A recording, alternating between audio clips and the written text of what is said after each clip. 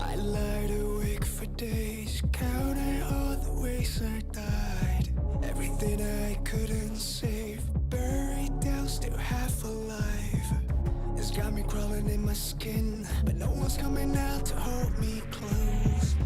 Pouring out the gasoline, yeah, I've been making friends with all these ghosts, and I got nothing left to lose. Fight to the future.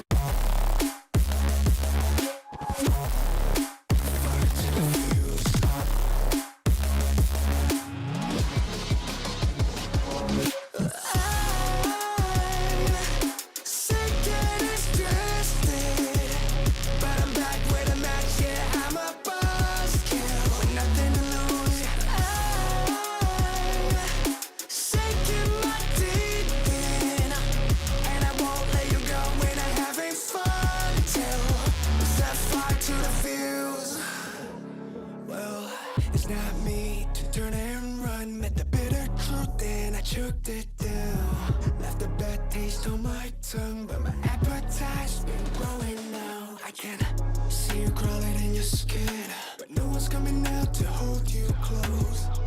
I'm pouring out the gasoline, so say hello to all my ghosts.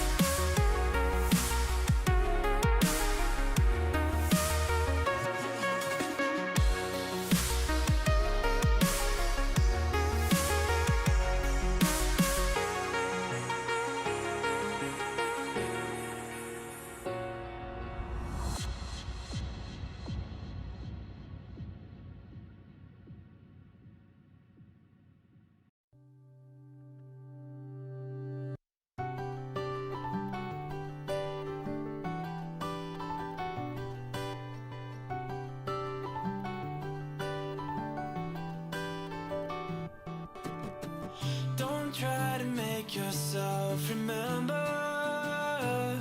Darling, don't look for me, I'm just a story you've been told. So let's pretend a little longer, 'cause when we're gone, everything goes on. You were staring at the window, and I said, I wanna take you to the sea. And when I'm better, we'll do everything. I gotta stop making promises I can't keep. But if I was gone tomorrow, won't the waves crash on? Is it selfish that I'm happy as we pass the setting sun? Someday I'll be overcast, but you won't have to cry, 'cause we'll do the grieving while I'm by your side. I said, don't try to make yourself remember. Darling, don't look for me, I'm just a story you've been told. So let's pretend a little longer, 'cause when we're gone, everything goes on.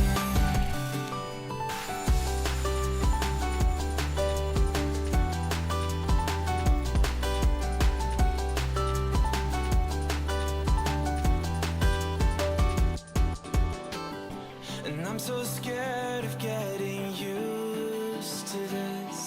All the vines that keep you tethered in your room. Well, someday both of us are leaving here, but for now I'll just bring this sea to you. Will you meet me in the daylight like we did before? Then I felt you on my shoulder, and you weren't suffering anymore. You said, I'm sorry that you worried, but don't apologize. I told you to forget me, but you stayed by my side when I said, don't try to make yourself remember. Darling, don't look for me, I'm just a story you've been told. So let's pretend a little longer, and when we're gone, everything goes on.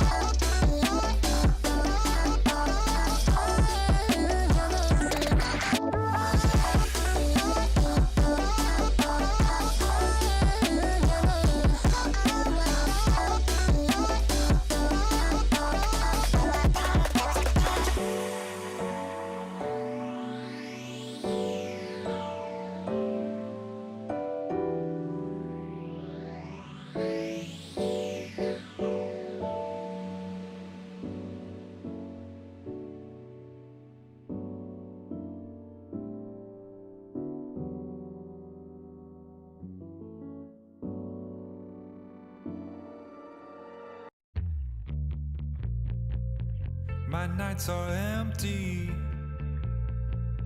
missing you every day.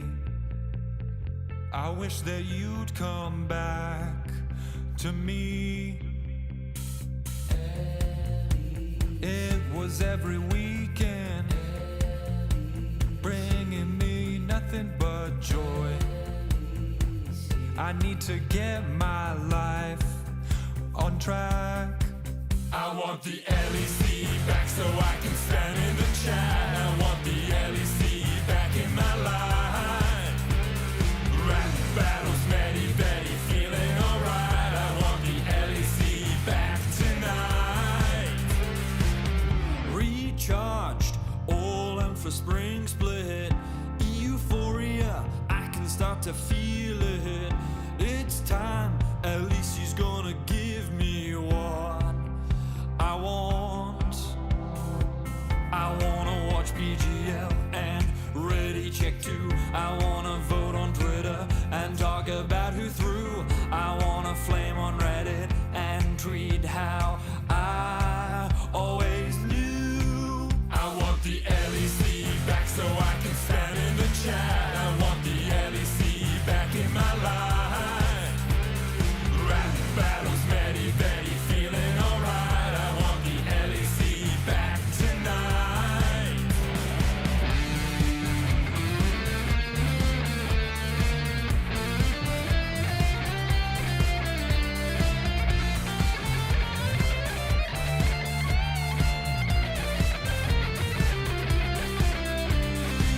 Now here comes the new year, new teams and players too. Now here comes the new year, lost some but that's alright. Now here comes the new year, we're getting ready for a long fight. I want the LEC back so I can stand in the chat. I want the LEC back in my life.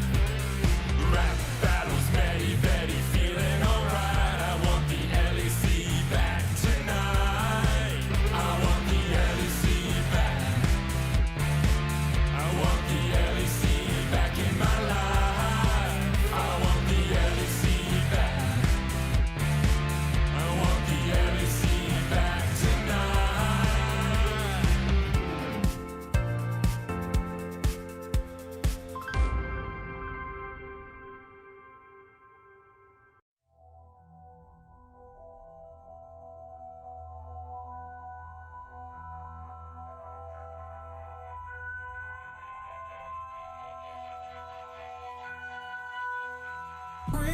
Heavy is the head that the crown sits on. Feel it weighing down on my shoulders.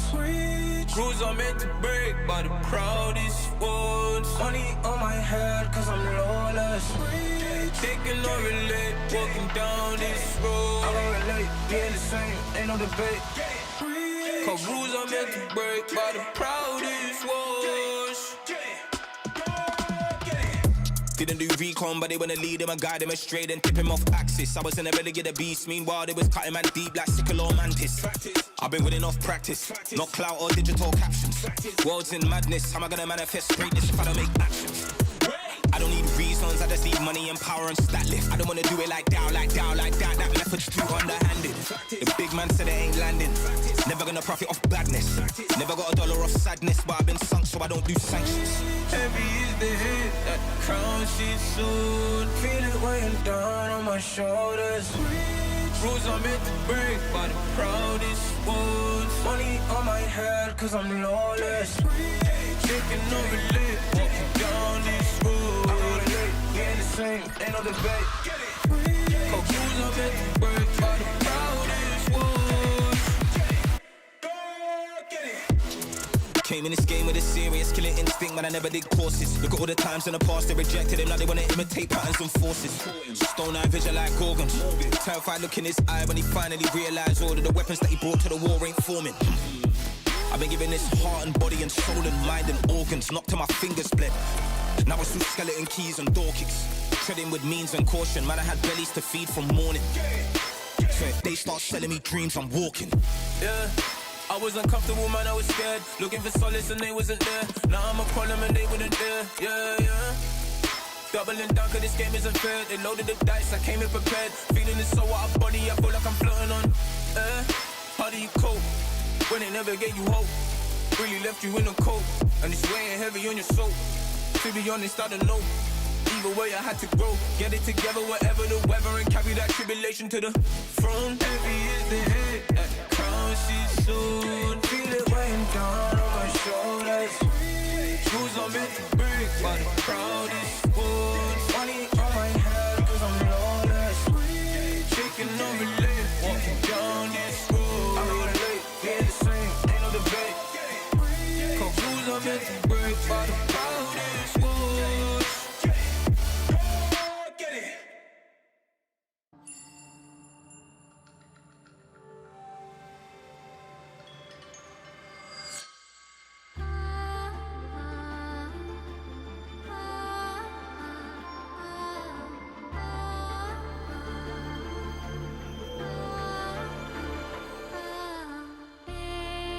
Echoes from beyond the past, the seed is sowed, the spirit knows, may it guide me for I again will wander far and shape the path to meet again on late horizons.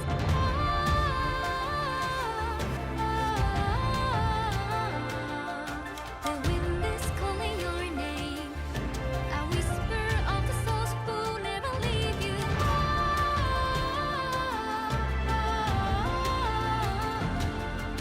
Collect your silver tears and pray they disappear tomorrow.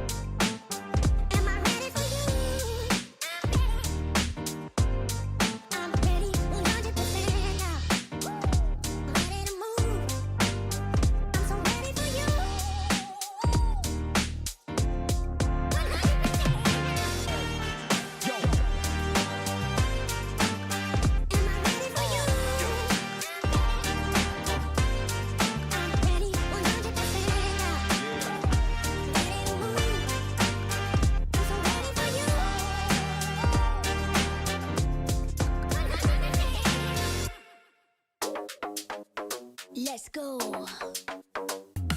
Confident like you never deceive. Big ego, bigger brain, it's really obscene. So we only wear designer cause we always look clean. And for that money, money, money, everybody a fiend. And the bling like a chandelier hung on my chest. And I get it for free cause I'm simply the best. See deposits every hour, not breaking a sweat. About to lunch with my girls, grant at every request. Thank you. High and bold, can't be bought or sold. I'm so confident. Whoa, they wanna copy it. Slow down now. Yeah, my profit getting big, big, big. Got a whole lot of money, baby. I'm on top of it. Style opulent. I'm so confident. Ha. Break it down. I promise I am the hottest, determined and never modest. The star, a flying rocket, the stage. I always rock it, I lock it in tight. Do it every night. Big dividends, big love, big hype. Pretty lights, fat base, nice body, pretty face. Can't keep up with the pace. Everybody wanna taste. If I show up to a place, you know what's going off. I make money moves, baby. Don't mess with the balls. High and bold, can't be bought or sold. I'm so confident.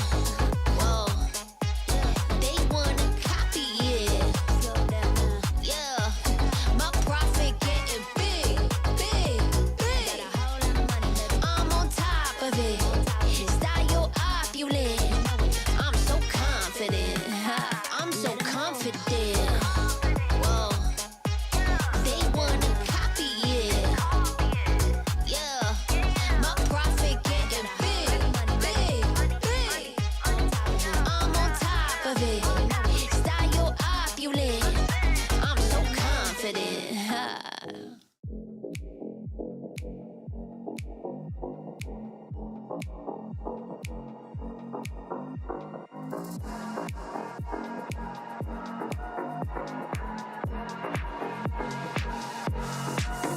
Time for a show. Show 'em how you outplay. Go and check the replay. Dubs like all day. Boy, you better know. Know that it might be just a little hyphy. Trying to all about these watches go. Cause the games are straight fight. Every team fight coming down to the wire. The whole world trying just to look like us. Take a look at your league. Wish you played like us. Now time to shook reality. You're facing a tragedy when the European legacy comes sucking down your pride to be those feelings of anxiety. The future you don't want to see. The wrath of our whole dynasty. It spells LEC.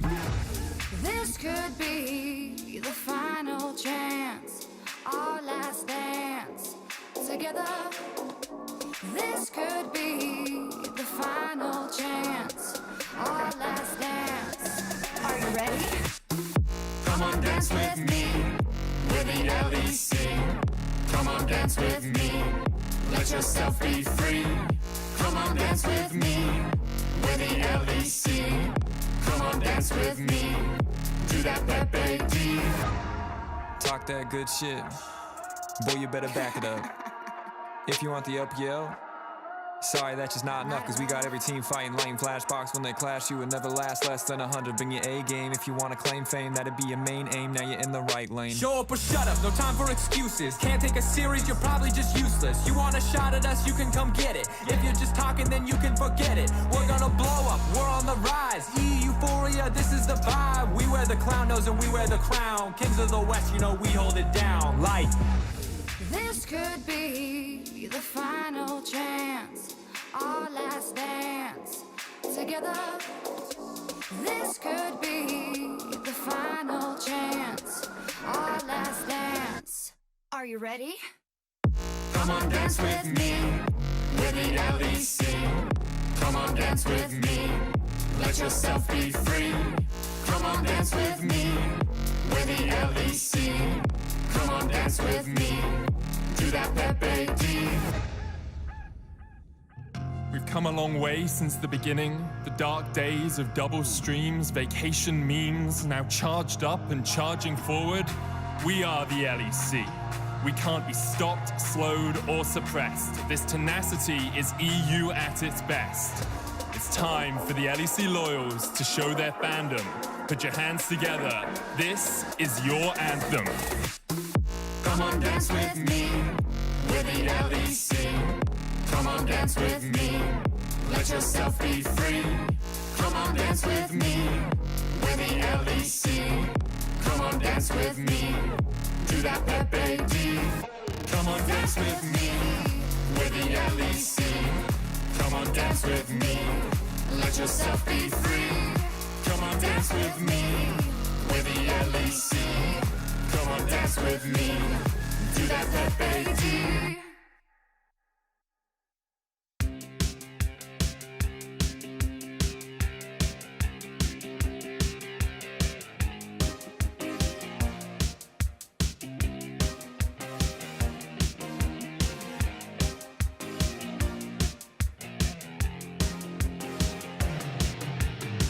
You start to think you're all alone, counting failures, you can't let them go. I can tell you need a little something from me. You got spirit, baby, you got heart. Hands are bad, but we can fix that part. Time for you to know what you could be. Push through it, cleanse through it. No limits, you can do this. You want it, just take it. You're on the edge of infinity. Push through the pain, you can go all night. Breaking limits, set the world alight. On the verge of greatness, it's time to lead. They'll feel your name when it's up in lights. You'll know your worth when you win the fight. Tell the world you won't go quietly. Push through it, cleanse through it. No limits, you can do this. You want it, just take it. You're on the edge of infinity. Ignite the competition. Rise above the pain. Rock solid your conviction. We're here to win. We're here to win the game.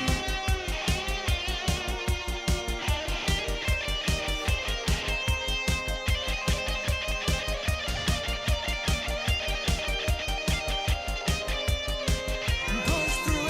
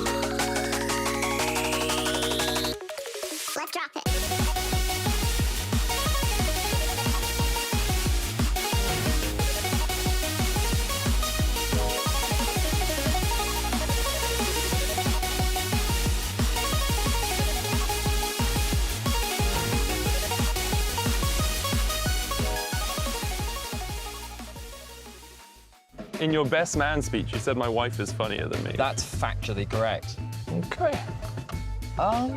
We're in range. No, it's fine, man. It's fine. Relax. I've got this. I have years and years and years of experience. Yeah, but it's gonna last. There we go. Look at that. What are you so worried about? Oh,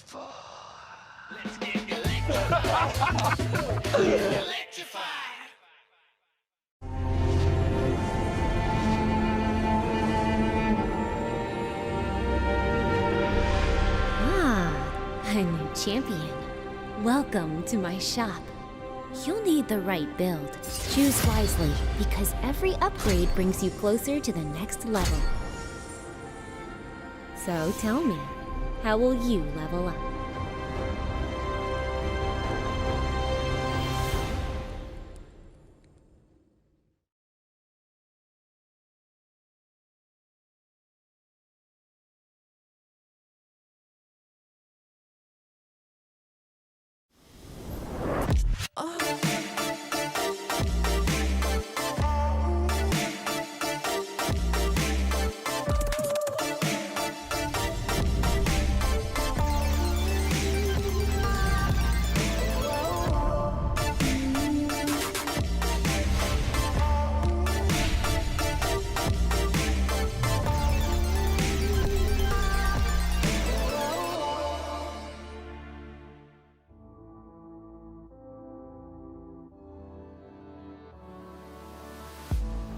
If you had it all, would you look the fall in the eyes?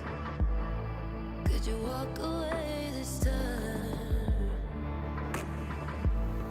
Will you realize, recognize it's never over?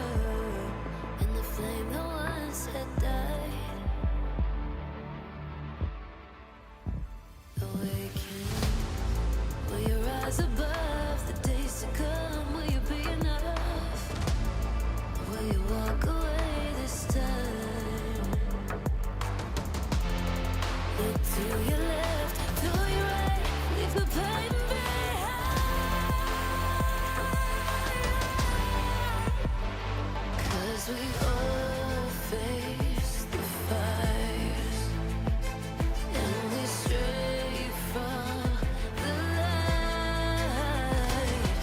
Go leave the pain behind.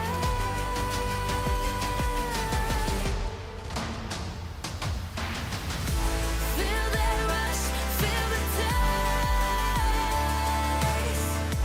Can you feel it? Rid the pain. Wash it away and stand again.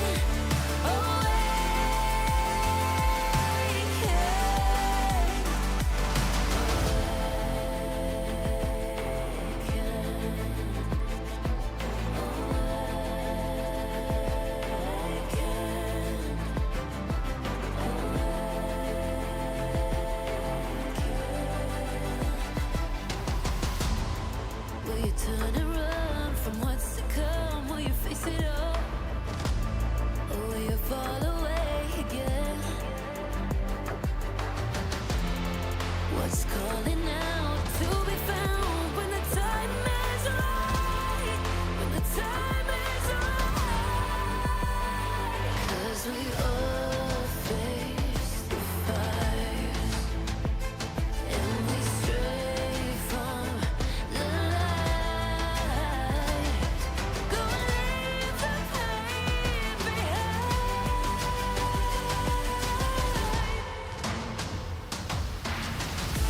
Feel that rush, feel the taste.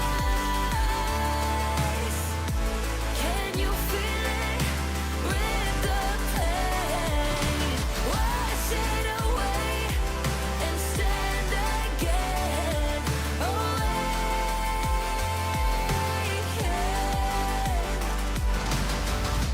Feel the rush, feel the taste. Wash away what used to be. Will you make your stand? The world in your hands again. 'Cause we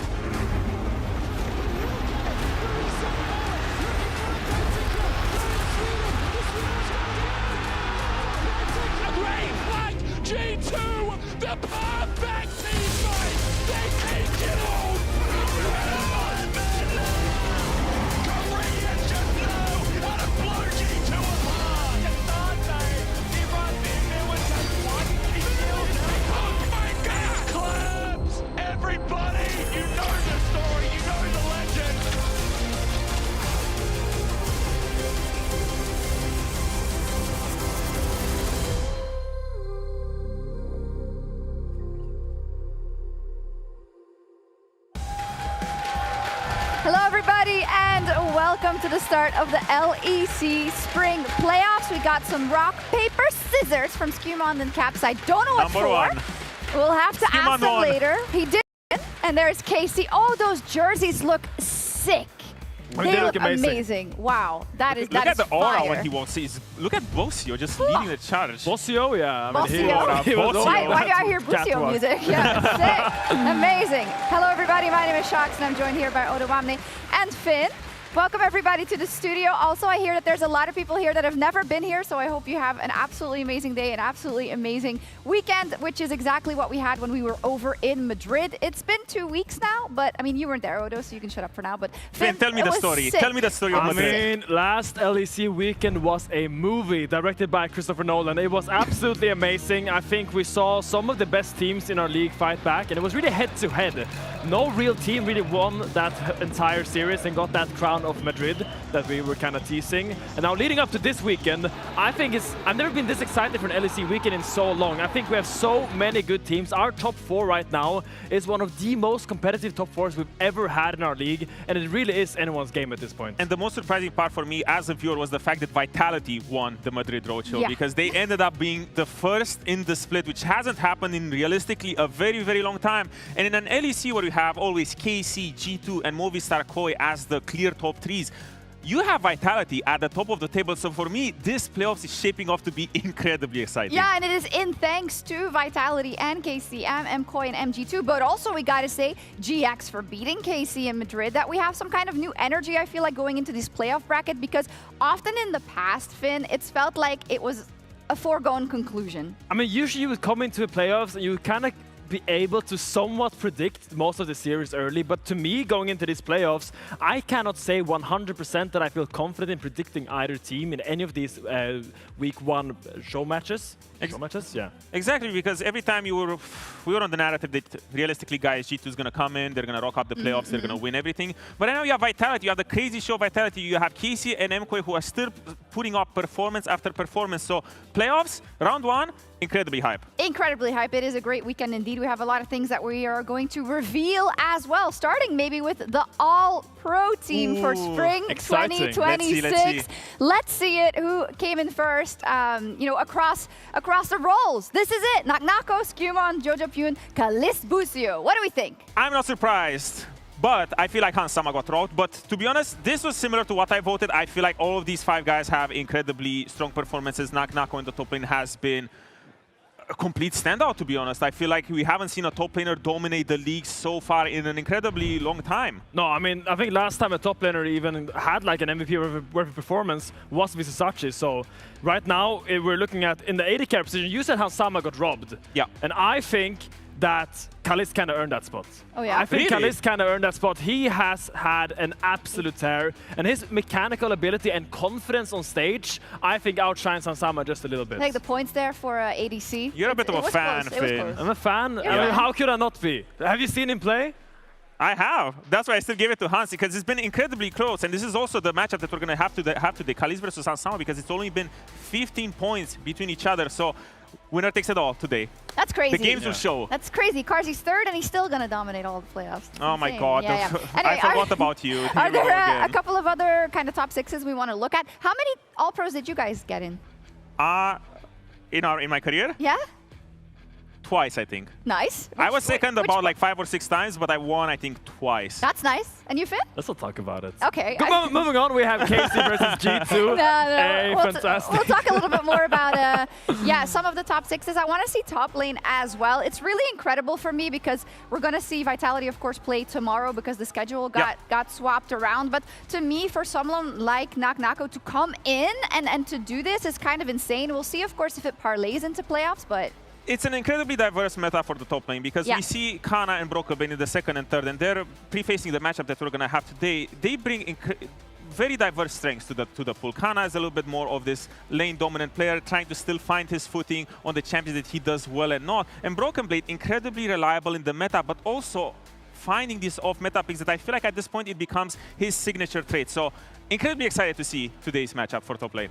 I mean, I absolutely agree with Odo. Like, there's so many positions. I think also mid lane is super relevant. I think when you look at Jojifun's performance throughout the split, I think it was earned that he was going to get the #1 spot. But also we have in the mid lane list, if you see that we have Caps and Yehu in the second and third team who will go up today against each other. Now I think Caps is pretty single-handedly a little bit above Yehu. I think usually when they play, sometimes you see Yehu kind of crumble to the pressure of Caps, which has been the history when these two teams play. So I want to see how we can tackle that today. And also, we didn't even mention it yet, only one G2 player in the All-Pro team. This doesn't happen a lot, right? And I think that does spell a little bit more of what we were talking about, the fact that everything is so close and that we feel like these playoffs are going to be incredibly exciting. We're also going to reveal our MVP, by the way, not right now, but over the course of this weekend. And I also wanted to look at the votes because, as you know, the votes go public and there were some frauds, baby. Oh, fraud watch. Fraud watch. I mean, Odo. to be honest,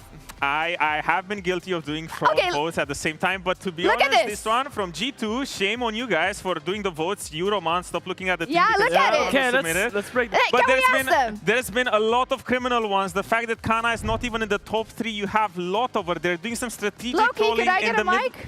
I want to ask them. So they have something to a say. lot of disrespect as well towards Busio and Alvaro. I think Paris is a fantastic talent. Yes, but yes, of course. Yeah.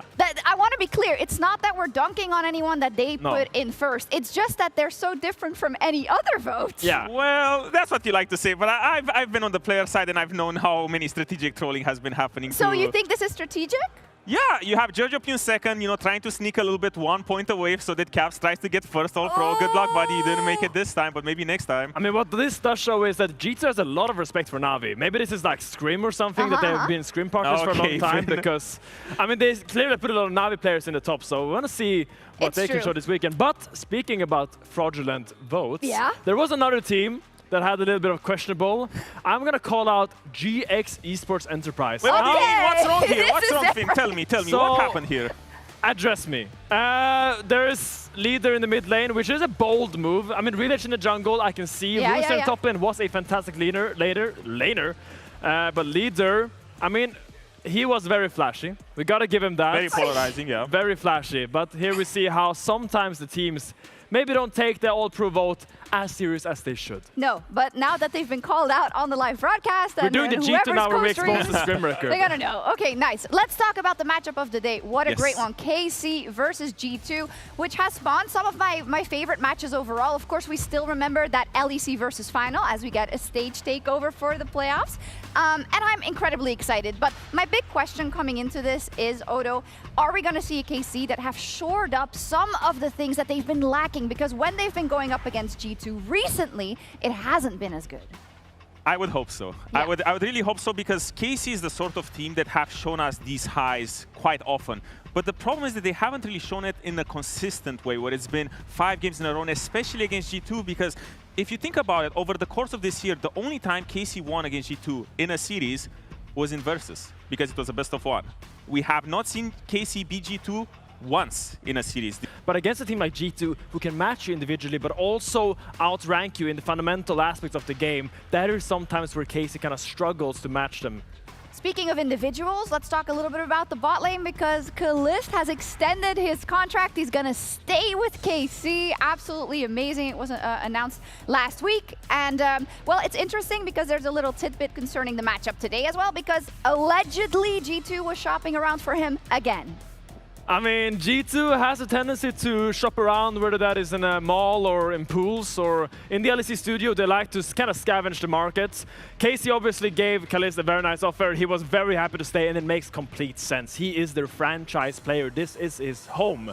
And I think the fact that he's displaying such mechanical skills still and is still developing makes sense that KC really want to lock him down early. And honestly, to bring it to the matchup today, I don't think it's a bad move for G2, because Hans Sama, for me, again, has been a lot better than Kalist. It's just, when it comes to Hans, people have this tendency of looking at his international games. Oh, he messed up the shopkeeper, he lost to the shopkeeper, he lost a couple of times at Worlds, but that's the thing, he gets to the Worlds because he's just so damn good. We can't live in a world where everyone is just saying, hey, what if Kalist would have gone to G2? Sure, they have this incredible amount of scouting when it comes to molding players, but Hans Sama, even through his lows, he's still finding this rise back to glory. I'm just saying, every single time Kalist has made an international, he's made the finals. Can Hans Sama match that? Once. I'm just saying, every single time he's made internationals, he's made the finals. So, yeah, we've heard checkmate, you the first Odo. time. Yeah, checkmate, Odo. Yeah, I can't fight against that, Finn. Superior analysis. I mean, when Hansama most recently went to an international tournament, they made finals. Yeah, he beat LCK number 1 and 2, Finn. Well, How about that? Reese is biased this and Reese is biased that. I think there's a lot of other really cool matchups here in the jungle, in this game. Speaking of jungle, I want to talk about the jungle matchup. Cool. Because we have Skewmon versus Yike. Now Yike came up in G2, really developed there, and he won like, I think it was 7 straight titles with G2. Wow. Super impressive run. But they actually took the bet on Skewmon. And every single time Skewmon and Yike plays, it just looks like Skewmon is his father. Like last time they played, you saw that Skarner clip. Yike just wants to invade. Skewmon just solo kills him with a Skarner. I think his lane state understanding, but also the fact that he has the pocket picks like the Olaf is just a massive edge for him. Exactly. We are in this alternate reality where Yike didn't stay on G2 and went to KC and developed by himself, because I do feel like he's still finding himself. He is developing incredibly well. He's becoming more selfish. Team plays a lot around him. But when it comes to today's matchup, I do feel like this is one of the demons that he needs to overcome, because Skewmon so far has proved to be the demon in his closet. How does it work together with what you want to see from the bot lane, Finn? I mean, I just think to talk about the bot lane, like bot lane pride will be paramount today. Like you need to secure yourself a good bot lane matchup, and you need to make sure that jungle and support can work in tandem. Now that goes from both people. Tandem means holding hands. I want to see support and junglers hold hands and try to take space on the map, because I feel like Yike has a lot more responsibility in KC. Skewmon, he has really veteran laners like Hansama, Caps, Broken Mid. Meanwhile, Yike, he's the one calling a lot of these plays. So obviously, we're kind of comparing apples and pears, but Yike has a huge burden to carry as a captain in this team, and I want to see him step up today. Absolutely do. Of course, it's kind of still evolving in terms of Busio and Yike and how they can work together. Lebrav and Skewmon, there's now already a known quantity where that maybe hasn't been the case in the past. Quick predictions. 3-0 G2. Whoa! 3-0 G2 for Finn. That's so weird. Didn't you just glaze KC until now? Because I was about to say I was glazing Kalist. I think G2 as a whole is a better team. Like, let's be real right now. I'm on the same side as Finn. I do think that G2 is going to trio KC today, because I just feel like the individual laning phase and Skewmon is just way too good. Okay, I'm surprised I don't hear anything from the KC quarter over there about those predictions, because that was a little out of pocket, but I'm going to try not to hit the camera and head over to Skewmon for a couple of last words before we get into this matchup. It's quite far. Hello. Here we go. All right, Skew. You're about to go up versus KC. It seems that in the last couple of times you've met Yike, you've been living rent-free in his head. How come? I mean, I just think we've been playing good, honestly, and I'm looking to just bring the same performance today, me and the team, right? So I'm looking forward for our game. Okay, awesome. Let's go. It's time for KC versus G2. It is time for the 2026 Spring Playoffs.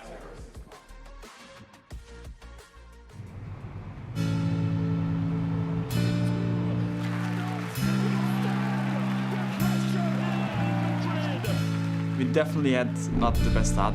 I still think we have a way to go if we want to be the best team in Europe. And it's all about the effort we put in for these next 3 weeks so we can be the strongest team. Broken Blade bends away from it. Kalist on the backline, just deleted! He lost that joust in a heartbeat, and it's a Knight's Tale for Broken Blade. G2 are just ripping them to shreds. KC and G2 are the favorites to win the Spring Split, but if we keep improving on our mid to late game, I think we will be a really strong team to beat them. Maybe the two better, doesn't matter. Mason goes in as well. A double for Kobe. Weaver's wall's going to be late. A triple for Kobe. He goes into Rooster, he gets the wall. A quadra. Kobe has now been secure playoffs. We had a really bad streak. It's honest to prove something else, you know. Nexus tower down. Brand is back up, but the brand that's on top is Giant X. A 7-game lose or something, I don't remember exactly. So I'm really happy that we managed to win, and hopefully it can start a new momentum. Kalist is charmed up here. Kalist is just taken out by Jackies with the Ignite in a 1v1. This is the GOAT of Europe or what? We are putting a lot of effort because this year we really want to make sure we are not wasting time, we are not wasting the potential or anything. We really want to go to MSI and Worlds and actually perform there. Finally, Dragons descend.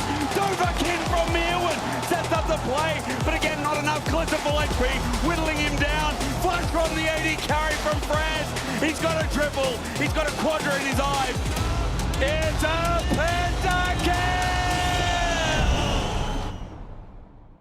I believe we will be a very different team by playoffs. If we're playing our game, we will always win. This split has been a struggle for us as a team, but individually, I'm definitely confident going up against anyone. Kazi with a full shot puts upset to a curtain call level of death as well. I think I predict flash. All 3, 4. Oh, he flashes into it.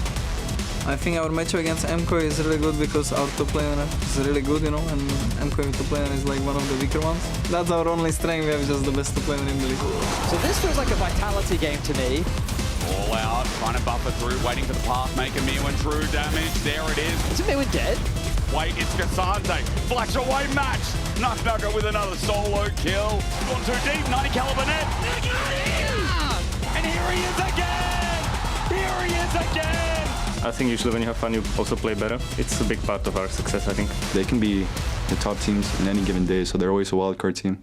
I just think we have good match against them, except for me. I think Jejopin is like 10 times human. Oh, flash onto Yehu. He flashes as well against the wall. Oh, Jojo breaks his kneecaps in Madrid. And this year is kind of my redemption year. I need to show that I'm still one of the best.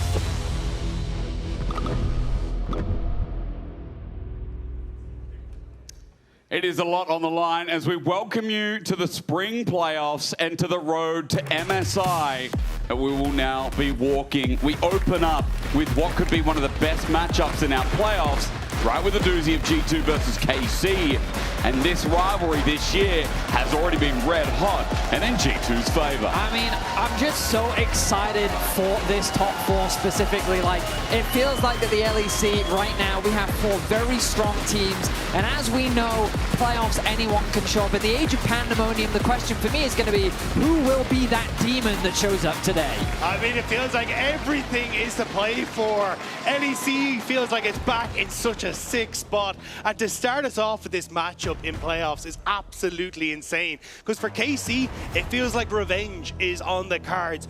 Finally trying to take down the demon that's on their shoulders. Because versus, we already got a little taster of this. It was your versus grand finals going to all 5 games. Round 2 even, we got a G2 versus KC in the early days. So here, once again, we get to find out if G2 are just the playoff demons or if KC have brought something special to the table as the new jerseys looking pretty red hot. I mean, we've got pandemonium here, but I'm also seeing some nice chromatics coming through from the KC lineup as well. Playing on the new patch, the question is, what adaptations will these teams make? Will there be significant shifts, or will we instead see a lot of what we've already been seeing? Yehu, he's played a bunch of different champions, but there is a clear favorite in his prioritization. Azir is something that Yehu loves to get his hands on, and something that KC have shown that they are willing to prioritize as well. In contrast, Caps, his Ahri and his LeBlanc have been menaces throughout the split, but are these things that he's happy to prioritize, or will we get to see more of the flavor that we've been seeing from him this split? And in game 1 of KC versus G2 in Madrid, it was KC who prioritized that Azir on pick number 3, putting Kalista into that second rotation that actually they were hoping to find that success for Yehu, but wasn't quite able to find it against Cap. So I think there is some question marks for me around what that mid lane champion pool is going to look like, especially with Azir already taken off the board. Already minimized. Vetty mentioned it. There's that Azir gone. Game 1 here between G2 and KC. Orianna, the other flexible pick that is constantly banned away, as the Bard banned by KC themselves. Boosie hasn't looked that great on it in the recent couple of weeks as we've left you, but now we've got to see what is first pick worthy here for G2. Now the question for me is, Ashe Seraphine, still a very popular bot lane. Is it something that they want to prioritize? Wow, a Nivea blind. I mean, Dagda, you were literally telling me just before this that you've been scanning some of the solo queue. I wonder if that has anything to do with it. Yeah, Kana on his solo queue match history has 15 games of Anivia in a row over the last couple of days. So I think it's definitely been something he's been trying to keep his eyes open for, but not going to be able to get their hands on it. And I think Anivia does well into a lot of the mid lane champion pool at the moment as well. Did receive some nerfs to its armor, but still very potent in a lot of those mid lane matchups. And that Ashe question that I was about to bring up, because she also was one of the champions that received a nerf on this patch. Her damage was ultimately affected, but KC saying, nope, we still value it a lot. Now, we've seen as well that even if you pick the Seraphine away, Ashe players don't care. They've got Lulu, they've got Nami, they've got options. They don't feel like that they have to play with the Seraphine, but we do know that if Busio is able to, he'll get his hands on it. And we've also got the Nautilus up and available as well. A side note, constantly banned away, even in 26.10. got this feeling that it just has to be locked in the next couple of rotation because engaged support outside the Enchanters, this is the S tier right now as G2 take that through. I mean, LeBron, this will actually be his first game in Spring on the Champion. He's been prioritizing range supports pretty much throughout the split. But as you mentioned with the Nautilus Open, we'll see where things go. This does mean that the Anivia is not flexed into support. It means that we're likely going to be seeing it in that mid lane or in the top lane. Hey, Nautilus jungle was a thing for a little bit, you know, but I don't think it'll be the case. Smolder going to be coming through. So Smolder is risen in priority thanks to the Deathfire Touch changes. Very, very strong and much more lane dominant than he used to be. He did get nerfed. True. So I think he got hotfix nerfed, and then he got nerfed again on this patch. But G2, the interaction that didn't change was that Deathfire Touch plus Black Cleaver. They even said in the patch notes that this would be coming later. So we'll see how things pan out as the Seraphine, as we expected, gets locked in for the bottom lane of KC. So bot lane secured, jungle secured for KC. Now they should look to remove things like the Xin Zhao. Olaf is something we've seen from Skewmond. You know, Shen Jungle over in North America has been the counter pick that, why have I forgotten his name? The jungler for FlyQuest has been using as kind of the response into the Vi. And I mean, we know G2 is a Shen team. And Skewmond has been playing it in solo queue as well. So definitely something that they could be picking up. So either that could go towards Broken Blade if he's enabled through the draft, or something that Skewmond could take. So definitely something that we'll keep our eyes on towards. And I think this is where kind of we see the standard priorities for both teams, right? Like, oftentimes when you look towards G2, they do want to try and secure that strong bot lane, but it's a similar story for KC. I think the Ashe Seraphine has been their most potent bottom lane.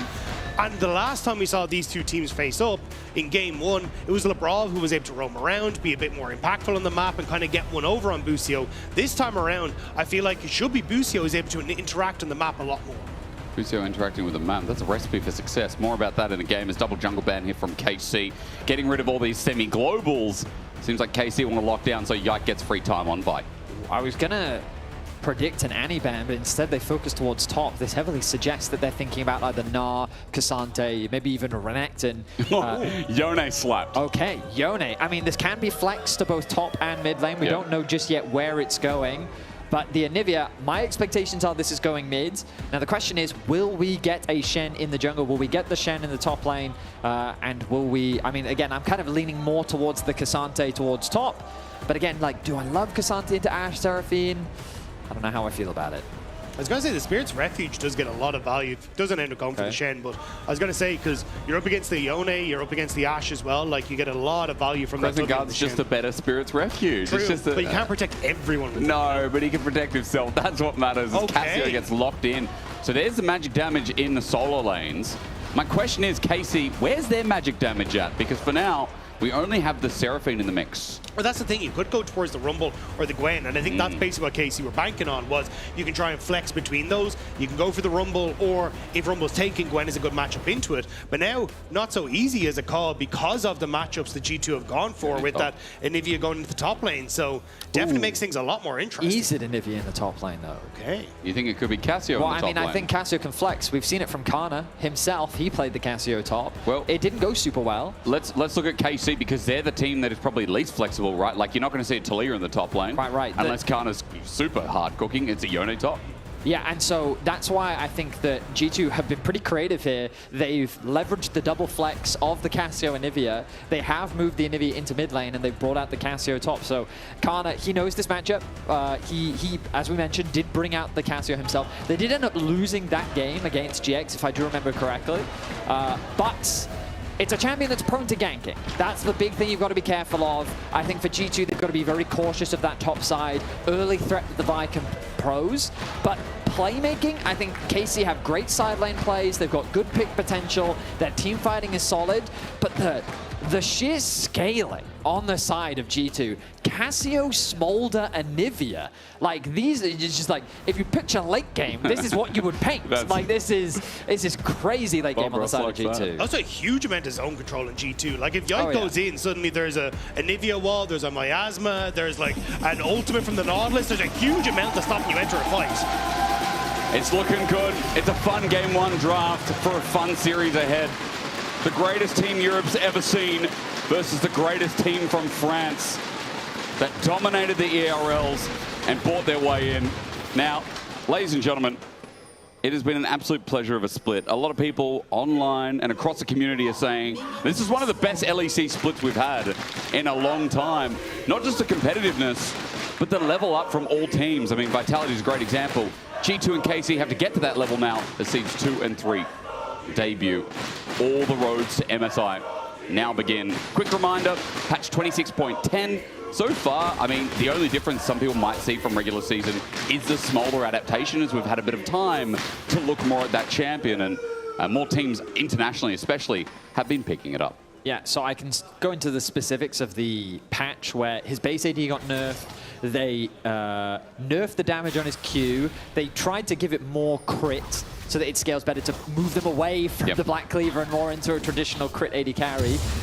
The Achu got nerfed, and they also nerfed the ult. So like they just nerfed Smolder across the board, but admittedly Smolder was up to like a 55% win rate AD carry. So they hit the AD carry hard, and Hansam is saying, you know what, even after all the nerfs, I think the champ is still good. And the reality is that when it comes to late game, he is just one of the best AD carries. He's very safe, he's got a lot of self-peel, the damage is, I mean, can hit from a very long way away, and I think that as an AD carry, he's very well rounded. Yeah, I do think though in this sort of matchup, he's going to struggle to have much in the early game, as you can see. There you go. Because this is a very potent 2v2, and I think it is KC's best bot lane duo that I've seen from them, especially Labrov 0 for 2 so far in the hooks, means that there's going to be a lot more pressure. So with both junglers pathing down towards this bottom side, I expect that Yike will be able to get this first scuttle. It will force Skewmond up to this top side, and should open up KC to continue being oppressive on this bottom lane. It's a good pixel brush ward, though, I will say, for KC. If any shenanigans happen through Pride Rush, they won't see Skewmond as Wade pushes in. Hansama close to getting that level 3, which will give him a little bit more respite with the health bar as well. And as you can see, Labrov is trying to throw out some dredge lines, just catch KC by the toe, but Kalist with swift movement has been dodging that. As Tri-Brush Ward, good timing there from Busio. We'll see Skewmond on the rotate if he decides to come in. And I do like that Busio and Kalist are playing hyper-aggressive in this. Once you see Hansam opting in towards the cleanse, it means that you don't have that extra fighting summoner spell. It's more about that level 6 that he wants to try and stay safe. So Kalist and Busio know that they're just able to play up and play hyper-aggressive, knowing they've got a much more potent health bar between the two of them. Meanwhile, on the top side of the map, Broken Blades leveraging the strength of Cassio in the early game to the fullest extent. As Yone can do very little against the Cassio matchup. You are very dependent. Oh, actually, he's also gone. Yeah, so not running the fleet footwork by going for the lethal tempo. Yes, it does give him more threat later on into the game, but in the laning phase, not having that additional bit of sustain is really going to hurt him. But the counter argument is, Betty, when does he get to hit a minion? True. Like, as you can look at the wave state right now, it is horrible for Kana. I mean, Deathfire Touch, I just love, everyone loves this rune who can proc it and proc it over and over. Twin Fang, there it is again. Twin Fang, there it is again. Deathfire Touch will continue to run because it's a single target, 4 seconds on top of Kana's head. And he's already down. Look at the CS differential as Skewmond is coming up, trying to abuse it further. Yike is in Pixel Brush. War going to spot out Skewmond on the rotate as well. As Broken Blade, he gets the pressure up from his jungler, which means he can keep doing this. Yeah, we did talk about this in the draft, about how G2 have to be careful about an early gank towards top. That's exactly what happened to Kana. He ended up getting camped very early on. Once the Cassio loses flash in a long lane, it becomes very scary for the Cassio to play. So Yike there to cover already on the top side because he secured that crab. Yike was fishing, but he ends up not finding much. On the bottom lane as well, Kalist and Busio actually faked a reset so that then they could bully Hansama as he came back in. So that's why Hansama kind of low, but Kalist and Busio kind of low on mana now as well, so should look for a reset of their own. But it just means that they've been keeping up this trend of now a 10 CS lead for themselves because they faked the reset and bullied Hansama when he came back into the lane. Good hawk shot. Going to be spotting out. Camp's cleared on the bottom side. Sees Skewmond on Wolves. Gives full information. Seismic shot from Yehu. Gives him Storm Raider Surge as well. And Caps just getting chunked out as well. Waiting for the next threaded volley. It's going to connect. Caps close to going into the egg form. He stands out and sends a Flash Frost himself. But Yehu spaces him well. As Skewmond on a ward again, taking this Raptor camp. Caps, as he always does, playing on the very edge. Last hits every single minion, and even though his HP is, what, sub 100, he's still ahead in farm. I mean, this is just what Caps in playoffs looks like. Very excited to see how much of a level up we get from him, because like that narrative is still true, right? The G2 in playoffs is a thing, and it's the thing that so many fans are kind of coming to expect. The regular season wasn't the craziest from G2. You can see they ended the regular season as the 3rd seed. Still a very solid placement, absolutely. But it is really in these playoffs where we have much higher expectations of this G2. When we think about this version of the roster, they've made finals in every single split. They haven't missed one. What are we at 11 in a row right now as well? Well, I mean, for G2? this version of the roster is 4 in a row, yeah. We got rallies after rallies, and even though it looks close in the head-to-head between the two teams, is kind of looking to step up to the turret here. I mean, this year, 2 individual games taken away by KC, and that was in the Versus finals. That's all they've been able to catch, and for G2, once again, they get the benefit of the doubt, even being the lower seed here, because of how they moved into playoffs. 2 games taken away in playoffs, because they did win in the regular season and Versus 1-0 against G2, but still, like, it has been very dominated by G2 across the board. So I think for G2, the performance that we saw from them in Madrid is kind of what a lot of people are going to remember as KC try to set up for the crab. And looking to, I believe, try and set up for the Dragon here as well. But yeah, gets to level 6. He will have his Smite off cooldown in time, but maybe he wants to use his level 6 to go for a play onto Caps. Well, it looks like Caps is respecting it. So a very slow early start, kind of as we expected. Game 1. Everyone just warming up, getting used to the stage, getting used to the field of the Rift. And Skimon going to be forced to path back towards his top side, just because not being able to contest that crab means no level 6 for him. Doesn't have the level, which means that they're not really looking for a fight right now. So just chilling. Grub's up in a minute 15. Dragon there soon as well. LeBron going to get slowed down. Easy stun. Dredgeline buffers here back to the turret. And obviously, this lane's still getting bullied, but Han Summon's still picking up CS. It is, of course, the top lane that we need to see how it recovers. Okay, never mind. A bit of frost thrown at Yahoo. Gets the seismic shot back, but Caps keeps putting him into the frostbite. Again, a glacial storm. Yahoo, one more bit of frostbite, and his toes would have fallen off. Close to a solo kill as Caps now walking up to take the free plating.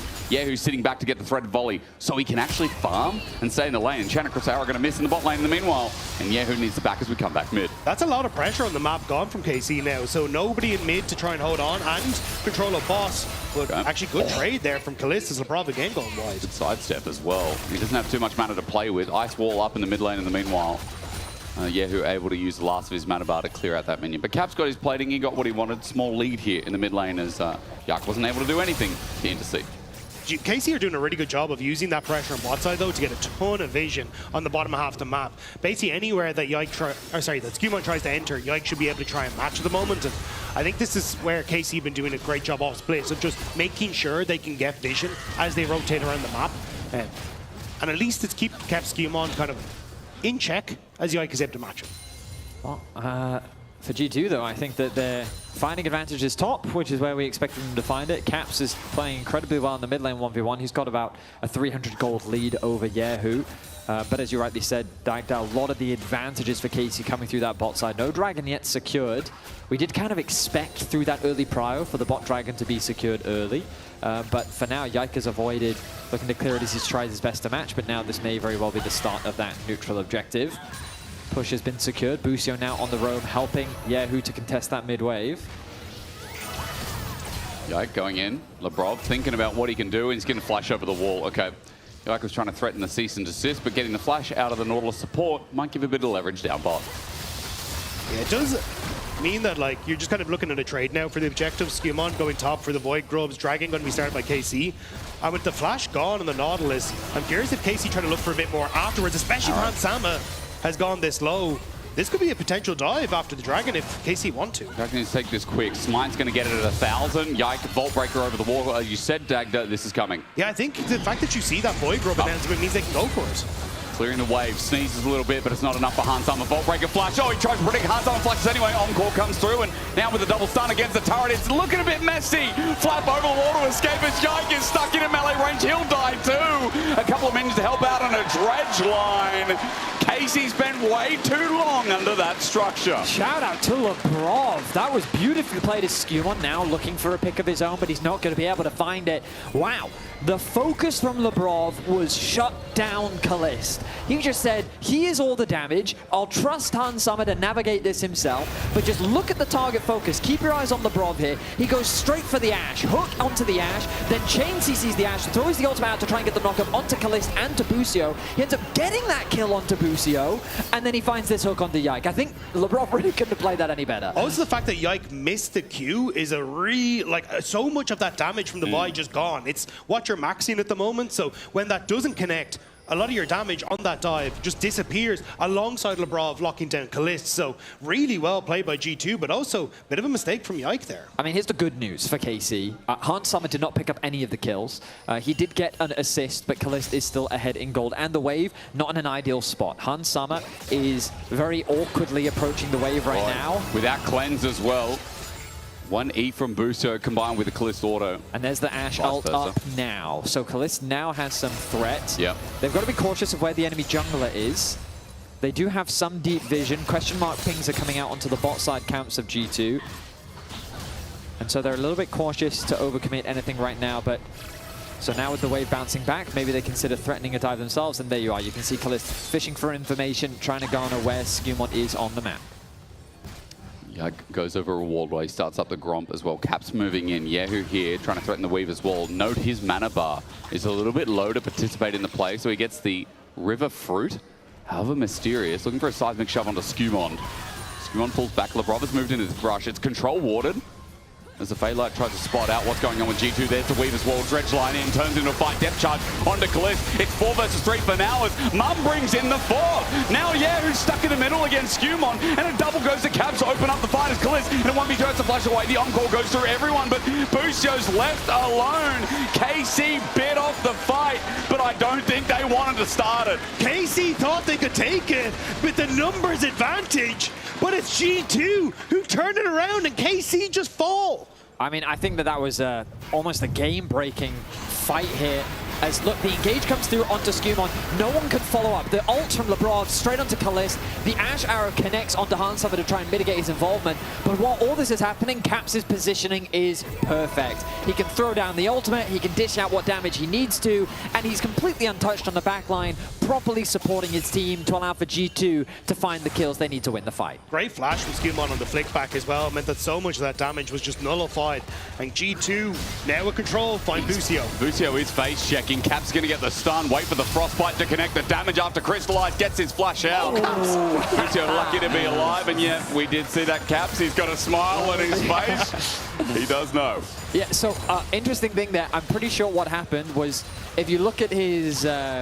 I mean, if we do get a replay, we don't need one, but if we do get a replay, you'll notice that he's kind of clicking towards the wall, but he's clicking on the wall itself, so he's getting auto-path down. So he thinks I'm close enough to the wall to flash over. Instead, he ends up auto-pathing down and then flashing into the wall. So it just goes to show even the GOAT of Europe can make mistakes. He's human. Yeah, so you'll see the TP come through. Nice knockback onto the Talia, but we can quickly speed through this. And as we get the hook connecting, the CC will come down, and just keep your eyes on Caps here. He'll chuck the wall down, and as he slightly paths down there, and you can see, he just slightly paths down. The auto pathing ends up taking him away from the tower, and he ends up flashing into the wall. Well, flash down for Caps. Big win for KC, I would say, if it wasn't a 2.5k gold lead with everything going wrong. And that play, as you said, it really opened up for G2. Might be game-breaking. Jacques gets over the wall, but spot out by G2. He flashes immediately. He's hit by a depth charge. A Crystallize in his way, and an audacious charge. Everyone charging down Yike as he regrets queuing blind into his blue. That was such a jump scare for Yike. Just walks in, 3 members are there, and now G2 want to show KC how to dive. The horror's not done yet. Enchanted Crystal Arrow. Busio doesn't have a double beat drop anymore, but Gromp is going to go alongside with it. This game slowly but surely getting out of hand. I don't think there's anything slow about it. I'll retract my statement. G2 are running fast as they're opening up bot lane for Hans Summer as well. I mean, this is perfect for Hans as well. He's been struggling in the 2 versus 2, very much as we expected, but he has a wave pushing in his favor. They're pushing that one out. Yike thinks that he's safe to move into his blue, but with mid missing and Lebrov teaming up with Skewmont, it comes back to what the analyst desk was setting up at the beginning of the day. We needed to see support plus jungle pairing up. Caps now the target.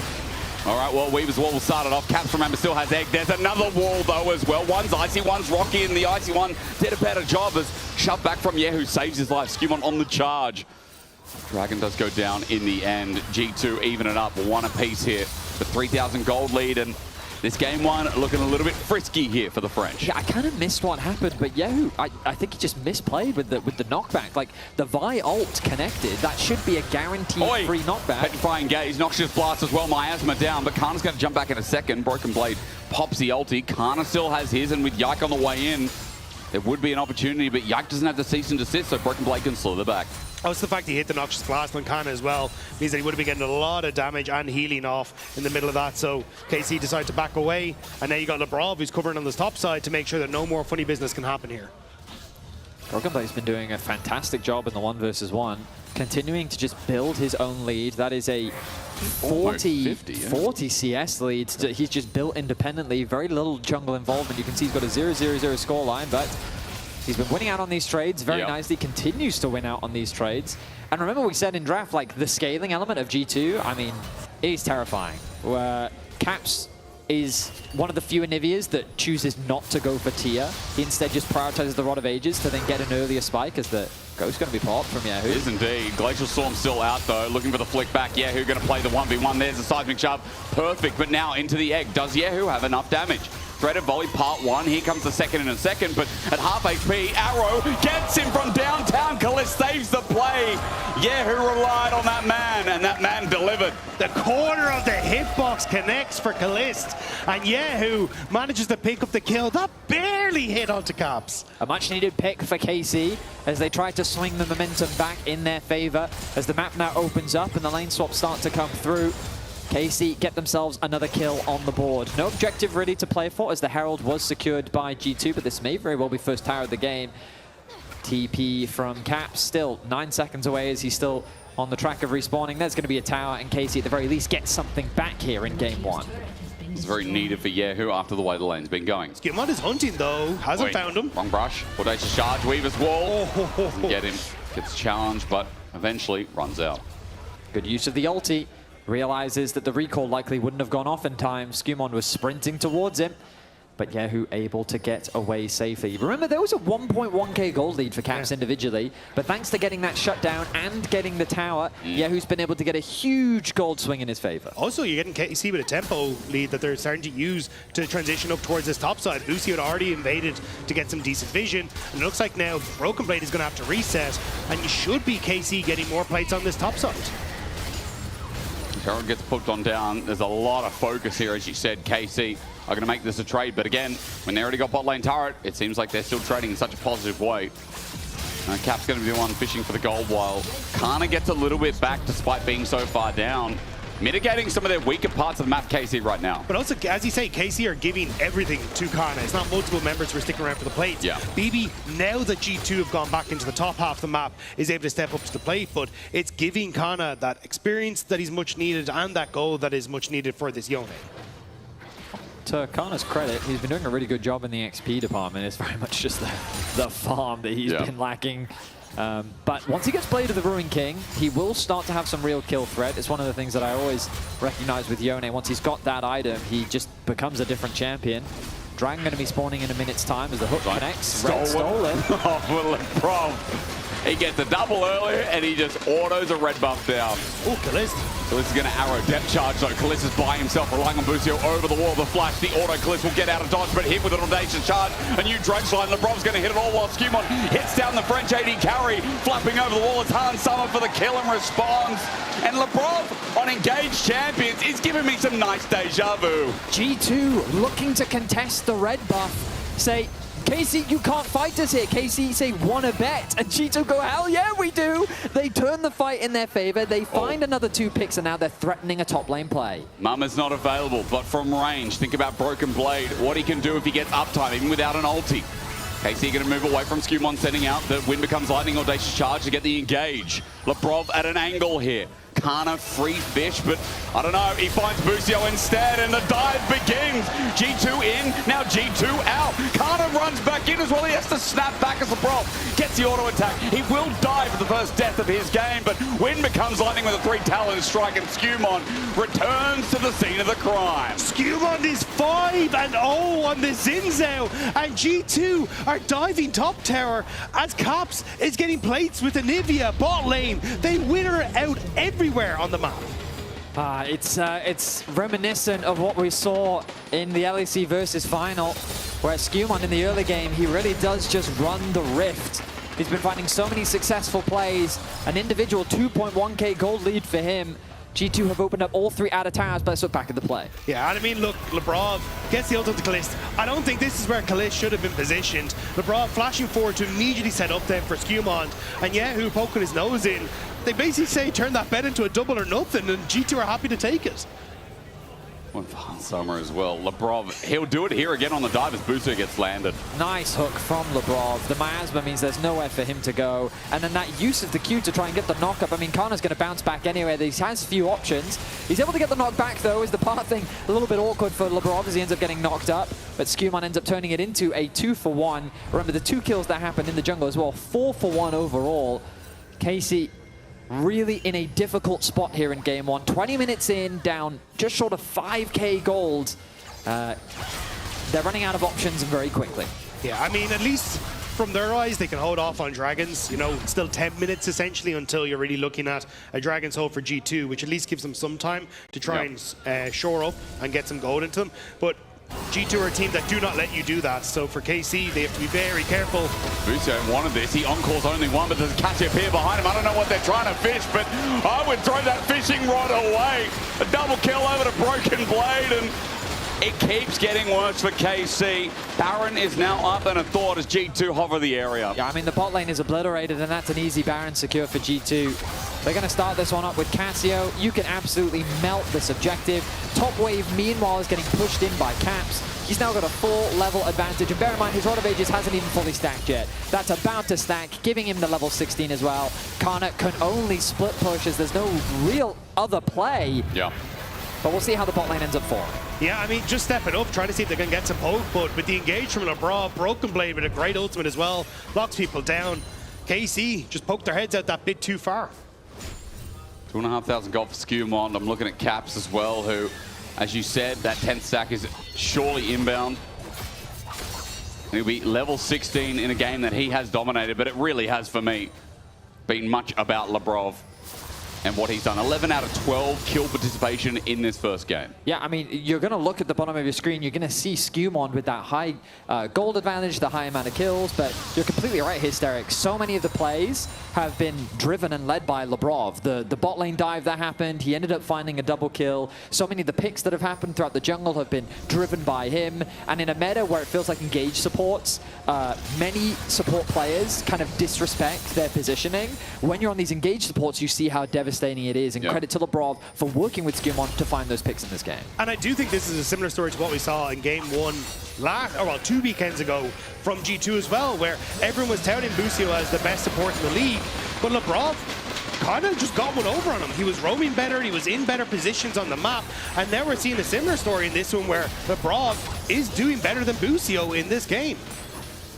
It's not the first time saying that. I mean, as bot turret goes down, KC are going to lose their inhibitor and the turret with it top.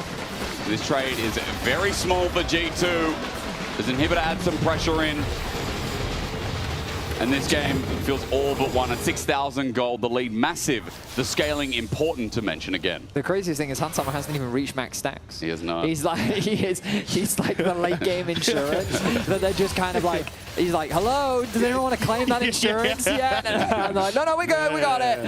I mean, yeah, Hansama has just kind of had to quietly farm in the background of this game. He has very much been a passenger as the rest of G2 have been stepping up to the plate. But again, it's one of those things where it's playoffs G2, right? They simply look like a different beast. And for me, one of the biggest things is this draft approach.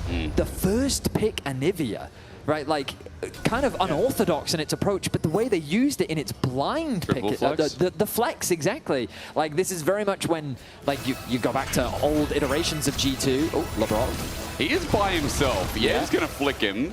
But he gets the dredge line out. Broken Blade's coming as well. And G2 do have backup. He turns it into an engage. Yehu doesn't flash. He does get out, to Yehu's credit of not pressing the button. Yeah, G2 now going to start to siege up. KC hoping to hold on here. They do have multiple members on the top side, looking to see if Caps is going to step up solo. Does Yike cancel the recess? Throw to build on Nivi, love to see it. Waiting for the flash frost, gets the stun. Kana in trouble. Good damage already. Next frostbite puts him to half HP with the glacial storm. And the dodge away from the Tempest. Gets flashed on by Yike though. Caps is going to go into the egg form, but Yike can't finish the job. TP's going to come in for backup, and Broken Blade is slithering hella damn fast. Kana needs to ulti over the wall to escape, but Skumon is going to follow the trail. This Yone has TP. He's got to use it fast, but even will he survive with the miasma over the Rhine? No, he's dead. Skumon finds him. Meanwhile, Mum called in mid lane. Yeah, who's going to wall out because another TP from G2 looks to catch KC out. Yike is just continuing to run through the G2 jungle. One trying to escape, two trying to get camps, but G2, they're looking at the base. They want to take more turrets. Wow, okay, I mean, it's a nice cross map from KC, doing what they can, trying to punish Caps. The problem is the egg form buys you a lot of time. The TP then gets invested by Broken Blade. This does open G2 up for the Dragon as well. Yike going to be forced to recall. There's not really a good position for him to contest this, and this is going to be their sole point. G2 taking their time, playing it by the book. They'll likely wait for the next Baron to spawn before looking to try and end this game, because this very much feels like a foregone conclusion. KC now with very few options to turn this game around. I want to go back to one of the things we were talking about, Betty, though, with the draft thing, because I think the most surprising part of this iteration of G2's draft is opening up BB for carry picks. Like, he brought out the Vayne last week, or 2 weeks ago, which kind of caught everyone by surprise. Now looking fantastic on the Cassiopeia as well. Oftentimes we've kind of looked at Broken Blade as going back towards like the Orns, the Scions, the the Kleds, into like not really playing like more of these beefcakes for the front line. Whereas now with Cassiopeia, like, he's playing absolutely fantastic, and I think it has opened up a lot. Objectively, he had a rough regular season. I agree.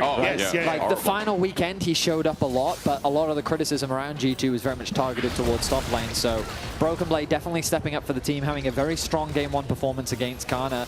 And again, I think that was, I mean, again, it's just the playoff G2 thing. Yeah, but that's what I'm saying, like, based on his regular season, I was like, oh, they're probably just going to stick to the formula that they have, right? Sure, try and put more onto these tanks. So I think it's been incredible to see him, now operating at this newfound level on all these carry picks, and it's making a lot for G2. LeBron does go into his death though, so nice little bait here, but Kalist without a flash, can it be punished? 4 versus 5, the setup from Kana. Fate sealed onto 2, KC now strike.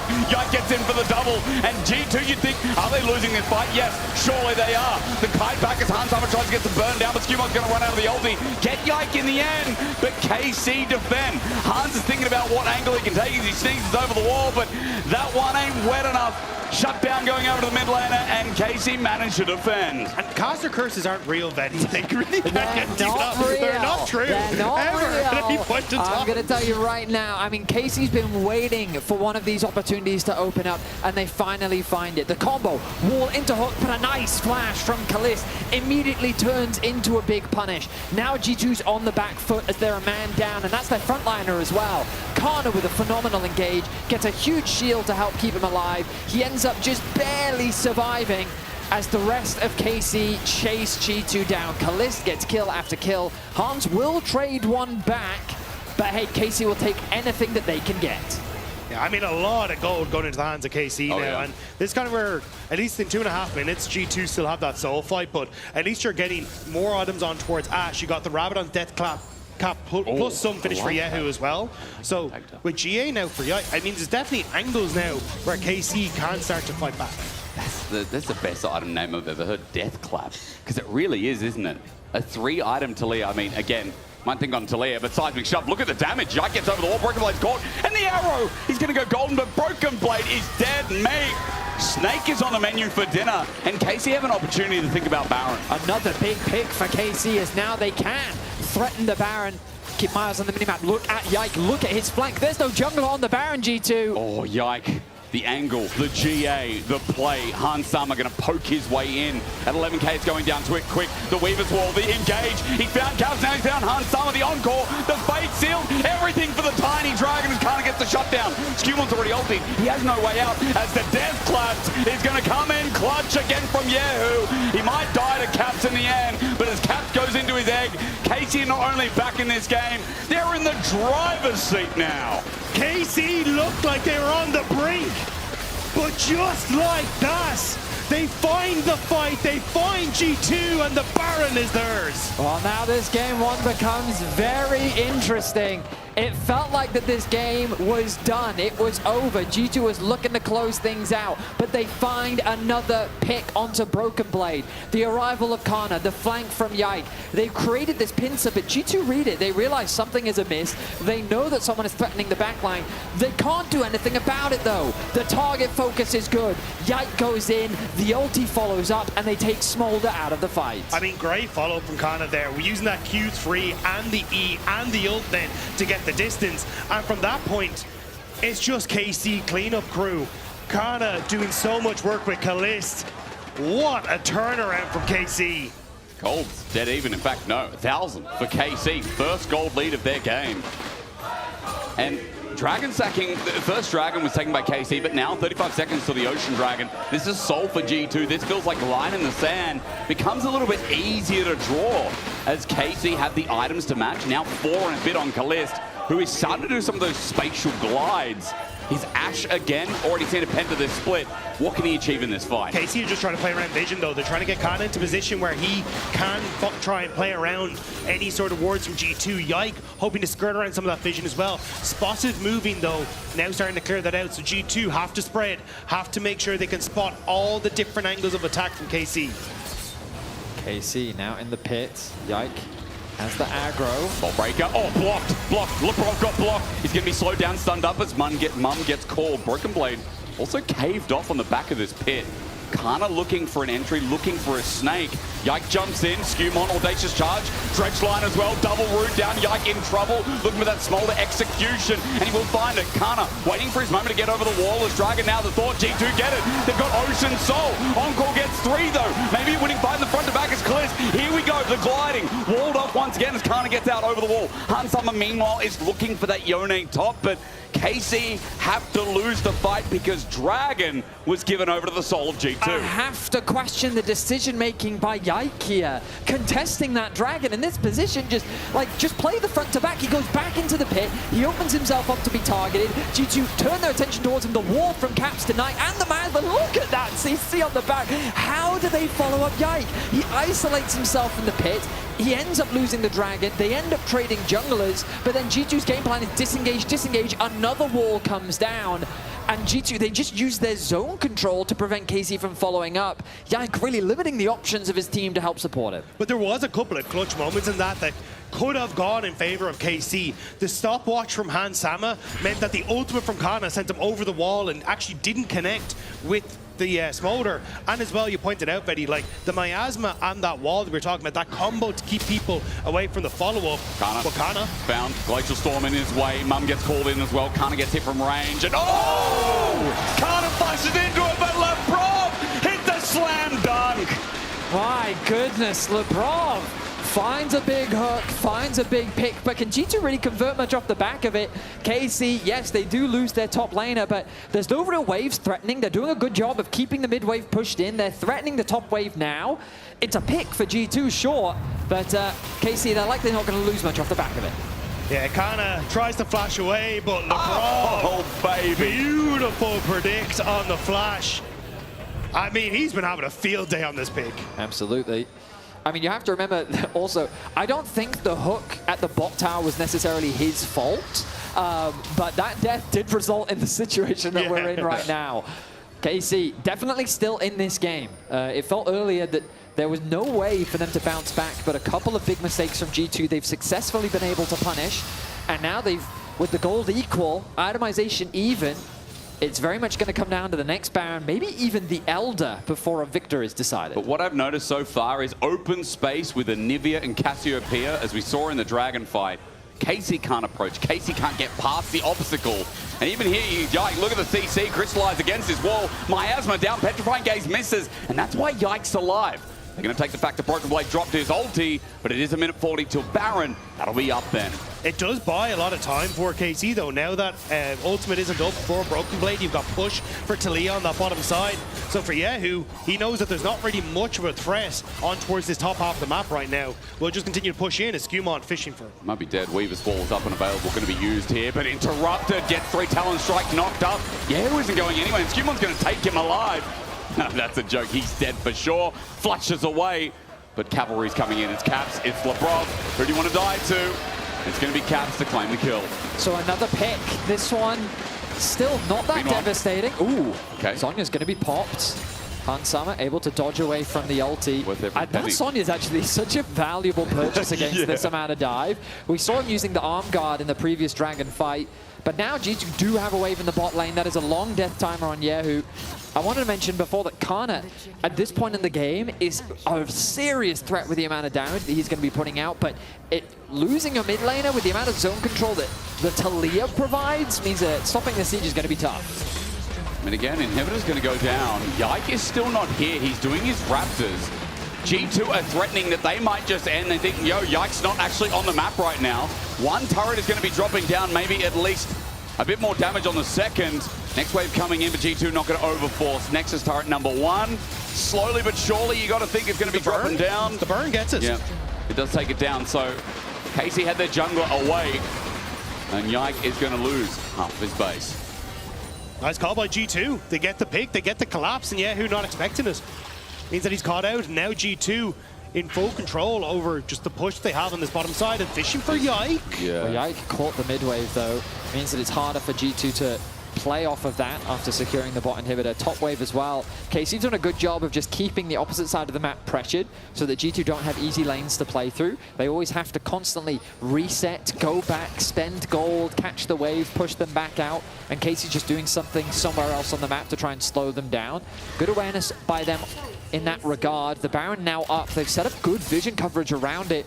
They've got potential TP wards. They've got options available to them. Kana is ready to go at a moment's notice. So KC, with the gold, the gold at this point largely not meaning much. They're going to start this one off. They might just rush it down. I mean, it's gone. I feel like it's gone. Look at where Skewmon is on the map right now. There's no Hex Gate, so this is done.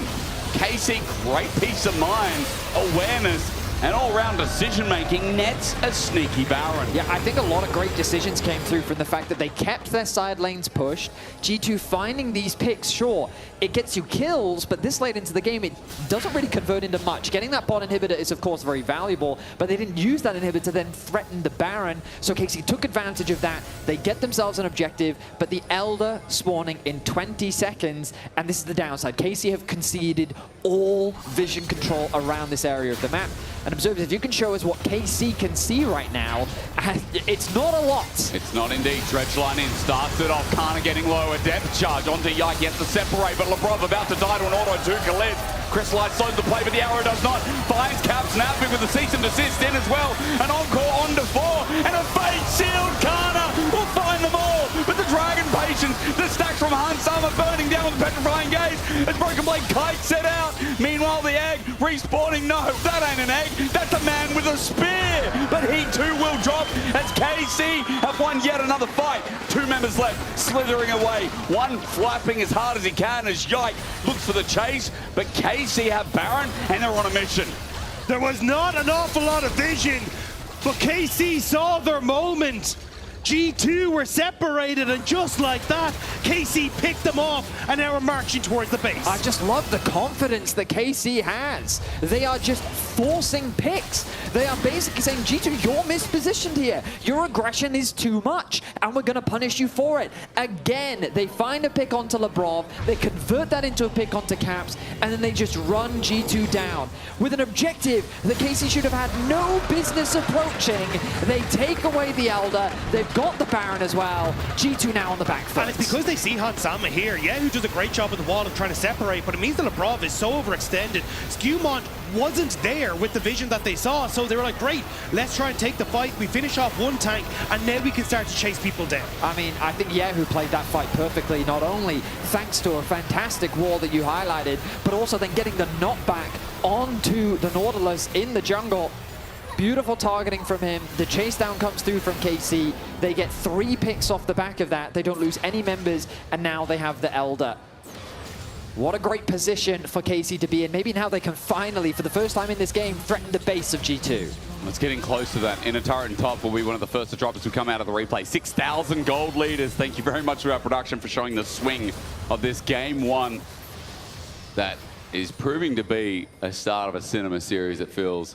Bliss willing to walk up. He's got that GA intact, and in fact, 3 members of KC do. With this Baron buff, they have a bit of survivability. They have a second life. A second win. Baron's going to push in. Inhibitor turret is now dropped. Inhibitor's going to go with it. And G2 on the legs of their base in a very back and forth game. The Crystallize is going to stop the top wave, but eventually that too will cross back in. And top turret will be under threat too. G2 have 3 super minions on the bottom side. That's why they're trying to delay here. See if they can force KC to back away. But KC, they want the second inhibitor. No Anivia flash is big. Caps didn't burn it last play when he got caught by the arrow. As TP flank, are we seeing it? No, this is what I'm talking about. There's 3 super minions in this wave. So KC need to try and reset, which is buying the time that they need. I think it should. Actually, no, the inhibitor going to respawn. So the minion's just going to sit there. They're dizzy. They don't know what's going on. These guys, though, yeah, G2 happy about those guys. But these ones are just going to battle it out in the farm that is the Nexus turrets. Kalist being spotted means the G2 have an opportunity to look for a pick, but they're not going to find one.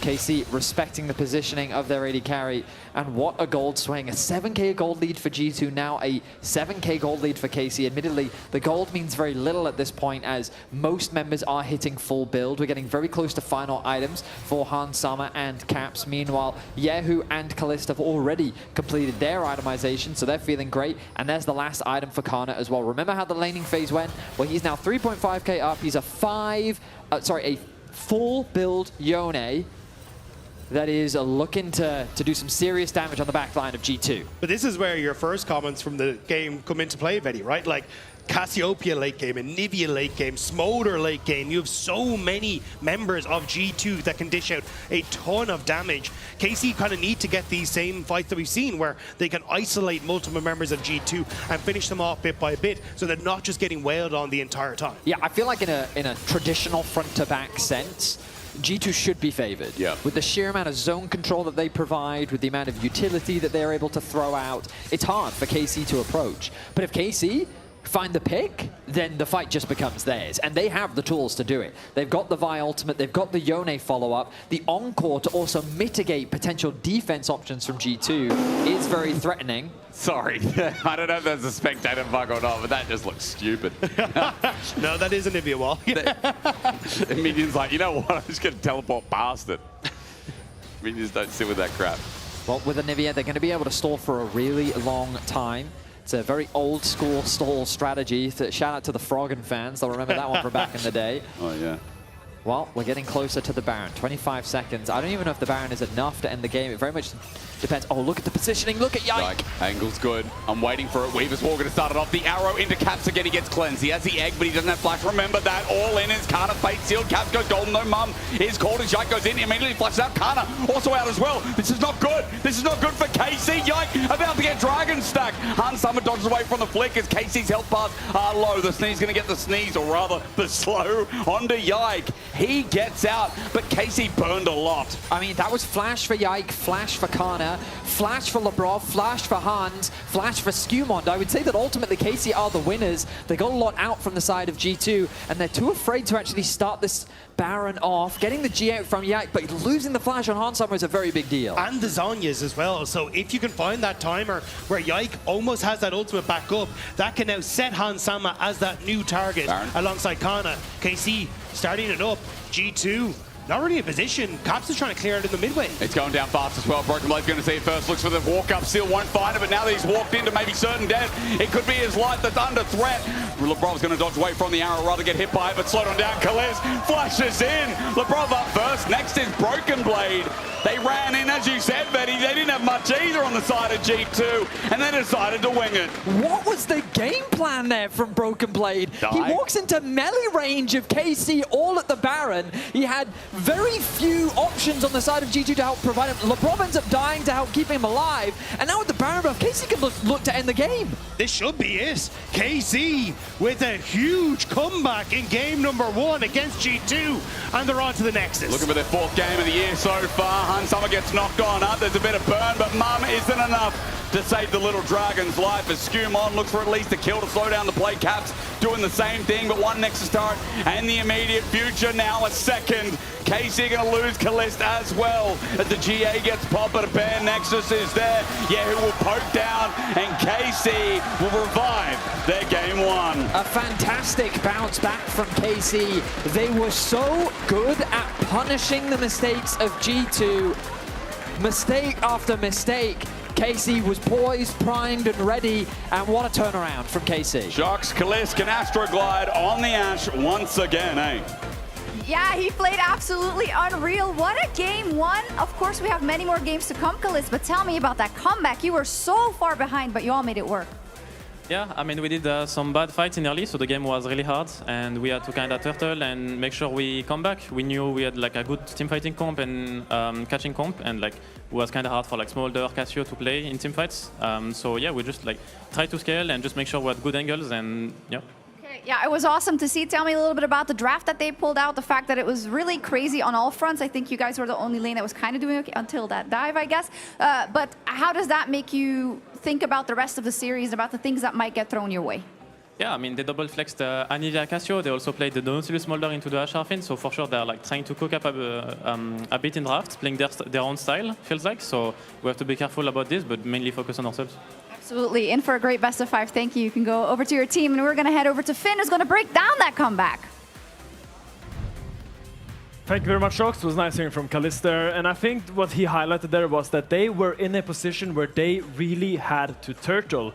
Now, I think that they did that really, really well. But I also want to break down a little bit what G2 did and what options they maybe could have taken here. So I actually have the replay here with me in-game. And I want to set the stage a little bit. G2 is currently 7k gold ahead in this game. And Baron is spawning in roughly 1 minute. You see there in the top right corner. So G2 now has 2 options. Now they could just push out bot lane, base, rotate all the way up here to the Baron pit, set up their little vision lines and push G2 out of their own jungle and just start this Baron. Now this would be a very conventional play, standard play, and a little bit simpler play. But G2 saw a different play. G2 is like, we are 7k gold up. We can surely just pressure down this tower, get that, and then reset. Now that decision proved to be their demise, and I'm gonna show you exactly why. As I roll the clip out here, you see G2 is all kind of circling around here in the bot side, and they really want to look on this tower. Caps, who's playing the Anivia, is a fantastic player at finding caught-out carries. So you're gonna see him find this super nice wall onto Kalist. Now, if we put ourselves in the mind of Labrov, doesn't it seem super compelling to Kalist? He's standing here outside of the wall, completely split from his team. His team is all on the side here, and he's completely isolated here. So what does Labrov do? He hooks in. But what he doesn't realize is, if Kalist flashes this hook, suddenly he's in the fray. And Labrov ends up getting completely focused down by all of KC. And now, by a great wall here by Yehu, splits all of G2, and they suddenly cannot re-enter this fight. Skumon, Caps, and Broken Blade gets caught on the other side of this wall, while Ansama can't really hit the fight. And I want to now highlight the man of the moment, Kana. He finds a crazy combo to set up this snowball fight. He Q flashes Broken Blade and then lands a sideways tempered, Fate's Call. I don't know the Leon ability, but he lands a fantastic ult on the rest of G2. And now the chase down is just super easy. When you have an Ashe, you have these extended slows. It's super difficult to escape a chase down in the same way. So once again, G2 a little bit impatient, a little bit sloppy.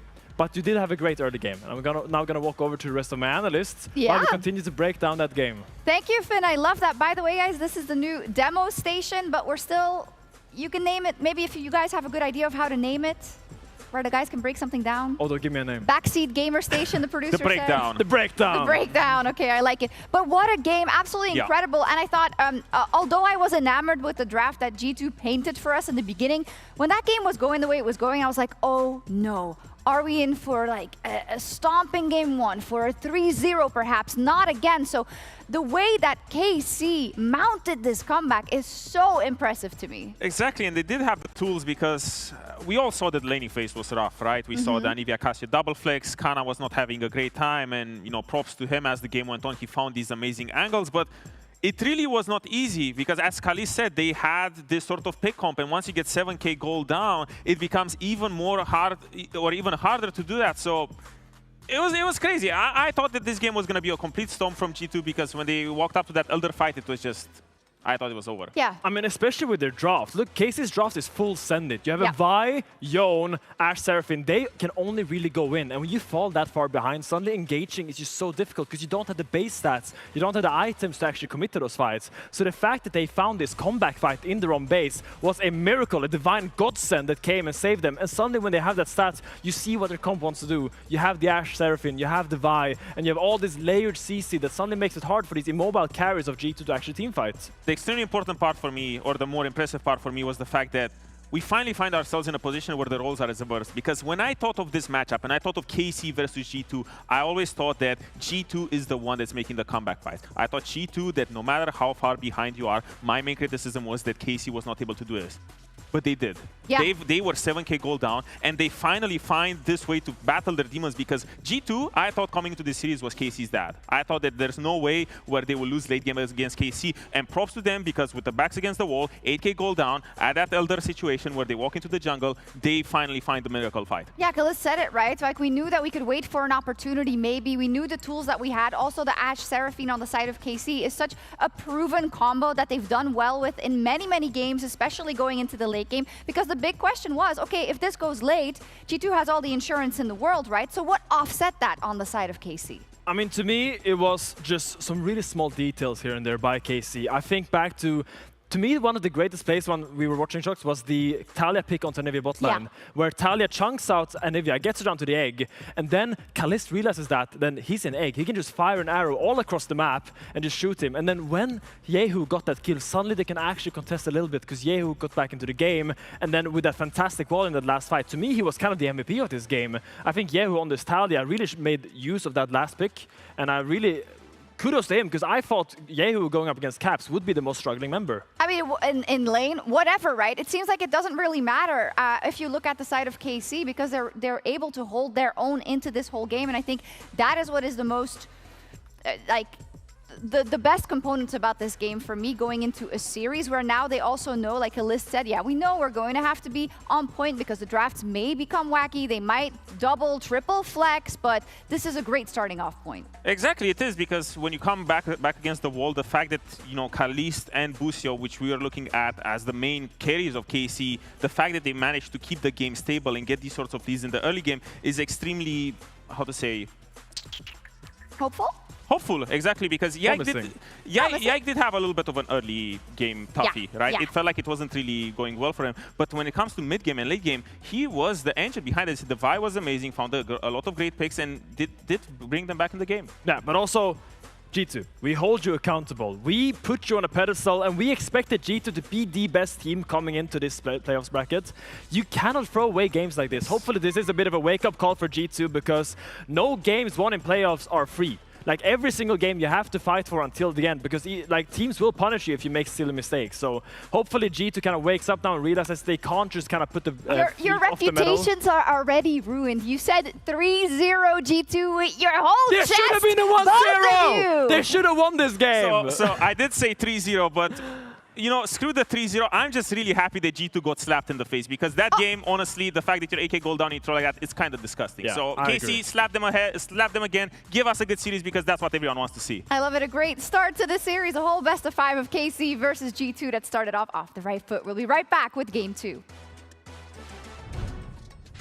The winner like takes it all. I follow you. Fly, Phoenix, fly. Jingle bell, jingle all the way. Okay, do you know what comes next? item. Yeah, exactly that. Let's go. Someone on flash. Yeah, I'm going. Someone on flash. We're gonna kiss one.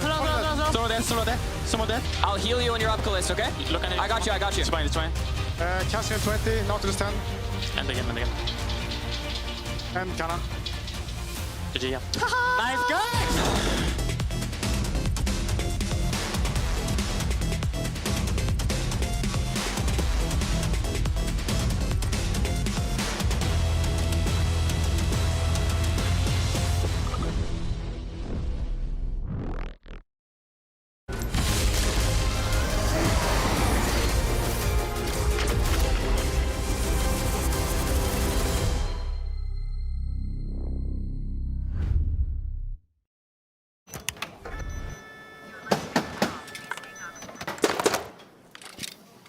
Brother, let me try.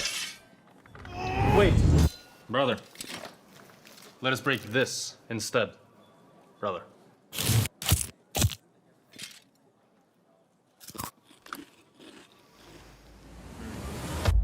Have a break. Have a Kit Kat. What is this, brother? Perfection.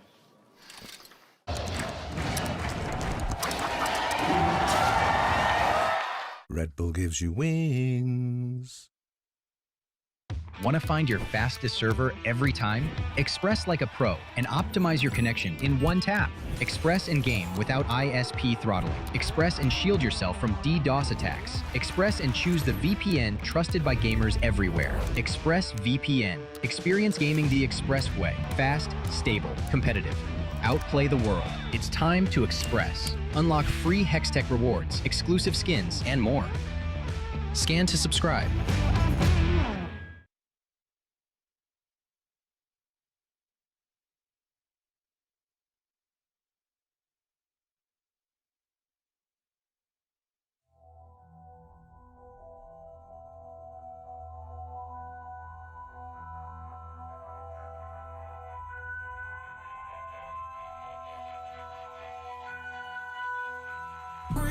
Heavy is the head that the crown sits soon. Feel it weighing down on my shoulders. Rules are meant to break by the proudest ones. Money on my head cause I'm lawless. Taking no relate, walking down this road. I don't relate, being the same, ain't no debate. Cause rules are meant to break by the proudest ones. Didn't do recon, but they wanna lead him and guide him straight and tip him off axis. I was in the belly of the beast, meanwhile they was cutting man deep like sickle or mantis. I've been winning off practice, not clout or digital captions.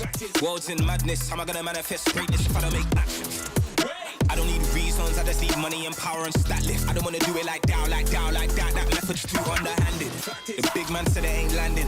Never gonna profit off badness. Never got a dollar off sadness, but I've been sunk so I don't do sanctions. Heavy is the hit that the crown sits soon. Feel it weighing down on my shoulders.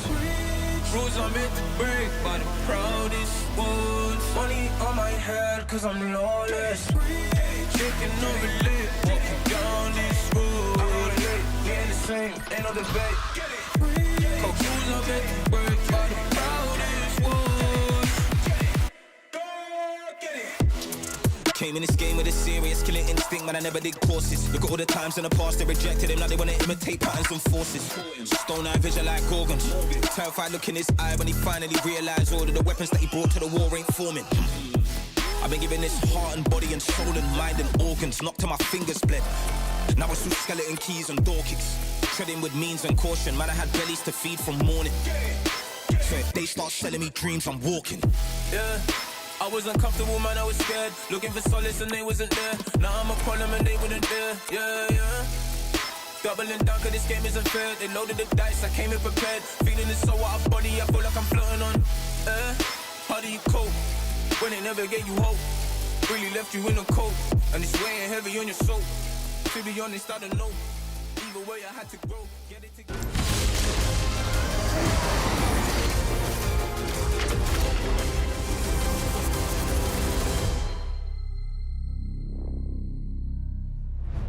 We got ourselves a steakhouse dinner as we go into game number 2. And game 1, honestly, it was a meal, wasn't it?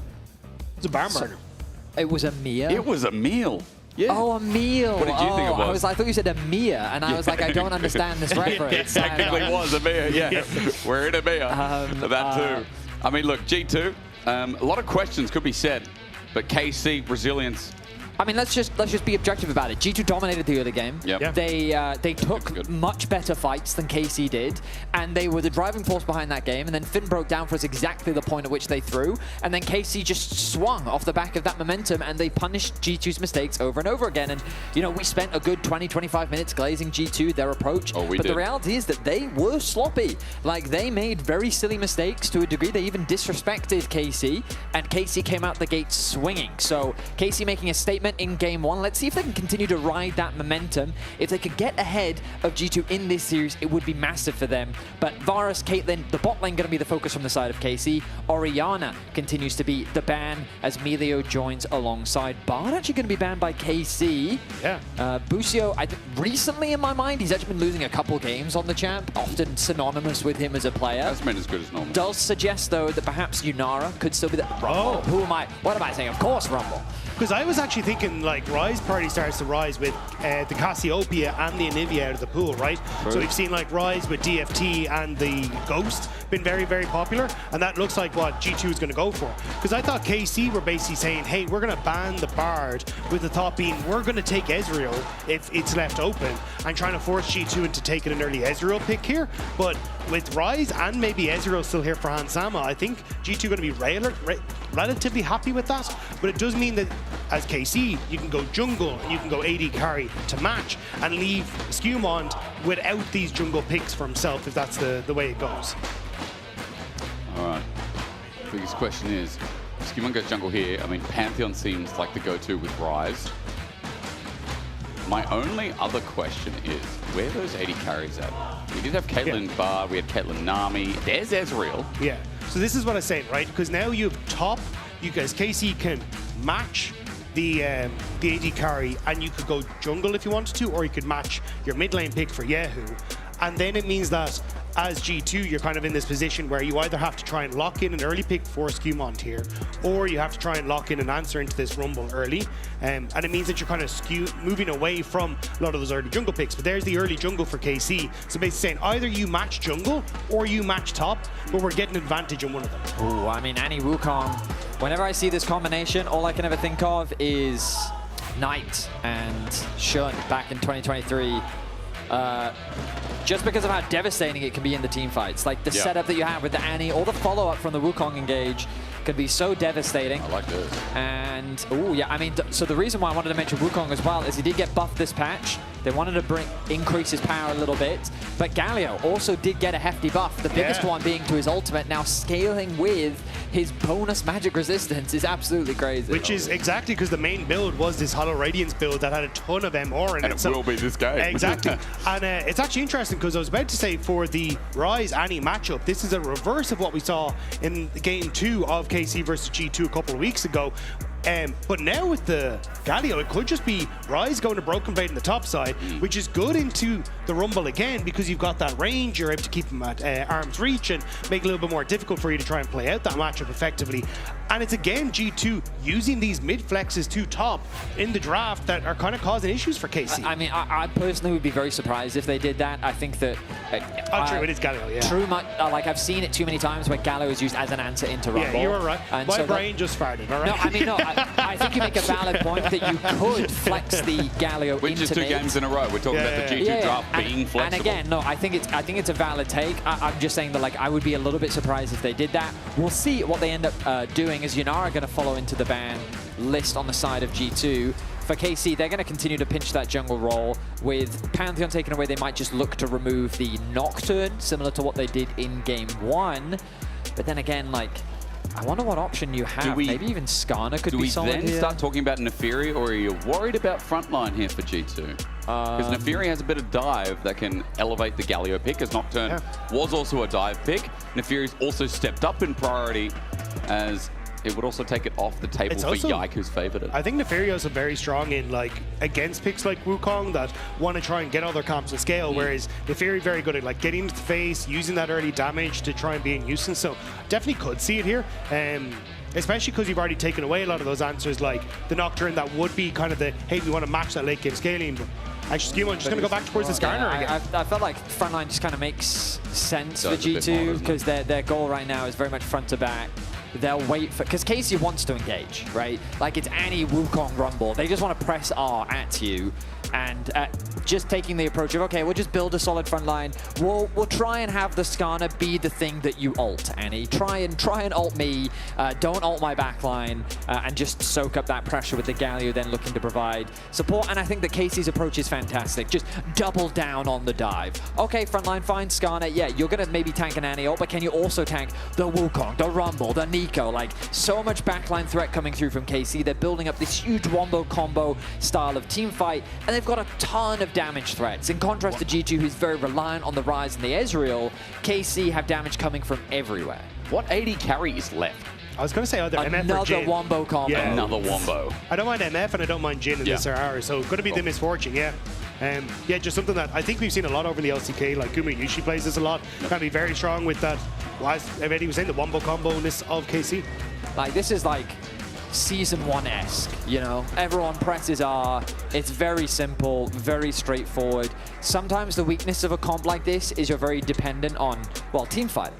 And so if G2 find picks, sometimes your team fight can fall apart. If G2 try and play more through side lanes, then it becomes harder for you to execute on your composition. You're very reliant on grouping up around Dragon and actually looking for a 5v5. And the beauty of this composition is it doesn't really matter how far behind you are. There's always opportunities at every stage in the game to come back. And so if G2 is going to play sloppily, similar to what we saw in the late game of Game 1, then a composition that KC have drafted will give them ways to team fight their way back into games. They did, as you said, Game 1. That fight at bottom turret, in the inhibitor turret. G2 really lost it all. KC with a good start to this series, and I said it before in game number 1, their 4th game taken away from them here this year in the head-to-head between KC. G2 were on a bit of a streak as well before this game. They haven't really lost many individual games in the past 20 matches. This feels like it was going to be the year of G2, but now we're second guessing as we go into game 2. Can they claw back, or at KC just suddenly the gods of the LEC again, much like we thought in the first 3 to 4 weeks of LEC Spring? I think that it's important to remember that G2's early game was dominant in game 1. And we've seen before that Skewmon just seems to have Yike's number in the early game this year when these two junglers meet.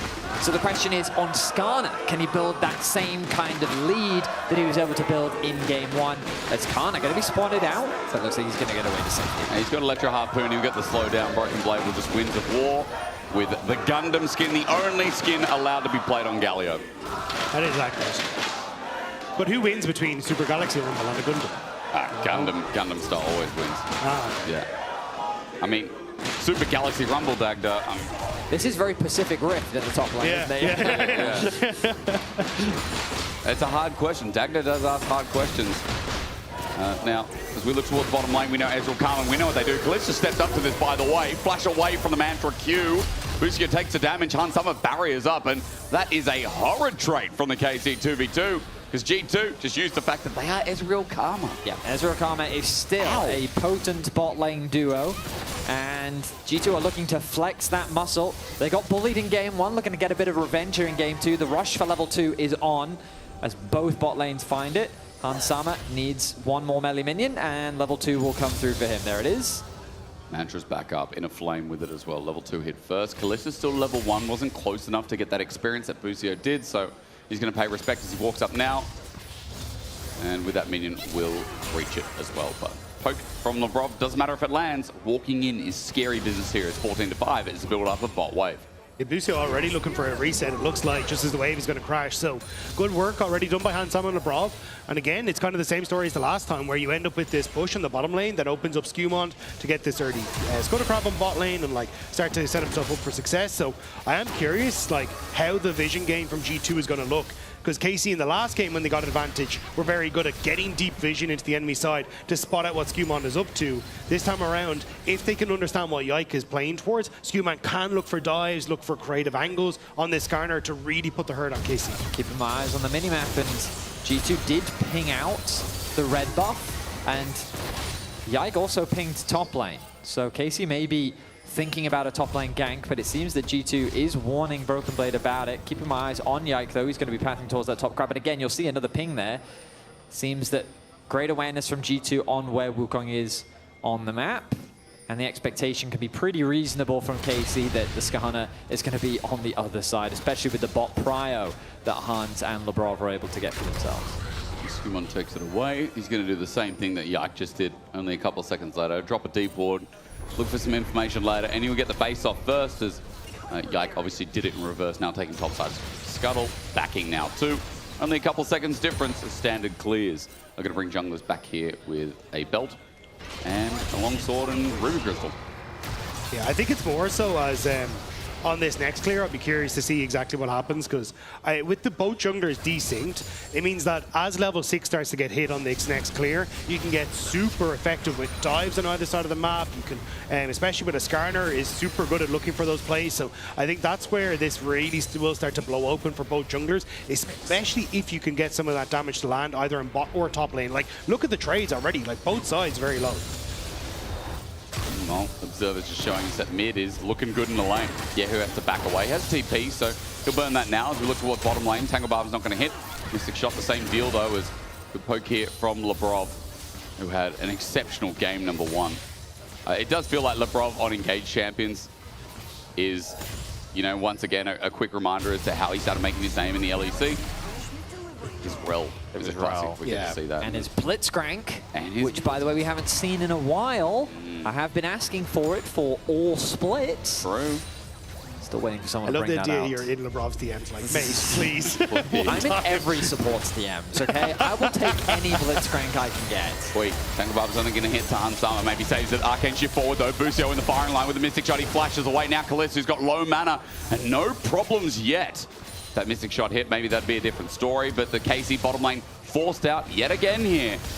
As the wave's going to be pushed on in, and the 2v2 of Kalista and Busio not looking amazing as Yike looks to sap some XP from mid. Yeah, I mean, it's just the nature of the 2 versus 2. Yeah, especially for Handsome and Lebrov, like, Misfortune loves when she's able to proc the passive on everyone constantly. Like, that's why you like the double up, because it can hit a minion, proc the passive, and then make sure that you're getting a lot of this damage off consistently. But if you just look for an all-in and Misfortune has to consistently hit the same target, she doesn't have that same level of power. And Handsome and Lebrov have been doing a great job of just getting in the face of KC consistently and finding consistent damage and making sure they have to reset. I mean, oh, flash. Okay, Tether as well. Kalista now flash as well. No summoners in the bottom lane. Busio slowed down the Tangle Barbs. Saves his life, but I think there's enough damage following up. Mystic Shot not going to be hit, but Skumond in range, an auto attack, throwing a rock, and first blood will navigate into Skumond's hands. The question we had was, can Skumond find another early game lead for G2? And he's able to do it through the bottom lane. Relentless pressure from this bot lane 2 versus 2 has opened up a gank, and first blood has been drawn the way of G2. Does mean that Yike hits level 6 off the Scuttle Crab, though, and this is where I was saying I thought we might see a little bit more of the cross map, but just more vision placed by Yike, not actually looking for any sort of play towards Broken Blade in the top half, and just taking it slow at the moment. Those top camps were going to be contested by Yike, but he's saying, nope, I'm good. Does not want to run the risk of fighting against a level 5 Karma for now. Full level advantage over Busio. Part of the problem with this matchup is that, like, once those skills have been used from the Nico, there's very little else that you can offer in the skirmish, in contrast to the Karma's root, the shield, the mantra Q, like utility supports versus damage supports. If the damage don't land, then the utility is just going to straight up outvalue. So well played by Lebrov so far in the laning phase. A healthy lead being built up for G2. Not the end of the world, though, for KC. As we mentioned in the draft, their whole composition is about grouping up and fighting. So falling a little bit behind in the lanes isn't the end of the world for them. As long as they can get to those dragon fights, they can get to the Rift Herald fights, there is always going to be a win condition for KC. I feel like as well now that Yike has himself a little bit more utility himself with the ulti being up and available. More options created as he is on the bottom side of the map right now. I believe pings went out. Not sure about the warding situation, but G2 investigating themselves, clearing out some of this tri-brush vision. And it does feel like a bot side focused game as Skumon in the meanwhile is invading top. As I say that, you think maybe Skumon's bot. He's got to be, right? Well, Yike, actually, he's at your red. This is again just Yike having a a bit of a rough time against Skewmon in the early stages. Skewmon's been able to keep pace, more or less, when it comes towards the CS and getting that early play bot side. Yike now going to move top to find out he's no red. To be fair, like he doesn't have easy lanes to play through. Now that he's got level 6, we'll see if he tries to be a little bit more proactive. Dragon is alive on the map, but it's a very difficult objective to contest. Grubs should just be the easier one. Especially given that he's on the top side. Wouldn't be surprised if he does those camps. Again, impressive ping there from Skewmon. He is just consistently telling his team where Yike is on the map as the ult gets dropped in mids. Classic. It's also a good ping board from Skewmon, so took red and put in that ping to spot it exactly what what Yike was pathing. So overall, G2 just with full info, basically is what Yike's up to. Oh, but Yike actually choosing not to go for the grubs. I thought that he would just do a cross map here. I think that was part of the motivation. Think about this bullet time. Oh, Hansama in the thick of it, but he's going to get out. Busio is pretty low though. Skewmon looking for an angle. Yeah, I thought Yike was resetting to cover for a potential dive on bot lane, but with that ultimate doing a lot of work, maybe they don't feel as comfortable that they can just go for the dive. But Yike kind of decision paralysis here. It's kind of just been sitting mid, not doing much. Yeah, now looking to steal away the wolves. He's for sure just kind of bimbling around right now.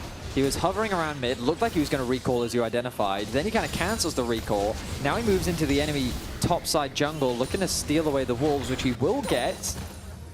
Not going to overstay for the Gromp. He realizes that's a little bit too much. Skewmon probably realizes, oh, my top camps are gone.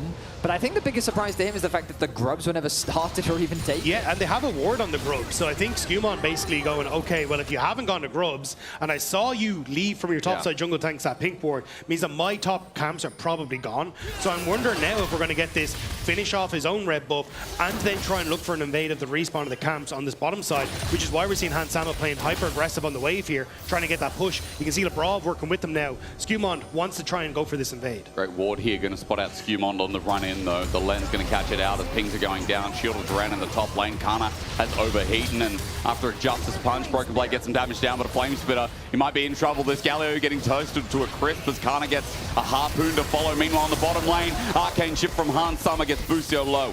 Heal's going to burn out, and Busio survives for now, but remember, Skewmon is nearby, and they have to be careful where they stand as Yike is coming to cover. Wow, I mean, Hans is just bodying this 2 versus 2. He's got a 20 CS lead, a 700 gold lead. The poke from the bomb is about to connect once again. Yeah, this is miserable for the KC bot lane. There's not really much of a cross map available either. Kana has a small lead, but it's nothing too significant, and so G2 off to the races here in this early game once again. But that's the thing, like, Kana's actually been doing a decent job of getting trades against Broken Blade. That would warrant Yike trying to play for a gank on this top side. But the problem is it's been happening when Yike has been looking for plays elsewhere, or he's been playing around that indecision in the mid lane. So even though Kana is getting Broken Blade low, there is no real follow-up, there is no dive, so the cross maps just aren't being played through for KC, and it's G2. We're just opening up this 1.3k gold lead themselves through jungle and through bot lane. Positioning around mid for now. Lebrov is going to spot out Busio in a quick second. They're just going to disengage. Yike is also on the way in. The tether is only onto the clone. Busio becomes the ward. But G2 are not going to face check this. So Busio's just going to back off. But G2 know that Yike has nothing to do right now. Like, his bot camps are gone. Skewmon already cleared out his own bottom lane, or bot camps, so no real reason for him to be there. And Yike was seen clearing from top into bot lane. So by all information, G2 knows that the only real play that Yike could go for is to invade onto that top side or maybe look for the Krugs. But that's such an overextension. So now Yike is waiting for this. But I wouldn't be surprised if Skewmon actually comes across now to protect his own camps. Actually, not going to do it though. Going to stop off for Wolves first. I think he's too slow. I think he also realizes that, like, if Wukong isn't here, then he's probably stealing my bot side camps, which is fine. He'll take the grubs. He'll be happy with that. I mean, Skewmon is still like 4 camps ahead, I think. Like, he's 105 CS to 84. Like, he's so healthy in the lead. He's also got enough gold, it looks like, to get the upgrade. So, yeah, he's sitting pretty right now. Boots upgraded, Ruby Crystal, Protoplasm. He's chilling. Like, this Skarner is very tanky. Exactly the type of front line that he wanted to be, I imagine. Yep. And with the Dragon spawning in about 1 minute 20 seconds, that'll be the next big point of contention for both teams. Ideally, Yehu can finish his first item so that he has that 1 item spike with the Annie ready for the Dragon. That would be a really nice spot for KC to sit in. Once they've got those first items completed, then I imagine they'll be looking raring to go. But again, look at the vision control that G2 has. There's one ward here by Krugs, and there's one ward up here, or sorry, by Gromp, and there's a ward at the top by Krugs as well. So basically spotting that whatever way that this Wukong was going to open, they're going to have to spot it exactly where he is. So now he will be spot on that bottom side of the map as G2 get to set up for this Dragon take and this re-invade in the bottom side. One thinking about the drive-by, he just takes it, yep. He presses Seismic Bastion and the Smite. Now up for Gromp, up for contention. Skumon doesn't have another Smite, but he's being annoying. As Yehu might be one-shot here. Caps looking for some poke down as under turret, he's going to get the stun up. Caps is not taken up. Yes, actually he is. Never mind. He spreads it through Tibbers. He was tanking and he still got the kill. Wow, that was extremely impressive by Caps. He did need the help from Labrov, but he didn't have to burn his flash to make the play happen. Labrov threw out the heal, allowed for Caps to tank another tower shot, and he ends up getting a kill onto Yehu. Now the respawn of the Dragon becomes an uncontested objective. Yike is forced to go to his top side. And while the Malignance is now finished, Yehu definitely would have loved that. Oh dear. Pop Blossom, flash immediately from Caps. Tangobar's going to follow up, and here's a bullet time. Caps is going to get on out. He's got a bit of HP to work with the Rod of Ages, but a shove on in with Ishtal. Busio safe for now, but another TP. KC want to fight this because G2 have overstepped with their mid laner being where he should not be. Yehu, Tibbers not up and available, only a stun. Dragon won't start because of this, as KC try to send it to the TP mid. Big mistake from Caps. That was about to be a knockout punch from G2. You had Kalista opened up mid to cover for Yehu, which means that Hansam was getting more plates in the bottom side. Dragon was about to be taken, and Caps would have caught that mid lane structure. Now instead, you lose Dragon. You still get the tower on bot lane, but you don't have Kalista lose as much of that CS on the bottom lane.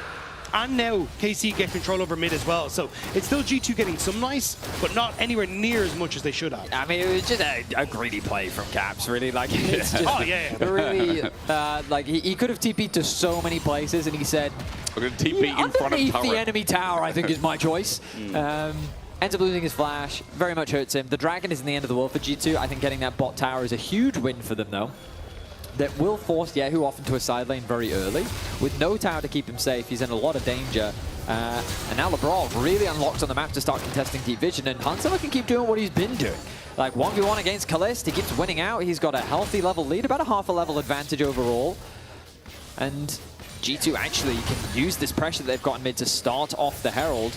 And now notice as well, they've assigned Caps to top lane. His wave clear is a little bit faster than that of Broken Blade. He probably has a little bit more kill threat as well. Hang on a minute. I think Kalista's fine here. He still has both flash and barrier. I mean, he also has his jungle and support in behind him as well. Basically fishing between maybe a bot play or a mid lane play. But now the play is pretty simple, I think, for G2. They get the Herald. They can use the Herald mids to open up that tower. And with the pressure that they generate in mid, they can then convert that pressure towards top. It looks like Skumon's going to go back to base, spend what gold he's got, move into his top side camps, except that the bot side has just gone. Broken Blade now plays weak side. The Herald right now wouldn't be enough to secure the tower, but it would do some decent damage and give them enough pressure to start threatening that top tower as well. Liz, as he walks through here, Hansama and Labrov. Again, not going to find out too much as stepping up, missing shot not going to connect, but it is 2v1 for now. Kalis holding his own. Well, Broken Blade gets a bit of free time in the bot lane before Kana is able to reach him. So it has been a slow game for everyone at home, but 3,500 gold, let's not forget, even though with the Dragon Blunder, G2 are just slowly moving this game into mid-game success. Yeah, and I think a lot of that is because KC now don't really have the options to look for cross maps. In the beginning, they kind of did, where Kana was getting some good trades, but Broken Blade has a ton of magic resist. Most of KC's damage is magic, even if they go for a cross map. And it's on Yike to try and kill a Galio at this stage. It's not going to happen. So for G2, they're happy to play with this, and Yike has to play defensive with the rest of KC. They can't be proactive on the map. Trying to play a clone. My expectation was that G2 would use the Herald to transition from pressure in mid lane to top, but they didn't need it. They instead just cleared out a wave in mid. They sent their bot lane plus jungle top. They get all those plates uncontested, and then they have the Rise reset to then move into mid to catch that wave, and they can just keep this going. Yehu doesn't have the wave clear. He can ult onto Hansama, that's true, but I don't think it matters. So that is an uncontested objective secured, and with the Rift Herald still available, they have it available to drop in mid. Broken Blade continues the push in bot. He committed his TP to actually secure that pressure in the bot side of the map. G2 with just unrelenting pressure across the map right now. Also, Cap's doing a really good job of just hovering that evasion. So he started to shift top, but stopped as he got to that banana bush, which made Kalista then start to move up, because in case G2 were looking for the dive, there's but no now they turret go here. for Yeah, it. he's going to drop the Tibbers. It does stop the Ishtal's impact, but Tibbers now comes out for what it's worth. G2 going to back off here on a ward. That's where Hunsummer's basing. Meanwhile, Shield of Duran trying to catch Busio, who gets on out with the Proto Belt. Bit of poke damage from Lebrov as well. Yikes found him, looking for the pick. No Cyclone as of yet, as Lebrov gets the movement speed and an Inner Flame to slow down the Monkey King. He's going to be rooted for now with Winds of War getting some poke as well. And we do drive-by part 2. Caps is going to teleport in, and he's at Realm Warp, so he'll just take this. Yeah, can he get away with the TP? Yes, he can. Impale was used and missed in the midst of that play. And no death for Yehu. I do think G2's wasting a decent amount of time here. That's the second gank in a row that they've tried to commit onto Yehu, and it's true. They get his flash, they get his TP. It's definitely an advantage gain, especially with the dragon spawning in a minute's time. And I guess the counter argument based on what I'm saying is, like, because I think they should be using the Herald mid already. They should be resetting. They should be putting more pressure down onto the mid tower. But, I mean, the good news now is that they can time the Herald with the Dragon, which makes it harder for KC to manage. But, I mean, based on the doubt, like, Hans is the Rift Herald in this game. He is just, what, he got 5 plates in bot. He shared the plates in top, but he's now at 14 plates, I think, Hans Summer. Like, he's so far ahead on this Ezreal. 2 items completed already. He is kind of the superstar here of Game 2. Yeah, and I think that's where the thought process was, because Caps completed his second item there on reset as well, and they're like, if we use this Herald mid before the Dragon, it doesn't really get an item breakpoint for us, right? We're still going to be basically just as strong. Oh my god, Hansama. Big damage. And so using it for Dragon contest, probably significantly stronger. And they should actually, yeah, they just forced KC up. I don't even think they need it here. I think you just take tower. I think there's no reason not to drop the Herald in mid, unless they had another side lane play in mind. But you're guaranteed to get another push on the second tower here, I think. Turns into a dive. Tower not going to be there for long. And Broken Blade behind enemy lines kind of burns him for a little bit. But all outer turrets now down. Yeah, Hunt Summer was a part of all of it. 4,000 gold lead and over that for G2 in this game too. So I'm really tunneling on this Herald because I'm fascinated by what they're actually going to use it for. I feel like that your primary goal is to really open up the map and secure that first tower, but they've just used Hans Summer to do that, so they've held on to it for now. What about a Battle Herald? Sure. Well, what I'm imagining they're going to try and play for is like try and get pushed with Ryzen's top side, which has been pushed off, into then he shifts across the mid. You then have Hansama shift across the bot, and they use it on this bot lane turn. Bro, they're just going to drop it bot. They're just going to drop it bot. I mean, they see multiple members of KC top, right? So at this stage, I think they can't just go for it. There it is. Yeah, they're just raw chucking it down bot lane, being like, here you go. Have some gold, Broken Blade. You've been weak side for pretty much this entire game. Not taking much damage. Now with a Skarner as well with his child's impact and an Impale. Ulti on the spot. Kana can't go back to his turret. He flashes eventually, wins the 4 trades. The burn won't be enough. Broken Blade flies downhill. And G2, meanwhile, are making another play. Hansama looks for Boucher, who's getting low. Arcane shift forward and Q to the face. A Mystic shot with Yike now down the firing line. A Cyclone finally used, but he too will die with an Arcane shift. A double over to Hansama, winning across the map for G2. It's 5-0 for G2. They are right in front of the Baron as it spawns, and they're going to be happy to take that one. What a fascinating sequence of events. A Herald gets dropped bot, which G2 convert into a kill onto Kana. They don't get the tower. Meanwhile, a cross-map play is happening where KC, they're not really committing to anything. It's just the bot lane of G2 have said, oh, you're in the jungle? Okay, I guess we'll engage. So the dive happens in the top lane, but keep your eyes on the mini-map because KC can threaten the cross-map here. This is exactly what Dagger's been talking about all game. What can KC do elsewhere on the map? And G2 just says, oh, well, actually, like, why don't we just walk into our side? We can see them recalling on awards. Like, they're not even thinking about a cross-map here. They're just getting killed.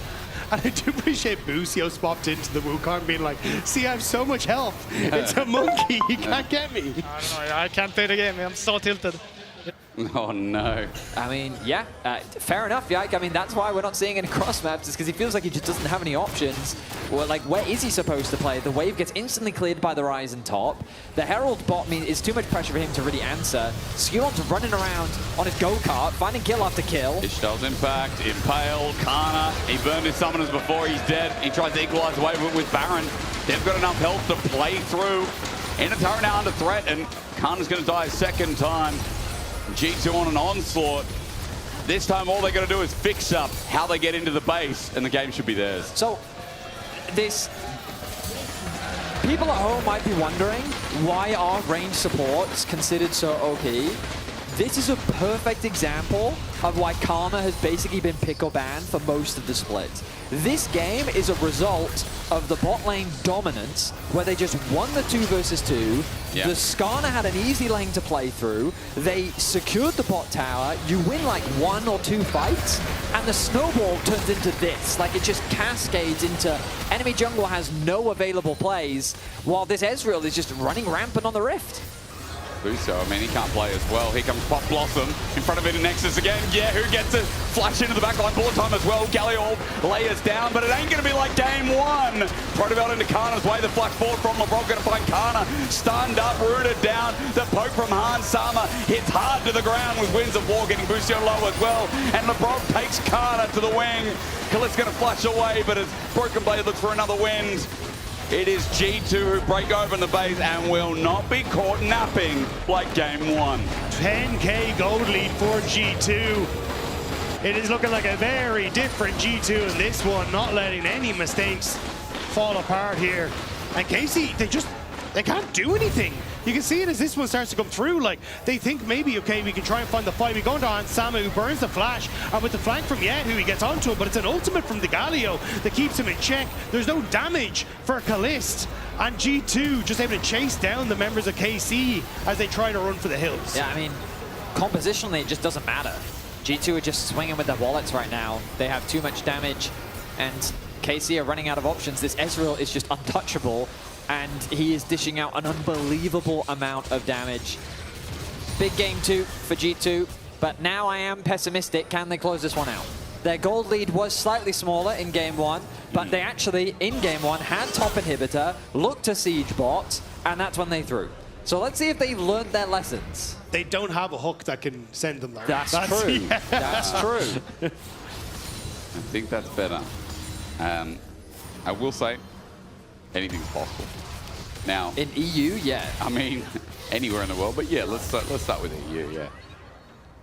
Your dreams don't have to be dreams. And for KC in this game, well, at least you got a Dragon again. It is kind of remnants of that first game because Dragon sacking isn't going to lead to a game win at this point, with G2 getting infernal stats, but nothing more. LeBron might be dead. Maybe an Annie time. Tipper's coming in. Yike coming in as well. He's by himself. You know what?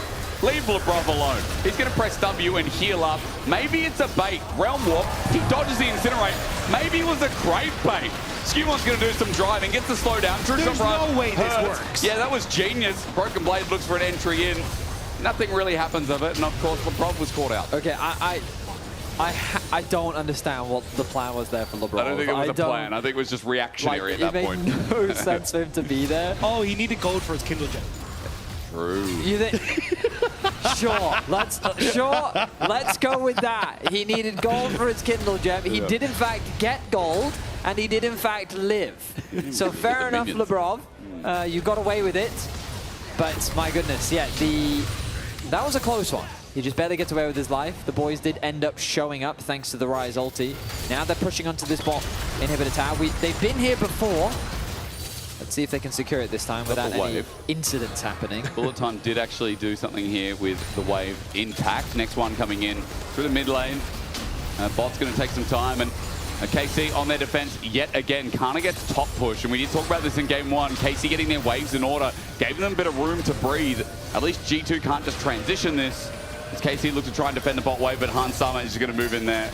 The only problem is top's already being dealt with an inhibitor down, so G2 don't really care if Kana pushes that wave back. With double inhibitor now dropping, they see Kana on the next wave, and they know they can take this for free.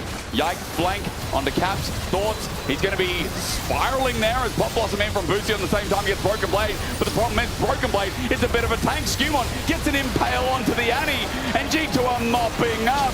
I swear KC thought they could find something cleanly here in this second game, but they were wrong. 11-0, make it 12. The pile of kills is stacking up for G2 at 27 minutes as KC have not picked up a single dub in that first column. Game 2, a better retribution for G2. It was a perfect game. No, Dragon. Apart from yes. the Dragon, Yeah. let's call it perfect. We got a series, and G2 did not make the same mistake twice. Yeah, I mean, pretty much a flawless victory for G2. The only criticism I had of them was Caps' TP mid lane. Yeah. And I think And that LeBron. Yeah. And then that's it. So, I mean, incredible stuff. There is Finn, there is Broken Blade. You're going to hear from them both. Thank you, Jake. So, BB, you didn't dive the bot lane inhib tower this game. What changed? Why didn't you do it? I mean, perfect example of you learn from your mistakes. We had a very nice game. Yeah. Very happy about this one. I mean, the early game does seem to go your favor a lot. We had a little voice snippet by Yike mid-game after you guys dove Cannon bot and then they killed him on topside. He said he was so tilted he couldn't play the game. Do you share any empathy and sympathy towards him? Not anymore, since he's not my teammate. So. Wow, harsh words, harsh words. Best of luck in your next game, BB. I'm gonna head back to the little sofa where my analyst and my Shox is waiting. What was that? The little sofa, my analyst, my Shox. I love it.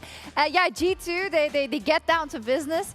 And Broken Blade, they're saying he's no longer in my team, so whatever. But it was hard to play for Yike. I mean, BB showed no sympathy because it was extremely hard. It felt like straight from the beginning, he was always on the back foot. The bot lane was struggling extremely hard. It felt like he always had to do cleanup duty. Hey, I need to help my bot lane everywhere I go. Go to the bot lane, go to the top lane. I mean, it wasn't an easy game for him, to be honest. No, and I think this kind of comes into question a little bit of Casey's draft philosophy because they picked the Nico and the MF, and I kind of feel like they expected G2 to kind of go for engage supports again, because we haven't really seen Labrov be that successful on the Enchanters quite as well as Busio, so they picked the Nico, MF, expecting engage. But then Labrov used Doxing Karma with Ezreal, and they just run the bot lane to do this. Is the meta right now. It's not like G2 cannot play the meta, so a little bit disrespectful from Casey, I would like to say. Okay. I mean, it was quite rough because the Karma was unleashed. I mean, if you guys want to see why he was completely tilted, I can show you why he was completely tilted. Because talk to me, Odo, talk to me. So, okay, so it wasn't easy for Yike, because what he has to do is he has to play cleanup all the time, because what happens here is that, okay, let's bring it up. There we go. There's a line. Yeah, there is a line. There is a line. You got this, bro. You got this. Okay, so let's go back a couple of times.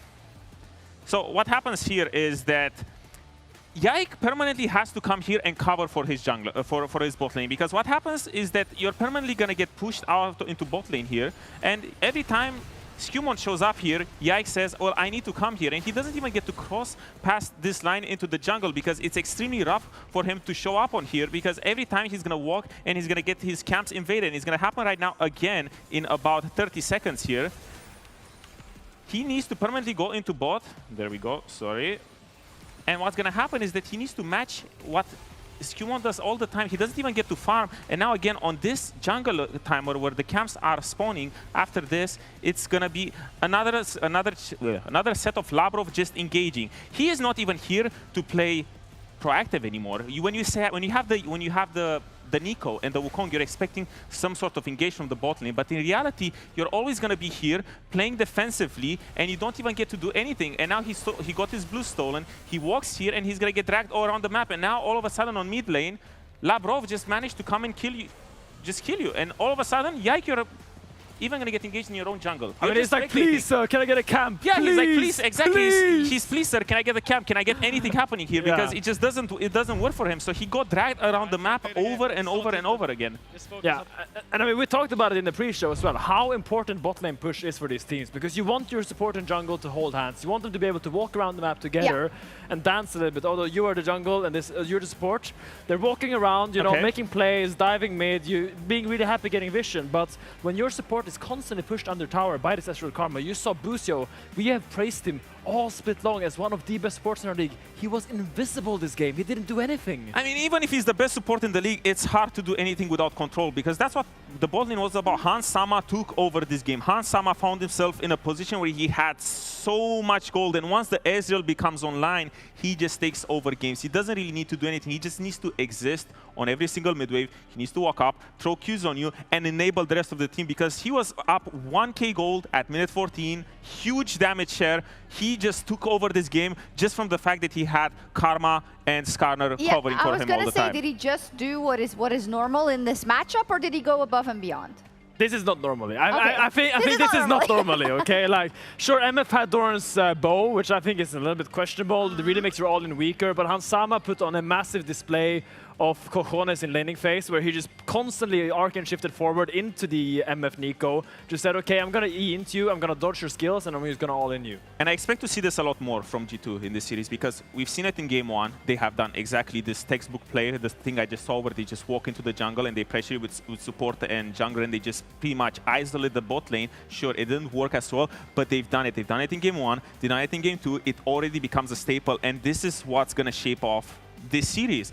Is KC going to be able to break this sort of control that G2 is trying to establish over the bot lane and find these sorts of plays that they need when they pick the Nico and the Wukong to find engage? Because if you play this slow control game, G2, well, minus the throw in game 1, they have shown that they're extremely proficient with it. I mean, we talked about it as well, like, it just feels like Skumon is Jack's father. Like, this Wukong in this game didn't exist. It really feels like KC now has the second game in a row where they have just been ran over early game. They have no answers to this play pattern that G2 has established. They don't know how to deal with the lane pressure combined with Skumon's proactiveness. Look at this graphic right now. You see the damage share. Skumon is at 20%, Jack at 13. Oof. Exactly, and this he's not doing very much yet right exactly, now. And it's not even that he is playing bad. He's just finding himself in this position where his job is to be the janitor. All he needs to do is go to lanes and cover them. And this is what I need the lanes to step up a little bit, because we saw game 1, Kana, he did not manage to draw any sort of pressure from G2 because in isolation he was losing. When I think of KC at their best is when the Kana and Yehu, they're drawing pressure, so that this game state is not only about, hey, our bot lane, our jungle is going to be invaded. All of a sudden, when you have other fires that you need to put out, Skumon can't just walk up into the game and be like, oh, well, I'm just going to walk into the jungle because everyone else on my team is having fun. And I think that's a great point, though. Like, just look at the fact that KC's victories usually come from at least lane dominance by Kana. He usually has pressure, but maybe it's G2's draft prep actually, because game 1 they had a Casio blind pick into Yone. Doesn't do much in team fights, but he just had to shut down Kana in lane. This game has the Galio into Rumble. You're not going to win lane on Galio against Rumble, but it really nullifies Kana's impact. Makes it really hard for Kana to be that star player for the team that it really looks like KC need him to be in this series. Yeah, regardless of how that matchup worked out, we still have at least 2 games to go. It will just depend on who gets to match point first. It's so weird because you look at the whole series and KC had that amazing comeback in game 1, but they got pummeled for most of that game. And to see it now happen in game 2 again, that does make me a little bit afraid for their early game. Do you guys share that? Absolutely. I think anyone that watches these 2 games will be worried for KC's early games. I think they need to draft stronger lanes. They need to try to put more emphasis on lane prio, because I do think Yike has a deep pool and can allow himself to drop. We've seen him pull out pocket picks like the Castics in the past. Exactly. Just drop jungle and make sure you get pushing lanes so he can actually play the game, because he's suffering right now. So right now, I don't know if I need to credit G2 for their incredible prep for having these sorts of answers when it comes to the top lane and pretty much anywhere across the board, because now as we're going into game 3 and 4, now we're going into instincts more than prep, because now we're gonna maybe be seeing, you know, the pedigree of Kana and finding these sorts of leads against BB, because right now we really need them to step up, and right now we need to have KC take G2 out of their comfort zone. They do. KC, they need to get winning lanes. That's what I'm hearing from my analysts. Let's see who gets to match point first after this. Saves his life, but I think there's enough damage following up. Mystic Shot not going to be hit, but Skumon in range, an auto attack throwing a rock, and first blood navigating to Skumon's hand. Fine. Just go forward. I need from here, okay? Look. Yeah, sure. Go first. It's also, it's like I can take it, yeah. It's a magical journey. I like those. Don't die. If you die, if you're noob. Okay, I'll die. Okay, but then you're noob.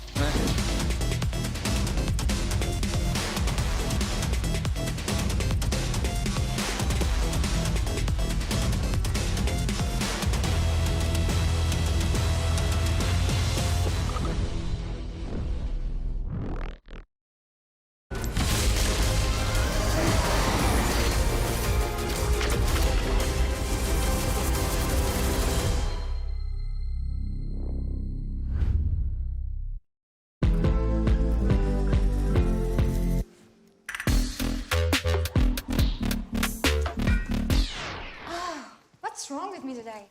I think you should have a break.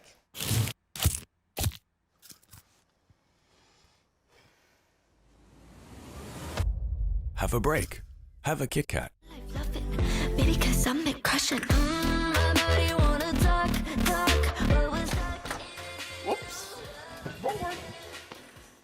The whole room was howling. Howling? Oh. That's not howling, buddy. That's... Did you steal the LEC trophy?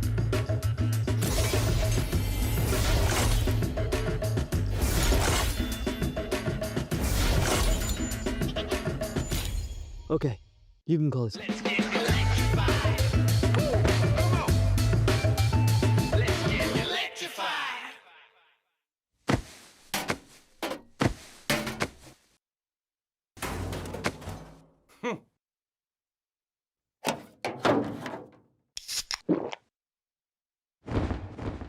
Red Bull gives you wings. Want to find your fastest server every time? Express like a pro and optimize your connection in one tap. Express and game without ISP throttling. Express and shield yourself from DDoS attacks. Express and choose the VPN trusted by gamers everywhere. Express VPN. Experience gaming the Express way. Fast, stable, competitive. Outplay the world. It's time to Express. Unlock free Hextech rewards, exclusive skins, and more. Scan to subscribe.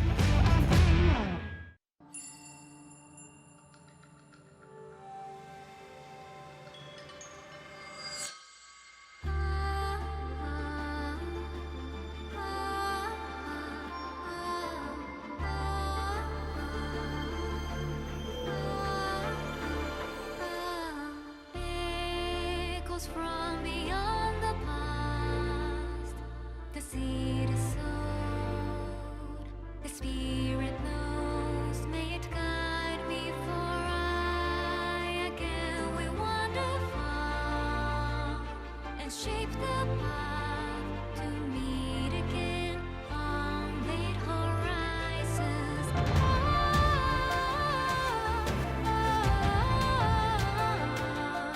The wind is calling your name, a whisper of the souls who never leave you.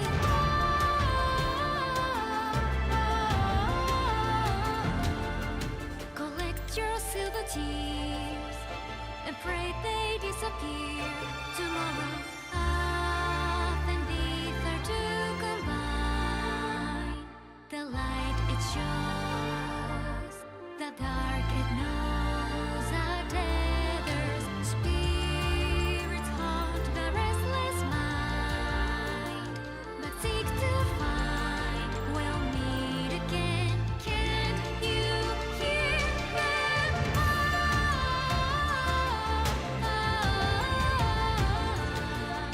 The wind is calling your name, a whisper of the souls who never leave us.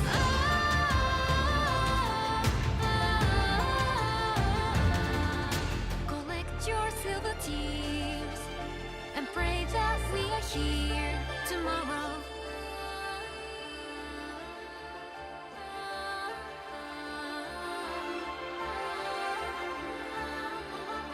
Can't you hear the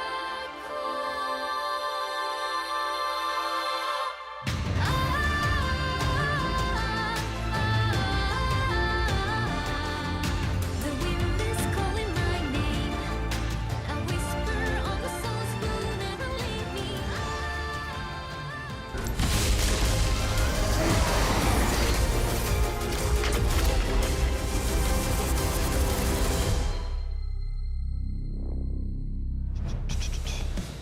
All right, we're one apiece here after G2 almost perfect gamed KC. That was a stomp, that was a shellacking, that was a one dragon game for KC. And it feels like G2 finally followed through.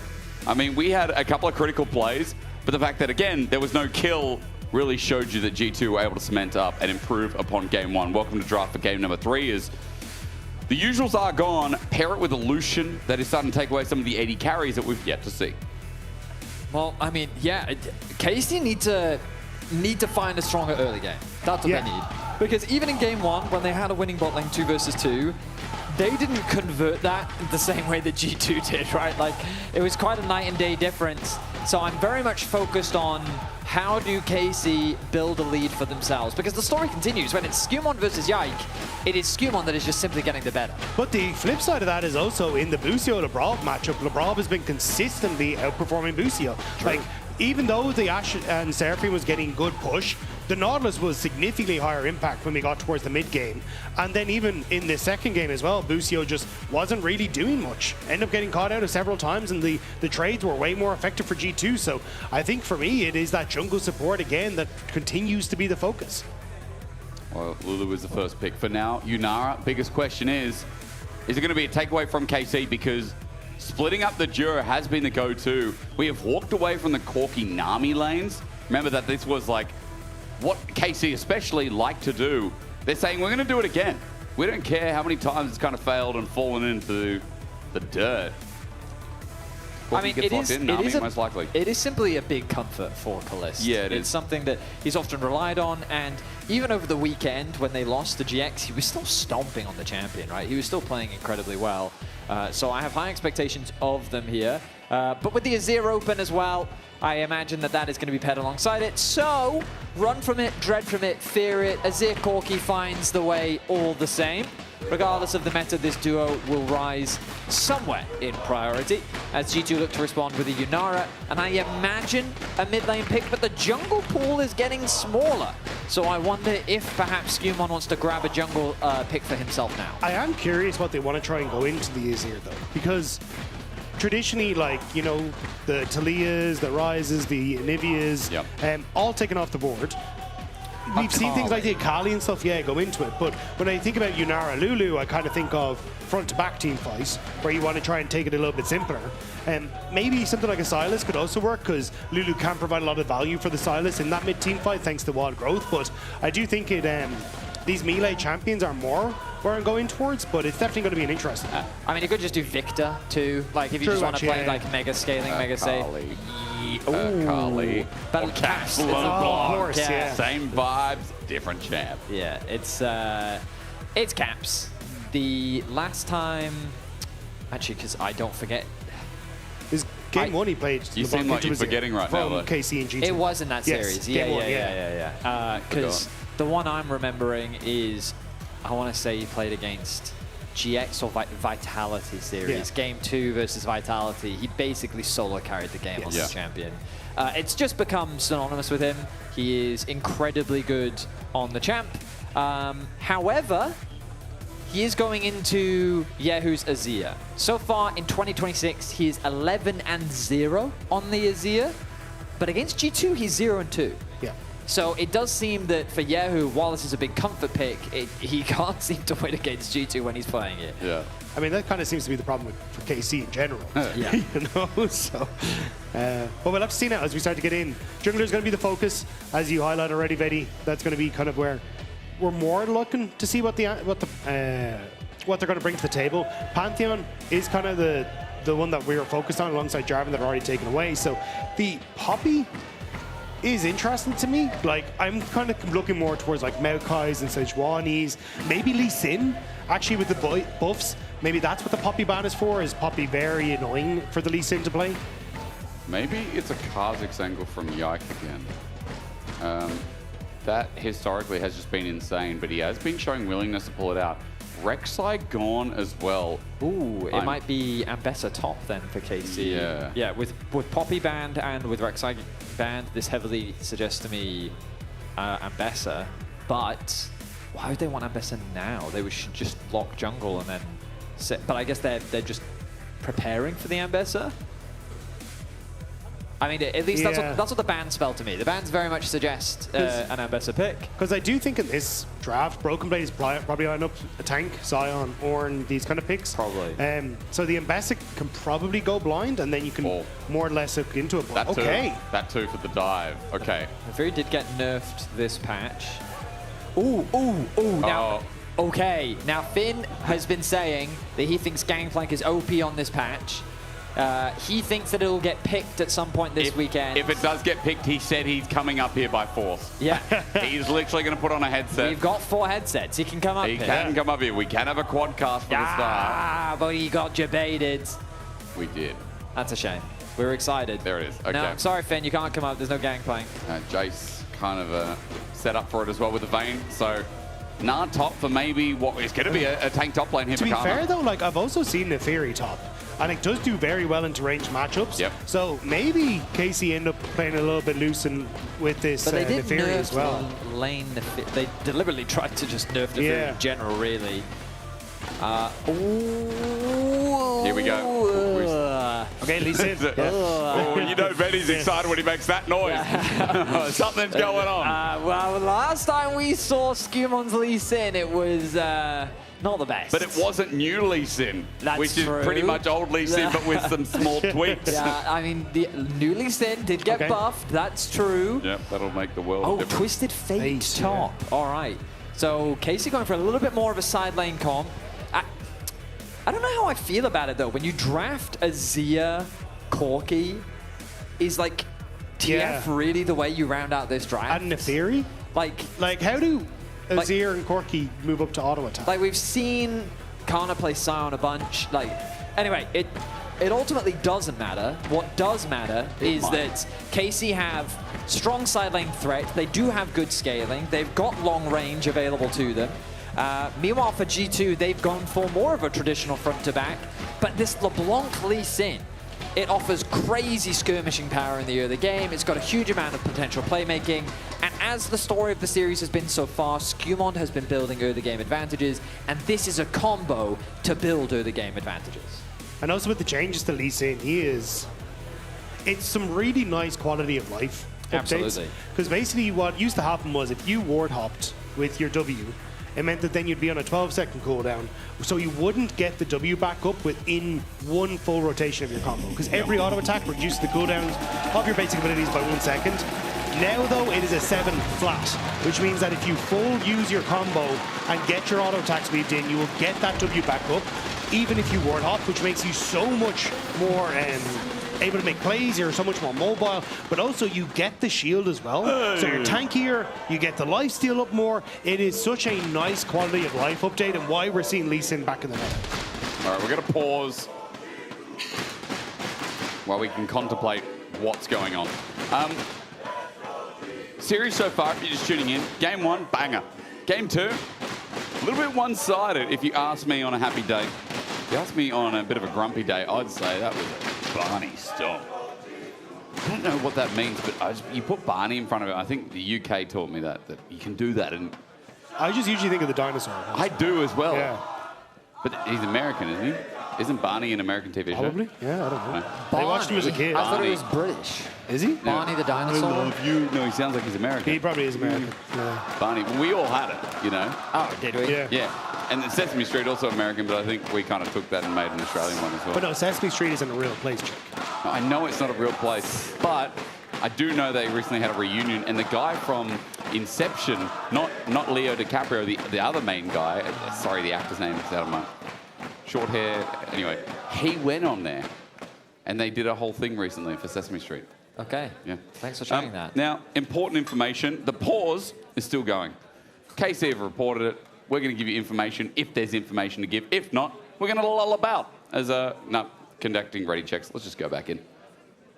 Yeah, okay. Well, eventful pause. Don't know why. What the cause of the pause is? Who knows if we will know. Is there water? Oh, there we go. It was a human error. Ah, wrong no, run. Casey reported playing player through. having. You need to say the first half. Sorry, I saw it was a human error. Casey reported a player having a wrong rune. It was a human error. We are playing through. We are playing. That almost says rough actually instead of through. It's trough. So I'm going to say that Casey may be playing it rough. We can speculate. We can I guess. think instead of fleet footwork, TF. Is my guess. What do you want? He said PTA. Like lethal tempo as well. Yeah. Or instead of, I mean, in that lane, I wouldn't expect anything else. It's manageable. It's doable. Kana won't be the end of the world for him as well. As we're back in, yeah, okay. Let's see what happens. Cats goes for a sneaky ward. Yike spots it out. He'll be starting topside. While it is also a topside start here for Scumond, who tried to work his way into the lane. Lee Sin, we're back. And I got to say, when it is a Lee Sin meta, we are privileged because Lee Sin has some of the best playmaking out of any jungler. The nicest to watch, especially since his positioning and his flanks, his plays can make or break a whole game. Yeah, it can be a little tough for Lee Sin into things like Twisted Fate and the Nami wave as well. But I do think for KC, you are heavily reliant on Kana and Busio to be engaged tools. So having all these tools available for if Skewmon tries to make some plays, I think is going to be a little bit more difficult. Just based on the composition they have. Because honestly, I'm not the biggest fan. Ghost, auto, hang on. I don't think Broken Blade is as well. He's getting auto down to death. Low health bars. Kana looking for the card. Flash over the wall, gold card. Kana sees him. Kana takes him down. A solo kill at 1 minute 27. That's crazy. Kana has 1 CS and he just solo kills Broken Blade. My goodness. BB, that is not how you want the laning phase to go. A cull, 1 minute and 45 seconds into the game. That is quite the start for Kana. And I think the thought process here from BB was flash over the wall, wait for Boomerang to come up, and I think that would then tick over enough for him to get the Mega Gnar for him. But he just gets chased down, and like you can see it here, so I think he's hoping flash the wall, but vision is there, and doesn't end up getting it. I have to imagine that, like, so he's got lethal tempo, so he's saying, well, I'll proc lethal tempo, I'll out attack speed you can't win. But it looked to me like his lethal tempo didn't even go up. I felt like he was barely doing anything. Meanwhile, Yahoo almost gets solo kill by Caps. It is funny though, maybe, do you reckon Kana would have had the kill if he had lethal tempo himself? Or do you think Fleet Footwork got it for him? I'm also curious if it was, I don't know. I think, like, my thought is he flashes the wall. I'm not sure what was giving him vision. Yeah, I don't know either. Because, like, in my head, it was flash over the wall because your Mega Gnar bar still ticks up if you dealt damage recently. Right. So I think the thought process from Broken Wave was flash the wall, Boomerang, and then kind of get that Gnar bar ticking along, and then proc Mega Gnar, and then maybe you can look to, like, fight or force Kana back, and you can still stay in the top lane, importantly, to pick up on so-called the experience. But with Kana having the vision, yeah, not so lucky. Well, the trade of Crabs is going to be happening as Kana now has a 600 gold lead because Twisted Fate passive. The top lane will become a problem. But it's one of those things where if you're a G2 fan, like we've seen many Twisted Fates be useless. If you're a KC fan, that is a great start for you. You've got a very winning top lane. Perspective is important. Meanwhile, on the bot side, very even. Probably the most even bot lane 2 versus 2 we've had in the series. Sure. While G2 does have the push for now, this wave is going to be caught by KC. Recalls are going to come through, and it's going to be the usual song and dance that we're used to seeing. You like dancing. Meanwhile, in mid, Yahoo in. Shifting Sand's good for the shield. In fact, he's going to win out in the trade, but Distortion comes back in. Yahoo, however, gets a clone out of the LeBlanc, and Caps is going to send it away. Yahoo in lethal tempo, now going to stack out. Caps gets a cannon with a sigil. Gets level 5 first. Yahoo now matches as Lavrov stops the back of Busio. And a fish and a fairy are just going to fight it out. Both supports do need to recall, but once they do, they're likely going to wander through towards mids, drop a ward, have a cheeky peek, see if anyone is overstepping or misplaying. But I like what Caps just did with the wave. Early recall comes through from Yahoo, so Caps, he drags the wave towards the bot brush to have the stacked wave now slow pushing towards him. This will cause the minions to die, forcing Yahoo to lose out on farm, while also keeping the wave in a comfortable spot so that when Caps does in fact return to lane, he will be able to, well, pick up the whole wave and net an even larger advantage in the 1v1. So good stuff there by Caps as Kalist takes a chunk of damage to the face. Also a good ward there by Yahoo, because kind of realizing, hang on a second, Lee Sin's probably in the area. Lee Sin there spotted as he starts to move in towards River, because with the longer lane as well, Azir becomes way more vulnerable to the mobility that Caps and Skewmon have in these champions. Both junglers pinging each other out right now. KC very aware of Skewmon's position, but the same can be said for Yike. Unfortunately for Yike, there's not much he can do about this Dragon being started, even if he does know it's happening. He has no pressure in mid, he's got no pressure in bot, he's got no tools to really contest this neutral, and he's in a similar position to what he was in game 1, where without really lanes or options to play through, there's not a lot he can do. It's shown to be a bit of an issue here. Oh yeah, that was easy for Caps, wasn't it?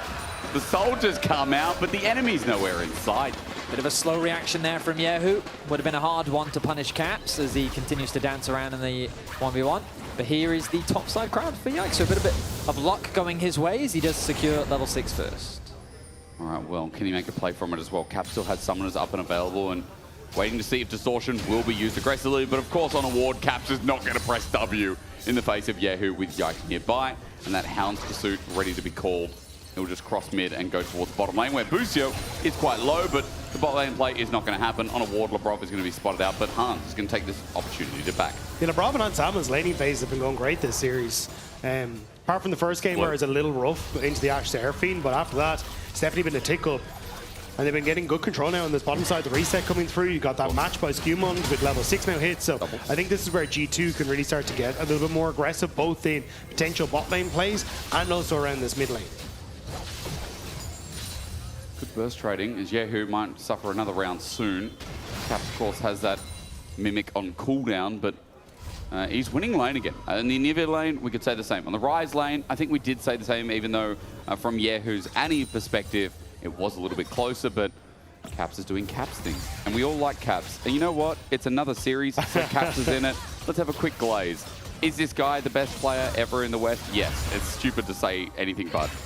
There's his accolades again. And we're asking this split, like, will he do it again? Because, honestly, if G2 can beat KC, they're in a great position to go to MSI with only one series after that remaining. I mean, it's one of those things where there have been a few teams that have been able to win against Caps, but the reality is 10 consecutive finals.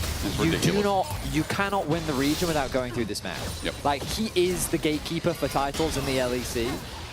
Who knows how different the LEC could look without him as, ooh, that's a big bubble. Valkyrie in as well, onto Lebrov, they're capitalizing. Tidal Wave is only going to find one though. Lebrov turns it around to get the Glitter Lance down. There's the Arclight of Ruin at max range as Hansama transcends to find help in the 2v2. Lebrov now has Skewmon coming to his aid as well. As he just hit level 6. He's got Wild Growth. He's got a Lee Sin who might be blind, but he ain't deaf to the potential play bot. Ooh. Oh, this is over. Kick into the wall with a Sonic Wave resonating striker. Tempest cripple, it's not enough. Wild Growth won't keep him alive. First blood over to Busio. A good counter play as he just sets up with the ebb and flow. And Acro Prison not going to connect, but Skewmon thought he had Kalist by the toe as Caps jumps in with Distortion, but Yike won't be able to send his He call. needed one more auto attack, but the bubble placement from Busio was perfect. Get him, slap him. Acro Prison dodged away from him. Combat, Evan Flow, Glitter Lance. Oh, you love to see it. It's a Lebrov solo kill, by the way. That's crazy. That's just... Wait, it's only Lebrov and Busio that have solo kills now as supports, isn't it? Boys. In we go. All the Mega Nard. Broken Blade ran out of time. Eviscerate over the wall as Yike is going to flash as well. Caps has already done good damages. Kana's holding onto a gold card. He'll launch it into the LeBlanc after a Darkened Dagger sets the dogs. Double, in fact, as Yike gets out. Okay, I mean, where do we start? There was a misplayed dive in the bot lane for G2, then Busio overstays his welcome and dies 1v1. But hey, KC ultimately still in the lead. They have a gold advantage. Now Lebrov might be in danger. Good phosphorus bomb as well. Gatling gun is shredding down his armor. Lebrov takes a big chunk. He's got double buff though because he did get a solo kill. He has to base though immediately. Yeah. Yeah, I think he does need to try and reset. I don't think you're in a position where you can really try and sit up here. But the way this push is Kana. Caps in a good spot as well. The chains are down, flashing away. Kana won't get out. He gets electrocuted.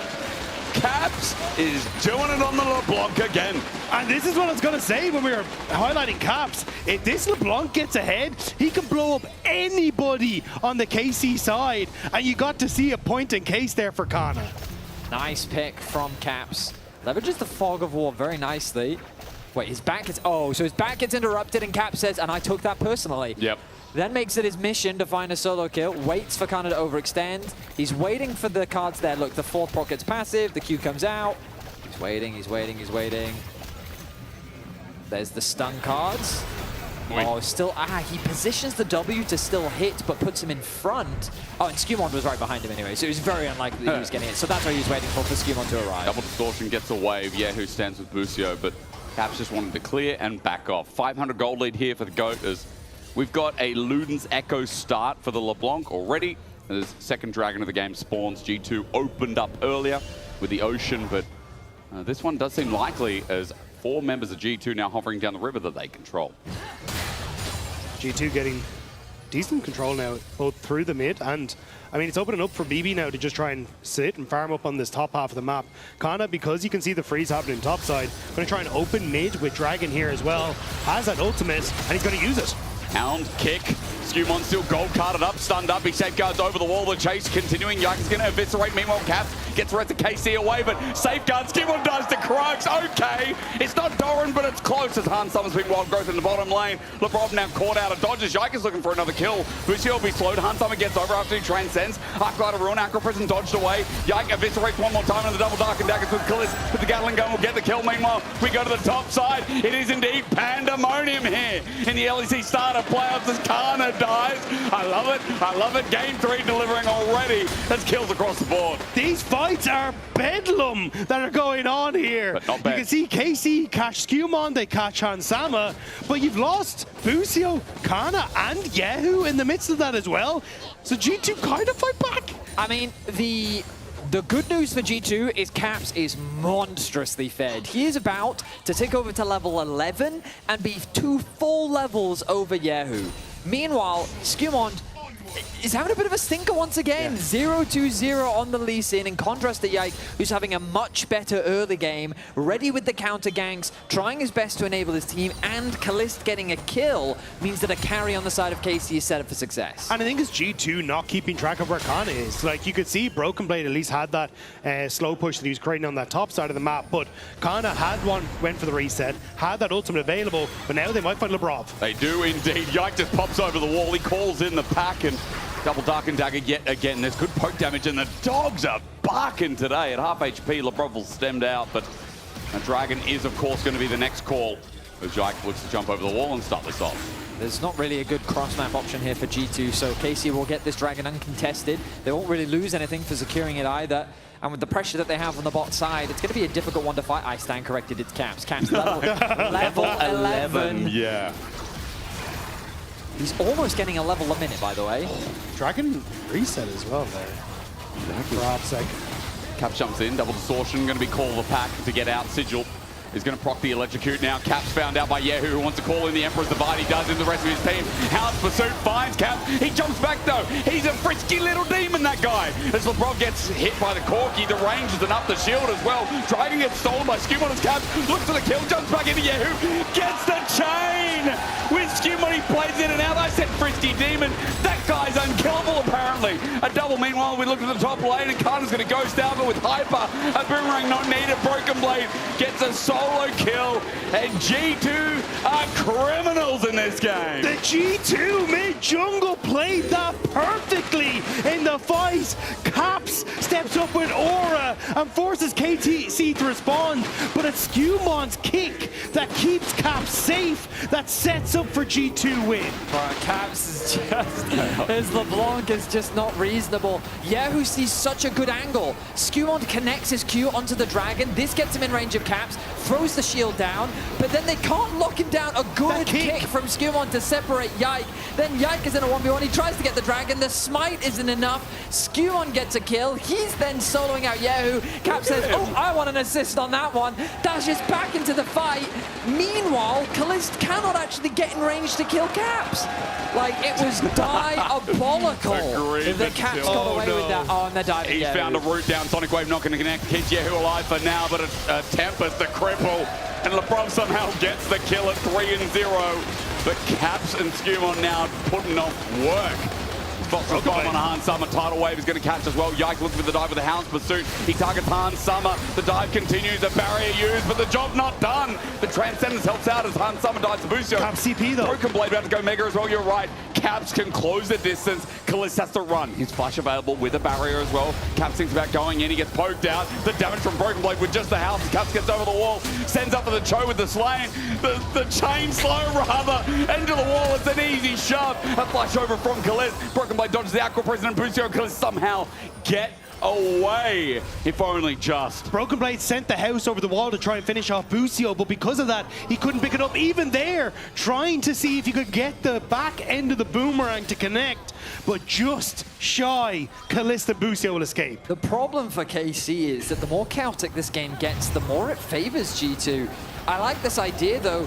Threatening a dive, great damage onto Hans Sama. A bubble connects onto Broken Blade, so he can't really threaten on the other side. Yike then looks for a dive. He has the ability to reset the tower aggro, but Busio actually picks up the kill, which is not the ideal outcome for KC. Not at all. They do have 5 kills. 2 of them are sitting on Busio, but the green at the bottom of your screen is going the way of G2. A 2.1k gold lead for Caps, 2-level lead. Kana also used his ultimate to try and get into that fight in the last one. They didn't catch it. I only just saw it there at the end of the replay. So Twisted Fate now not having that TP up and available does mean there's a little bit of wiggle room now for G2 to try and make some plays on the map if they want to. Yike hovering towards this mid lane though in the Nefiri, trying to decide if he goes for a play mid, bot, or just steals the Krug camp. Well, Herald now secured. Skewmond, after that play that happened around Dragon and the dive happening bot, he's definitely bounced back in this game after what was a bit of a rough start. G2 have amassed a 3.6k gold lead with the majority of that sitting on Caps. Here's the problem if you're anyone on KC. If you approach, that mage will show you a magic trick and it will involve someone disappearing. Perhaps not in the way that KC would like, but I promise you, Caps just does so much damage already. Going for the Merc Treads early as well. I'm actually a little bit surprised that he went for the Merc Treads. But, I mean, braces, magic shield. I guess he mainly wants the tenacity. Yeah, I think it's the point and click CC from TF is like right. LeBlanc's worst nightmare. So being able to go in and get back out, going to be pretty clutch. Yike looking for a play down the bottom lane. Skewmon found out Busio is mega deep. Tidal wave used, but I think it might be a tsunami the other direction. Good damage going on to Skewmon as who's now here as well. His head guard's over the wall, but he sets back. The ulti from Yike is going to commit and find its mark. Wild God tips Skewmon alive, but not for long. Yike has to reset on the Hound's pursuit, and now a gold card looming for Hans Sama's future. You're right, it is a magic trick, but this time it's used on Hans Sami. KC have got 5 members in the bottom lane. Busio was the bait, he's low, but he'll tidal wave up, he'll ebb and flow rather. This dive on G2 is going to connect, and Broken Blade is a mini nah. Tries to hop over, but he too is dead. Double shutdown, more Caps committed to top, but KC are bringing themselves back in this game. An excellent gold swing for KC as they find 4 kills and lose no one. Yes, they will give up that top tower, but what they got in exchange was completely worth it. Massive play from KC. They're not down and out just yet. Yeah, G2 tried to overcommit to defend on multiple fronts. They have Caps pushing in top, but doesn't have the teleport. Kana had that teleport thanks to the quest completion, so he's able to join in. So Skewmon and Broken Blade kind of realize, hang on a second, there's way too many members here. Skewmon gets ulted back, and even with the kick to Yahoo, he does take some damage, but there's just too many members of KC here, and they collapse onto all the members of G2. Yeah, I mean, great start to the play from Busio as well. We're back to live. It is a killer minute. Why not go again? Hans Sama almost dies at the start of the play, though. He has no transcendence as Kana has a gold card. Finds it on Broken Blade. He hops. He buffers. Hans Sama has no HP, though. He's got 2 items. He is a real threat, but I don't know that with this HP, he can really look to contest. He's trying to heal up where he can from the minions. Gold card again. Skewmon ready for a target. Broken Blade going into the Mega Knight at the start of the fight. Caps pokes his head into Yike as Herald gets placed down mid. This will get a charge. Broken Blade hops on in, gets a stun onto Yike. Throws the house, but he gets gold carded. And he's isolated. House pursuit is free. Wild Growth looks like a bait, but it's not. Cap tries to bump on in. Who misses the ulti. Tidal Wave is going to miss as well, though. G2 are left with 4 versus 5. KC should have this Drake.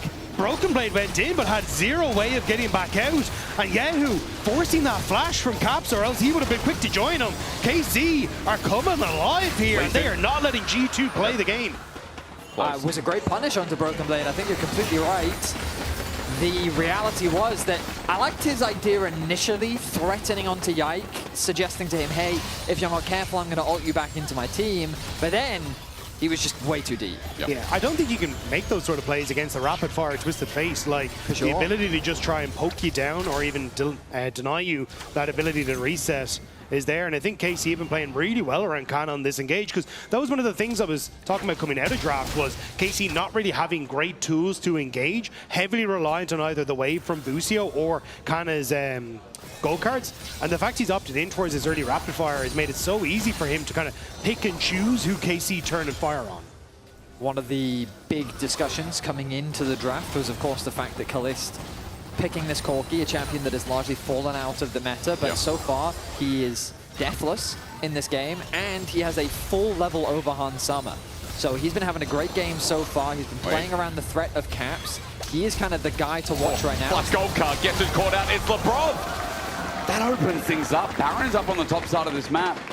We'll see what KC finds. Yeah, I mean, you've opted in towards the earlier ardent sensor here as Lebrov, which does make sense when you've got the Yunara beside you, but the Mikhail's Crucible is desperately needed for these gold cards. It's kind of the one setup that you have, and I think there was an argument for Lebrov holding off on that ardent sensor to make sure he gets the Mikhail's. Now has the Mikhail's, which will make that kind of pick play a little bit harder for KC to go towards, but it's been really needed.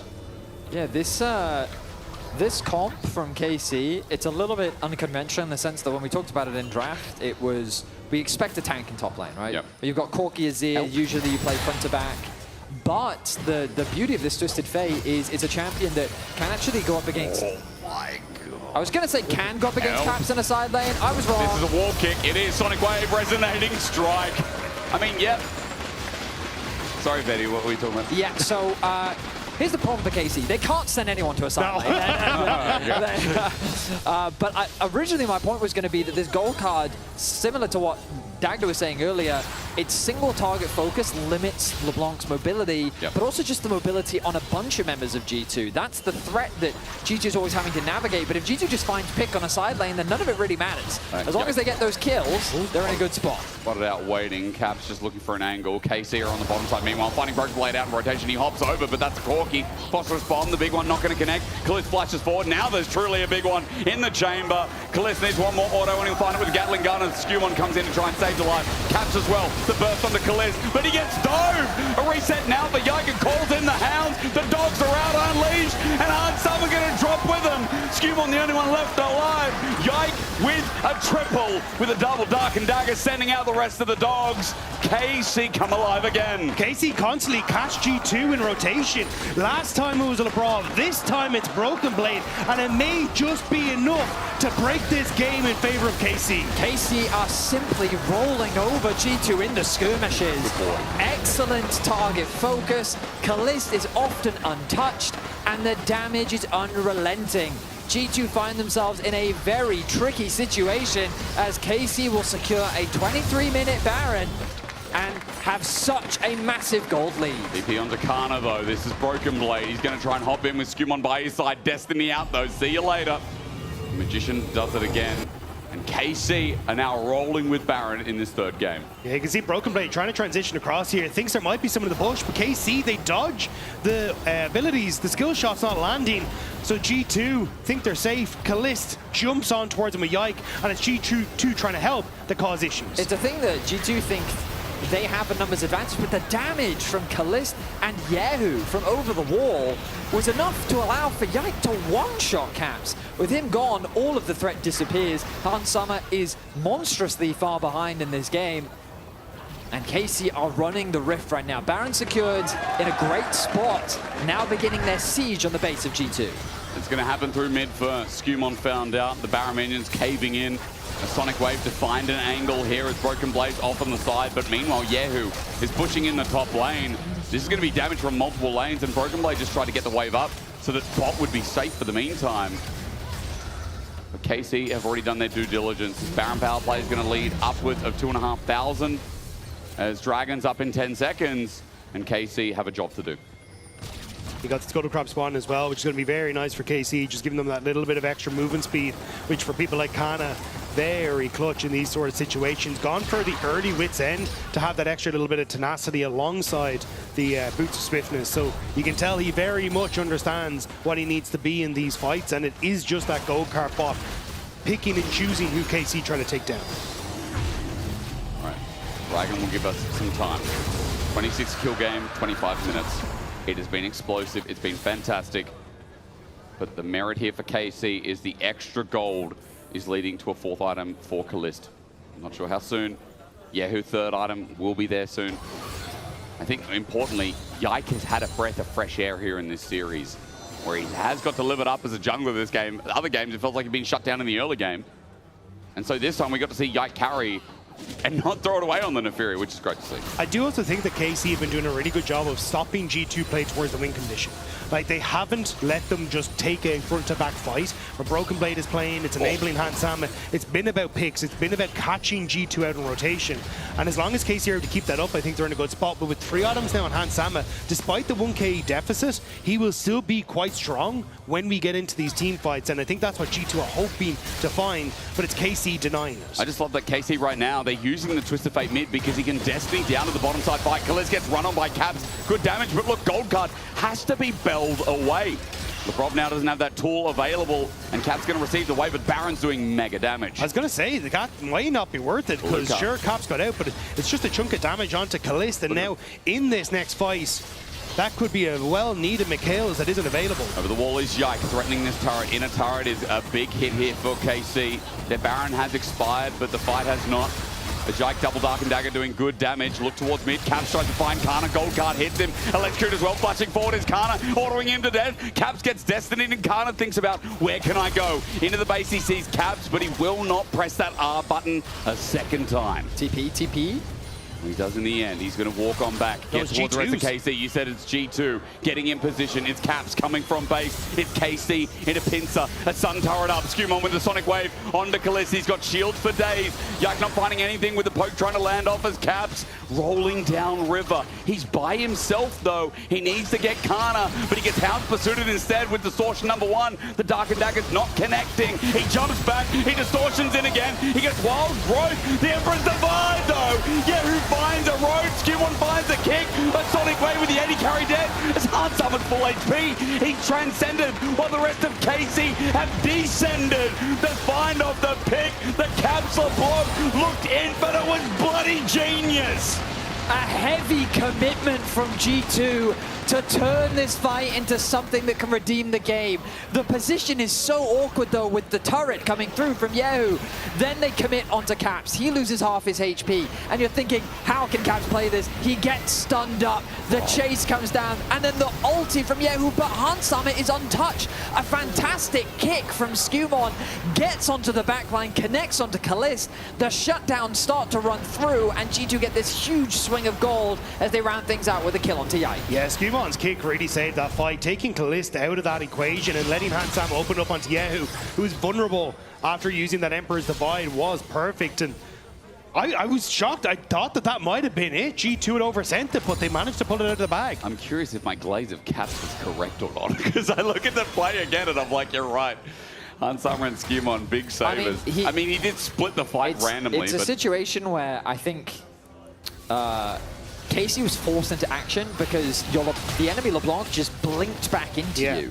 So immediately your whole thought process is punish the LeBlanc, punish the LeBlanc. Lebrov gets a really good ultimate that buys time, but Yehu even found a huge ultimate of his own. So on the one hand, you're arguing, well, yes, KC actually did everything right, but we're late enough into the game that Hansama has enough items that regardless of his score, he's doing damage. And he was completely untouched in that whole fight, which ultimately enabled G2 to come out ahead. But I don't think that suddenly changes the game state. KC's still very much ahead. It's still a hard game for G2 to play, because every time they try to threaten anyone, the threat of a gold card is still there. Yeah, I do think, though, it kind of keeps KC away from the gates, though, which is the important part, right? G2 just getting KC in a position where they have to now fight at the next dragon, rather than chipping away at the inhibitor turrets and making it very difficult for G2 to really get access to the map. So you can see in a team fight, G2 have a chance. We just haven't had G2 with a chance to take a team fight. Oh, that Baron is melting though, and they can't even get close. Kalisz doing a good job of acting as gatekeeper here. Broken Blade needs to teleport in pretty soon, and it'll be on this ward in front of us, or the one next to the Baron. 7k as the poke with the Beyblade goes forward. Caps jump forward. Wild Growth is a knockup as well. Tidal Wave now used, but Baron committed. Baron still going down. Emperor's Divide. A road found, but at the cost of his life, the Caps will find the kill. But meanwhile, it's Hansama again. Yike flushes over, but doesn't get the steal. Hard versus the Lee Sin as KC are getting obliterated. And the man who got shut down early is having a lot more to say at this point in the game. KC tried to take the same fight. Yehu thought the scoop would be enough, but he sent Skewmon into the middle of his team, and G2 will take the fight and maybe just the game with this. It all comes down to a couple of moments, a couple of team fights in this game.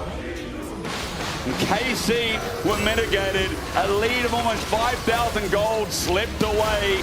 G2 always come good during playoffs. And in game 3, they'll move to match point yet again in another upper bracket.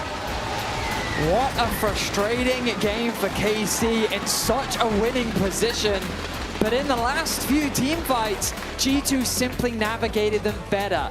Hans Sommer steps up to the plate, Skumon with a fantastic kick. What a performance, G2 bring us to match point. The Lee Sin is getting better here for Skumon, now moving to 2-5 in his career, as our AD will break down the calamity of that killer minute game. What? He got away with murder. It's now in 2-5, guys. It really wasn't that bad. Okay, listen.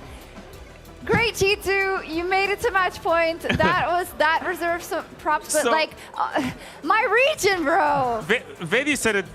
I think it was Vedi who said that KC is frustrated, but I feel like this is one of those games where just everyone is frustrated because going from G2, from winning so hard to throwing so hard to winning so hard again, throwing so hard, no one's happy. Hey. Especially not the Lee Sin. Lee Sin was really sad for a long time. Respect to Lee Sin, okay? Skumon has started Meteor's game. He started the Meteors where you play bad entire game, but then find one good kick in the end. True. So that's the miracle of Lee Sin. You get to be useless for the whole game, and then you do 2 miracle kicks, and all of a sudden, you get a bro fist from a mid laner. Yeah. Like, okay, you pass. Yeah, you pass. Let's take. I think we have the final fight. We can take a look at it right now, just to see what happened, because it was over really, really fast. But it does come down to the Lee Sin and to LeBron. It's extremely impressive because at this point, I would say that G2 is not the favorite because the TF is just extremely unleashed.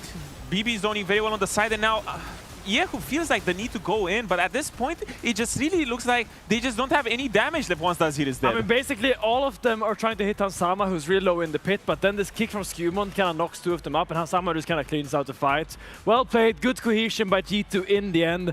But what happened in the mid game? I don't know. Why did we end up in this position after that early game, after Caps finds play after play, where you have to perform plays like this to even be in a fighting chance in the game? So I have a theory. Yeah. Tell me. Sell me. So when you win this hard, when you feel like, I've been in this position many times where someone just says, oh, just let this guy carry. But this is the opposite, because Caps was popping off extremely hard, and then everyone was like, well, I kind of want to carry too, you know? So we have that, but if we have that fight in the bot lane, if you can bring it up. Because what happens is that Caps is pretty much going to be establishing this split push on the top lane. It's going to be you know, that's what Caps likes to do. Yeah. Get the gold lead extended. And now what happens is that a 4v5 will happen. He gets the skill on the top lane. Well, that's going to happen. I think we're just going to watch a Caps montage here. Yeah, just sit back and enjoy. I'm going to get to my point later. We're going to watch Caps montage. There it is. This one.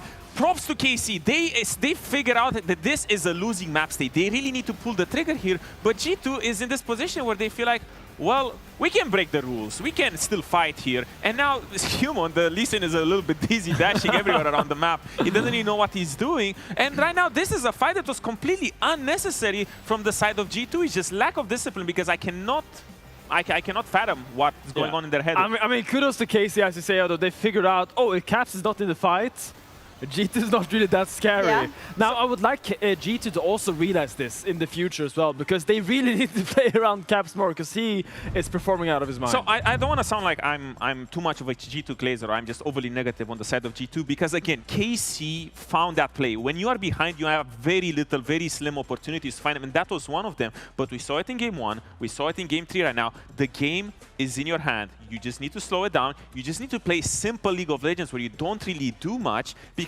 otherwise stuff like this keeps happening. That's why this game was frustrating for everyone, from the side of G2 and also from the side of KC. I also think it's because these teams are going to go to internationals, right? And I think like it builds bad habits, right? Exactly. If you're the side of KC and you sack that early game after game after game, but you get back because of miracle plays, it's awesome, because you do need those miracle plays at internationals, true. But you're not supposed to be able to get back into the game so consistently. And on the side of G2, it's just like, I know that Romain said it's all practice for Worlds anyway, but come on, guys. You cannot be throwing games in that manner, like 3 games in a row now. I mean, it comes down to discipline, Yeah. which I feel like is a little bit of a fleeting virtue in our league right now, to put it nicely. Speaking of internationals, to me, this series kind of feels like an international, where it feels like game 1, Casey against G2 barely scrapes by with a win, and then game 2, game 3 just completely gets run in the early game. And I feel like despite all this flack against G2 in the late game, they still are finding incredible early game leads. They're synthetic, they are gene modified, they are natural. These leads, there's leads they're finding early game. So, like, I want to praise G2's early game a little bit because they are performing super well, playing around their lanes. We have Skuma on the. Okay, not this game. Okay, what are you It didn't do anything this game, but like we have Caps. We have I think LeBron as well is having a fantastic series so far. He's really performing well. Yeah, is it crazy that we had a time and place where it was always LeBron's fault, and now it's almost never his fault? That's in fact, just speaks to the improvement. But I mean, maybe if Labrov could do something more, would be to hold the reins a little bit on G2 because they've been a little bit too many throws. Yeah, I'm what were you doing? I mean, I was trying to hold the reins. Holding the reins. Oh my God.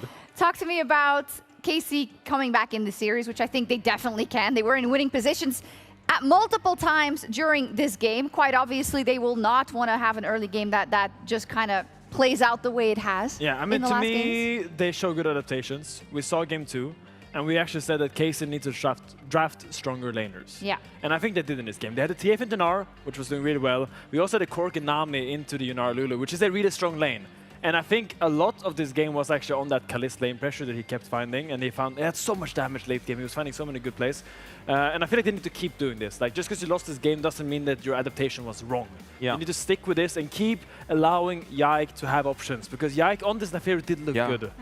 He was great, and they just need to show just a little bit more fortitude, because when you play 3 games in a row, when you're on the back foot every single time, you already show a lot of that by coming back into the game. But once they get in the dominant position, what I feel like is happening on the side of KC is that they have one little misstep, one little mishap, and after that it just snowballs to, I'm going to keep throwing, and I'm going to keep throwing, and I'm going to keep throwing because I'm just frustrated.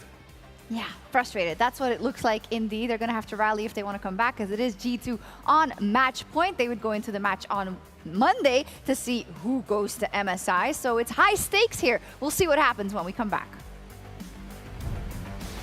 I might join you, okay? I had win. Yeah. I will kill him, okay, careful. I'm playing back. Okay, there. I'm tanking. I can't. Don't die. Nice, guys. Nice. Yeah, it's fine. Play for fight, guys. Play for fight. Not W. I'm fighting. That's it. Big. I'm still for you. Finish it. Okay, yeah, I'll chase you now. But you might flash in.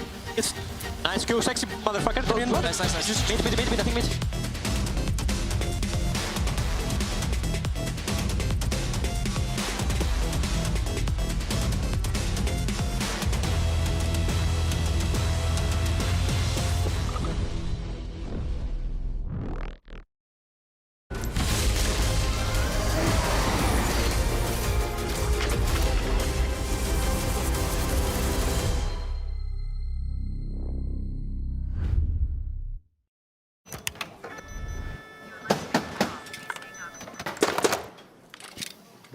Brother, let me try.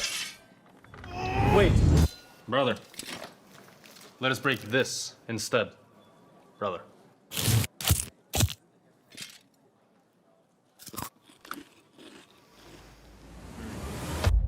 Have a break.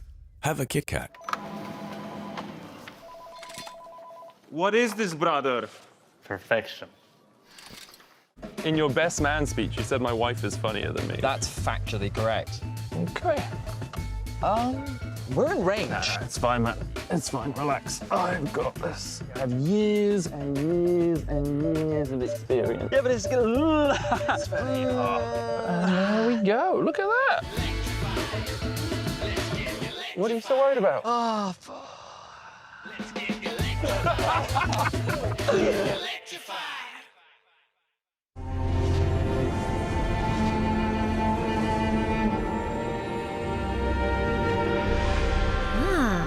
A new champion. Welcome to my shop. You'll need the right build. Choose wisely, because every upgrade brings you closer to the next level. So tell me, how will you level up?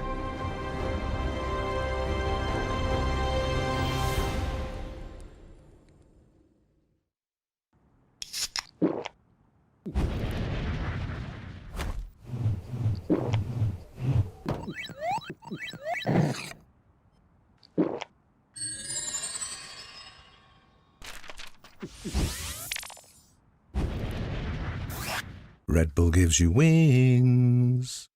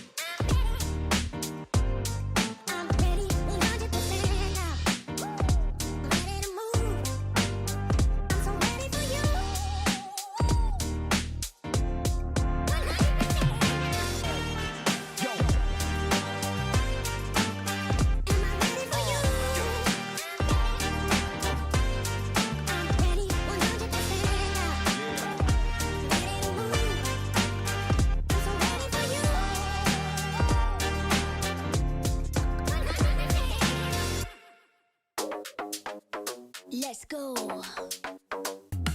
Confident like you never deceive. Big ego, bigger brain, it's really obscene. Said we only wear designer cause we always look clean. And for that money, money, money, everybody a fiend. And the bling like a chandelier hung on my chest. And I get it for free cause I'm simply the best. See deposits every hour, not breaking a sweat. About to lunch with my girls, grant at every request. Thank you.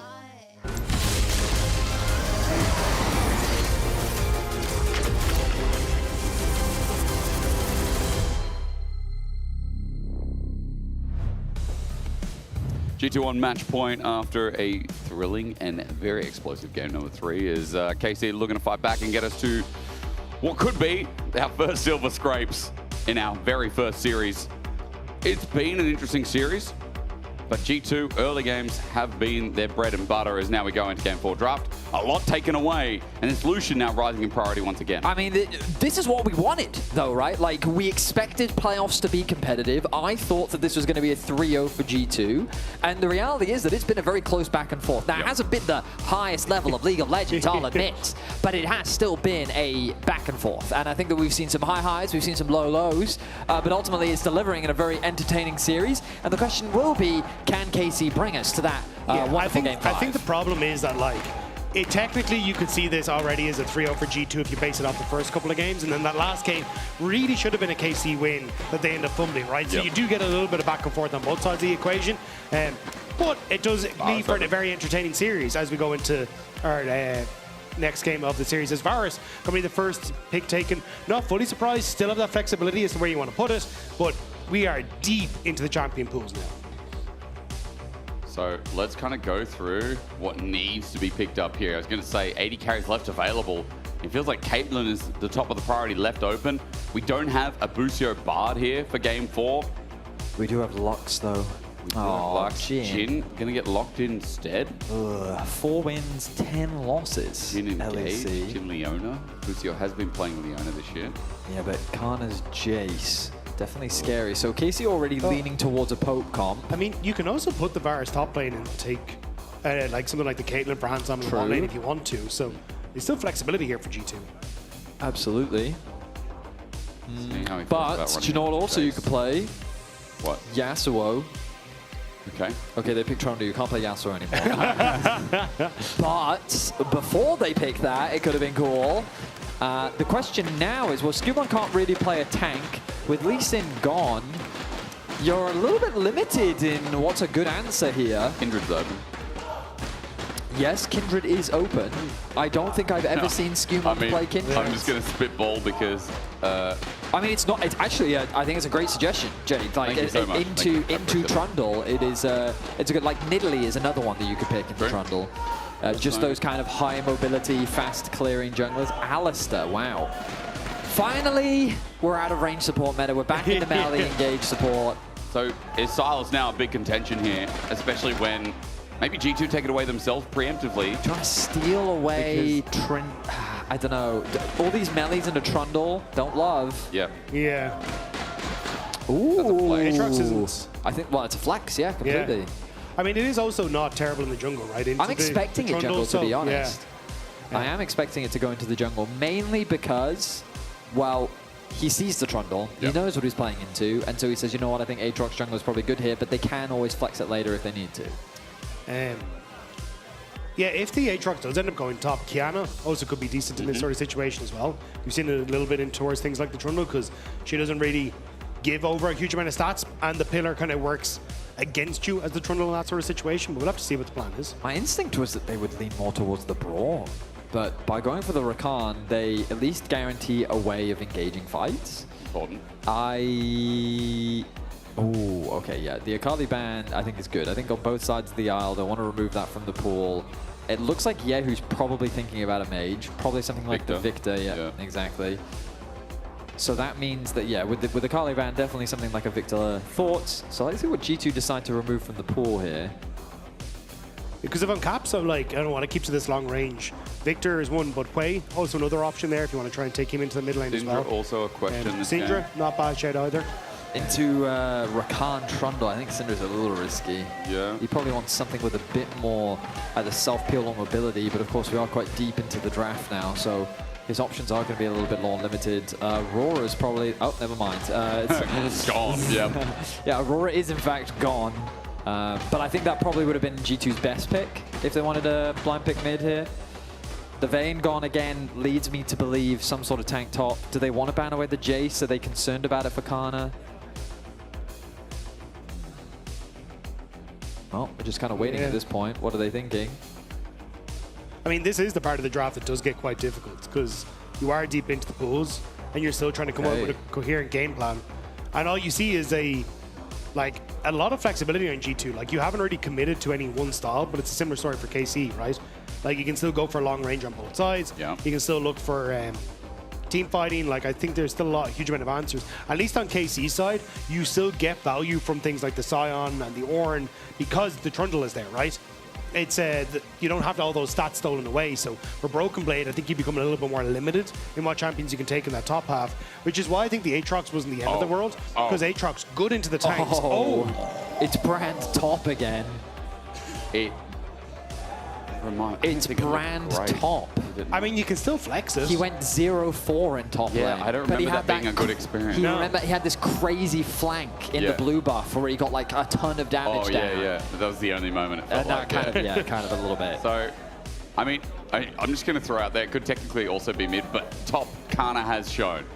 So now the biggest question is, do G2 match it and think, yeah, they do. They go for Gragas top most likely. So, Caps has one game of Gragas mid in his solo queue at the moment. In a kitchen.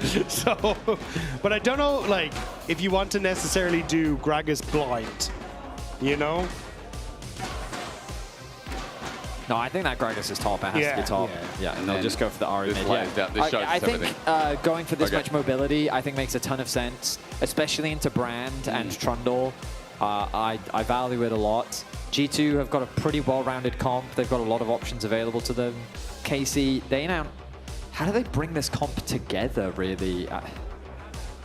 The brand really threw me for a curveball. I don't really see how this comp... Because earlier when they hovered the Jace, I could see the poke angle with the Rakan and maybe the Trundle there as well. Is it brand mid? I think it could be brand mid. They are doing brand mid. Okay, they're actually going to flex it to mid lane. Gentlemen, I don't know how good this is. I don't know if it makes it better seeing Ambessa in the top lane here. But again, it's another one of those Finn telling me about his solo queue adventures. And I mean, he was raving it to one of you two about we were talking about the locomotive Urgot before, man. It could have been anything. Yeah, but basically the introduction of Deathfire Touch, Torch, you know what I mean? Yeah. Deathfire Touch, yeah. It has been great for Brand. But Brand, still a low mobility mage, designed in Season 2, has very dodgeable skill shots, and his scariest thing is his ult, which is best used in enclosed spaces, or basically when the enemy team is grouped up. G2's team has a lot of mobility that doesn't necessarily have to group up that much. I'm excited though, I genuinely love Brand. He was the first champion I ever played. Oh. So I hope that it does well, and I hope that we get a Game 5. Yeah. Because I'd love to see Brand win in the LEC. But let's see if it can pull it off against Caps' Ari, because it's not going to be an easy feat. Well, the only problem is G2 have their reputation supporting them in another best of 5. Do they fall to the lower bracket? Well, no, G2 don't do that. They consistently impress. They consistently make internationals. They consistently make finals. When people say we're a one-man region, I fight back, but I do know where they're coming from. It has been, I think, a pretty fun series. Despite the gameplay not being at the tippy top, it has definitely been a fun series. KC took a game off G2. They've got to do a hell of a lot more with this draft to keep the series going and move it to a Game 5. Yahoo Brand, another fire mage for the mid lane, but this one does not have a pet bear. It is going to be an interesting one to see how KC try and play it out.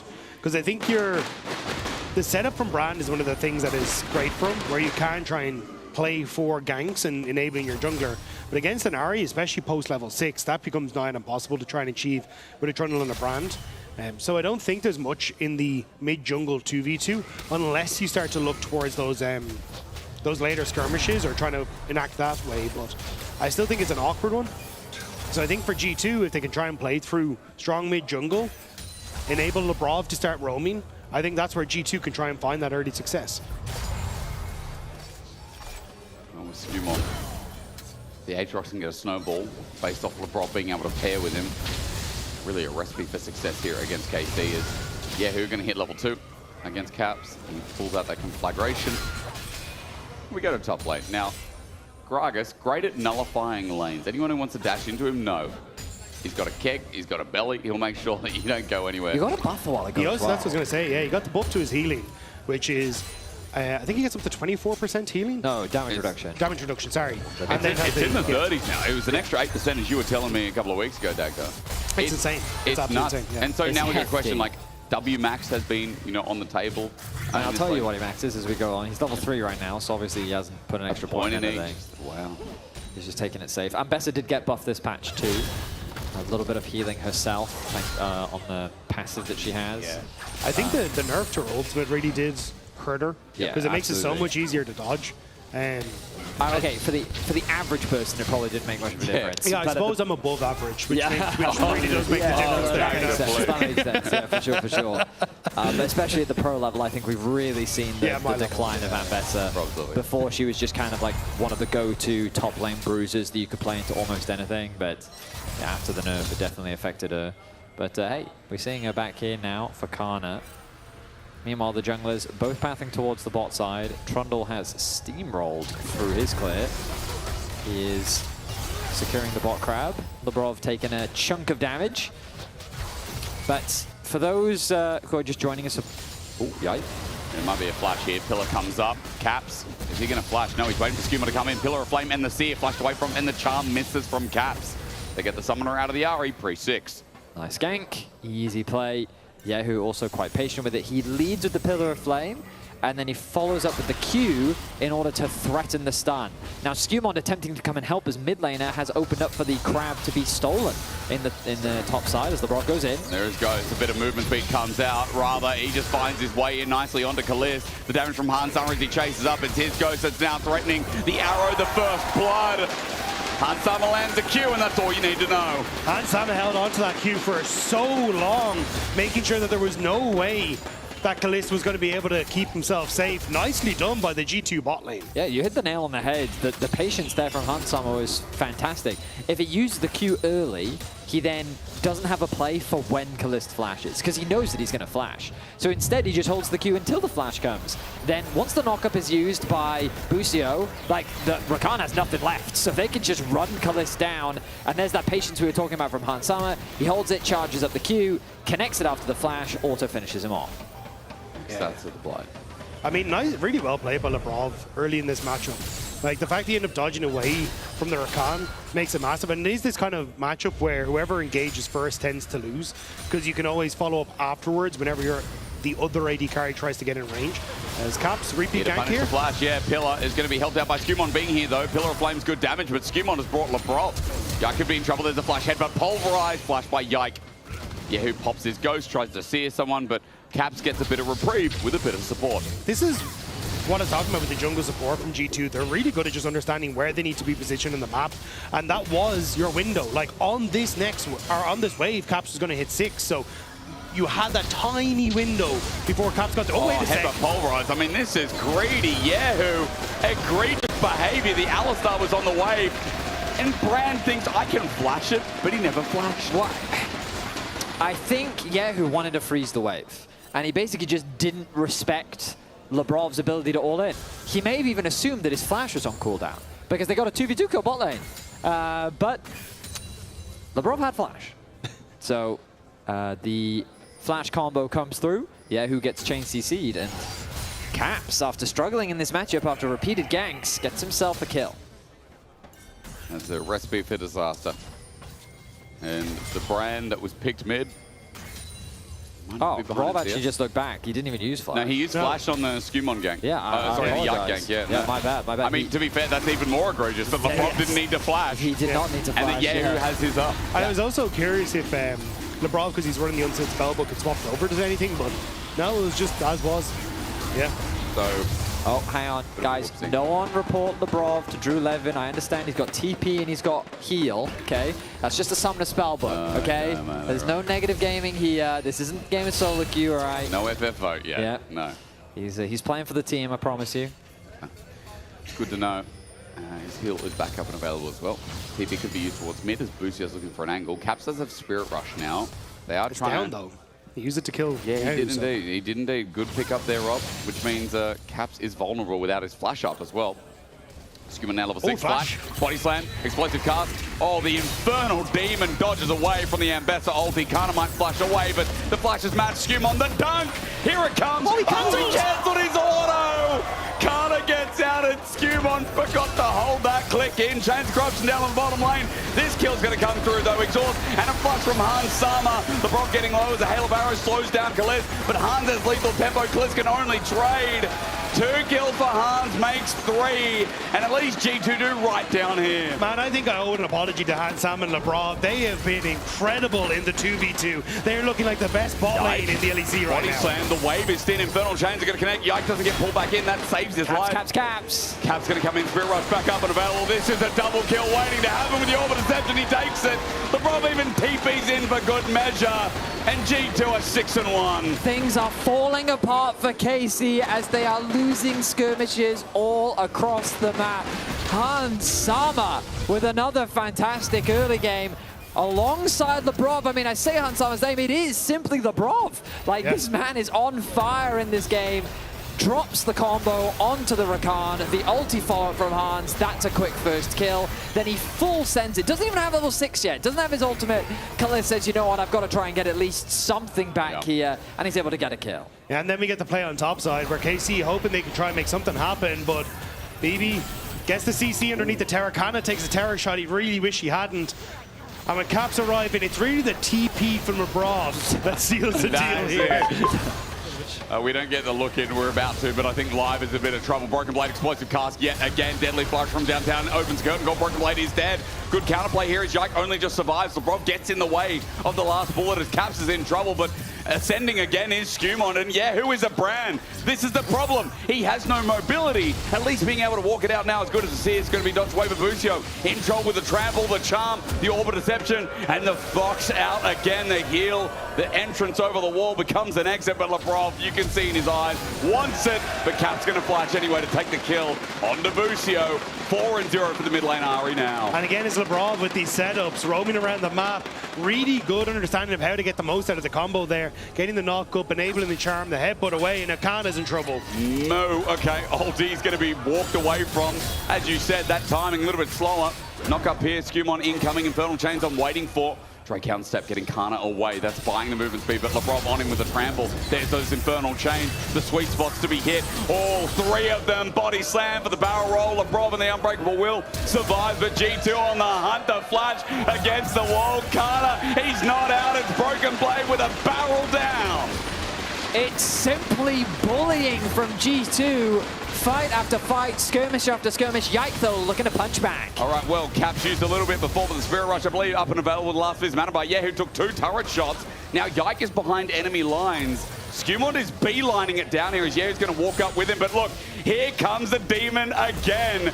The Aatrox doesn't need to ascend. He just needs to hit some sweet spots. Pillar in the way, he forward, Infernal Chains, Lebrov even joins in again. This support is so annoying. Lebrov makes sure Busio won't find a counter play. And even though Yike gets out, he just can't go a step right for KC. It's simply a scrap on the Rift as KC are doing their best to find answers, but G2 are just coming out ahead every single time. With the Malignants already finished, upgraded boots for Caps. Hans Sama with the experimental Hex play. I mean, G2 are so accelerated that KC, they're going to have to find miracles once again to bounce back in this game. You know what I think's funny is like Lebrov on Enchanters, everyone was pleasantly surprised with. They're like, oh, he's a pretty good Enchanter player. But you can't miss Lebrov's engaged chance. They do hit harder, they do hit higher. I feel like Lebrov, I said it last game, made a name on the Rel. On the Nautilus and the Alistar have been clinics. But I do think he has shown cracks, right? In the past, he has looked great on these picks, but there's been moments where he's like overextended or he's got caught or like it hasn't been as clean, which is why we haven't really been talking about him as one of the best supports in the league, right? Like that's why it oftentimes goes to someone else. This last couple of weeks, he has been insane. Like he has been so well played on so many different champions. Bro, that nerve, you can see the nerve. I'm sitting here saying like, oh, for the average player. Nah, bro, I'm average and I would have dodged that. Bro, I 100% would have dodged that. That's crazy. Okay, I mean, yeah. That's going to be first tower secure for G2. Things looking very dire right now for KC. I am looking at the minimap, and I see Lebrov. He's hunting. Yes, he is. Lebrov looking for the knock-up. Trample's going to start us off. The quickness here from Busio Chains, though. It's not really. It's just Caps finding a charm, excuse me. Busio's about to die as well after Yike's already hit the dirt. Skumon's already ascended now on the demonic bow. The flux body slam, the barrel roller done. Skumon's going to take this one, and the next as well goes to Broken Blade. All going into a pile of shit for KC in game 4. I mean, mess with the bulls and you do get the horns. Lebrov with another great engage. A 4-man collapse from G2 converts those into so many kills. We look back as Lebrov says, this river belongs to me. Yeah, I mean, Lebrov immediately steps up, gets the stun, gets the knockback, into the charm. Caps is happy to just tank Busio's engage because he knows there's nothing left to follow. KC, there's just nothing that they can do. G2 are so far ahead. And with this one, it feels like the game is done. Let's focus up. Don't throw this game. I'm gonna lose it, okay? Bro is like, he's legit like, I am playing so well. Do not grief me, guys. The one time that a support might get that MVP vote, you know? He is 0, 1, and 10 involved in the team's 12 kills. Lebrov is absolutely locked in here in game 4. And I mean, it's very reminiscent of game 2, but like, This series, G2 has simply been the stronger early game team. Now, admittedly, KC has demonstrated their resilience, not once, but twice. They were able to bounce back in game 1. They were able to bounce back in game 3. And while they did lose game 3, it's one of those things that Lebrov here, his comments were fair. This team has thrown a couple of games in this series, and so he very much wants his team to lock in. Constantly on the roam, the level 7 cow. MVP performance in a couple of games so far. Now looks towards the push. Deadly Fire is going to be dodged away from Broken Blade Holmes. Chains of Corruption. Going to be QSS away by Busio. Uses his own bell as the poke hurts. Han Sama, he's got an experimental Hexblade, but it's still enough damage to really chain Callist. Pressure being put on all 3 lanes. KC can't really do much. Cap's now going to roam. They're going to shove them off those mid tower, or they die. Here comes Skumon. Callist was too far forward. He's going to be dark and bladed, and there's good knock up here, but Lebrov, remember, is a bit of a tank. Charm dodged away from him. Meanwhile, we go to top side of the map, and you can see the Broken Blade's fighting it out, but mid turret is going to be dropping here. Poke not going to reach Callist as Han Sama tries to find a target, but Yike now having to go face check onto Lebrov, the curtain call. He's going to trample. He's running for his life with the Unbreakable Will. He has been subjugated. Last shot going to be flashed away from by Lebrov. He gets out safely. But G2 with an 8k gold lead are now thinking, well, what else can we take? Bit of a mispositioning there from Lebrov. Is forced to burn his flash as Caps continues to push in the side lane. Yahoo looking for a pick. I don't think he's really going to find much, though, as both Skumon and Caps roaming around the jungle together. They're just taking away anything that's left for KC here. We've got a minute 50 until the next dragon. More than likely going to be the focus after this Rift Turtle take. And for KC, you kind of need... Oh, Busio. Yeah, Busio's going to be charmed. He is a Rakan. So that's how much damage with the Celestial opposition. Okay. Now it's gone. Oh, they tried again. The rotation back up. Dragon's up in a minute 30. We focus towards the bottom side. And G2 are steps away from kind of doing this again. Remember in Versus, KC had to run the lower bracket. G2, it looks like they're going to rinse and repeat. As, yeah, that public execution ate it. Body slam forward with the barrel roll. Kana runs over it. He does good damage, but Lebrov zones off Yike, so it is a true 1v1. Body slam hits. Barrel roll, flash from Kana. He dredges in the shield. It's unfair. Lebrov got involved. He ruined the 1v1. Han Summers goes to Chains of Corruption, flashed away from Yike. And there's a good knock-up here from Busio with Deadly Flash, flashing from Yahoo. The Pillar of Flame sets up the Pyroclasm. A shutdown as Lebrov's got nowhere to go. The whole of KC on his head. Knock up there, and Lebrov's comms must be popping off right now. KC, they answer back. They get 2 kills, and they will secure the Herald. This, at the very least, will get them some gold back that they desperately need. Hang on a minute. G2 are trying to contest. G2 are TPing in Caps. G2 don't want to give it to him. No. Turret's going to go down. Callista's going to back off nicely. Herald's going to reset. G2 don't overstay. They're just going to face check some of these brushes, or at least barrel them. And they are going to sneak away that Herald. Remember, they still are in charge, but KC got a good, 1,500 gold from that play. Yeah, they got to smile for a little bit, in this game and feel a little bit good about themselves until... Does Broken Blade get this? He's going to hit his ult. Yeah, he is. Yeah, and guess what? There's a Trundle here. Charm not going to connect. Busio laid in wait as well. Subject and Broken Blade. He body slams, but he's dead. KC doing it again. It is a 1-for-1 trade so far. Yike got the shutdown. Remember, shutdown, key word. And Skumon looks at the chase with Flash, with ulti. The target's going to be Yike for now. Busio here in the choke. Kites away. Dunk down, not going to be given in the Spirit Rush, but no Charm. Okay, gentlemen, the question I love to ask myself when I'm winning a solo queue game is, will we win this game, or will it turn into team deathmatch? And right now, it's kind of turning into team deathmatch. Well, it's also like you went 1-for-1, but as Jake said multiple times in that fight, shutdown was the key word that went across Yike. And I wasn't sure. I thought Kana was going to get that bot lane turret as well, which would have been a bounty.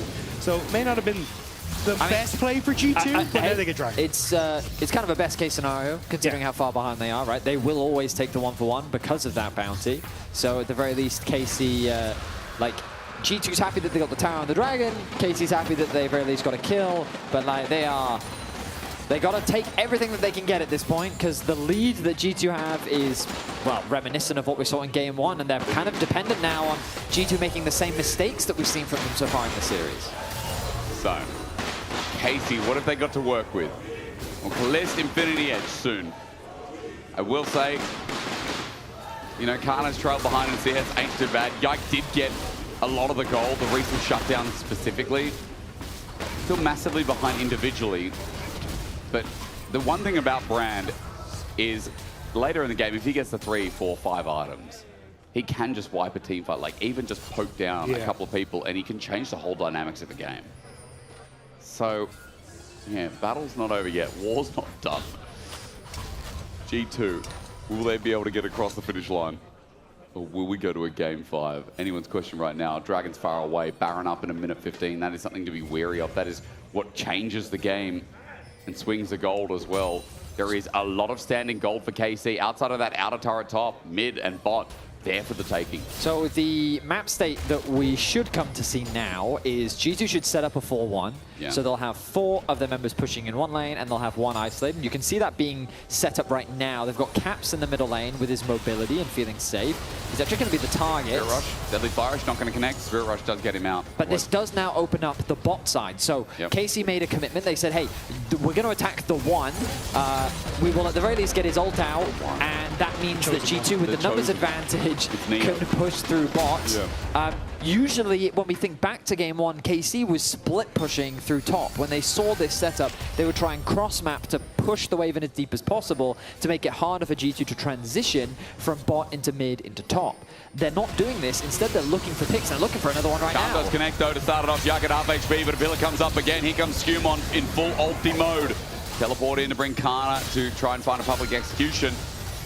But Skumon's ulti will be down. Remember, again, Caps had to burn the flash. Yeah, Caps is still the chosen one for KC, but they may need to look at other answers in the multiple choice test, because I think at this stage, like, Caps has too much mobility. Like, the fact you didn't burn the flash in that first one, now his ultimate's going to be back up, means that you don't really have the tools. So KC basically using this moment to be like, oh, we can re-establish vision on the top side in case of Baron, but now G2 get to take the mid tower after they've taken the bot tower, and now reset with a ton of gold in just afterwards, and look for more space around these objectives, particularly playing in towards this top side, where I imagine they're going to try and look for that match from any other tower. Yeah, I think that makes the most sense. It becomes a little bit harder because G2, they might not care as much about that top tower. Instead, it might just be about Baron. And they've already got decent deep vision coverage. Oh, that's a TP flank. This is ambitious, I feel. It's a very burst-heavy Gragas build, though. Perhaps.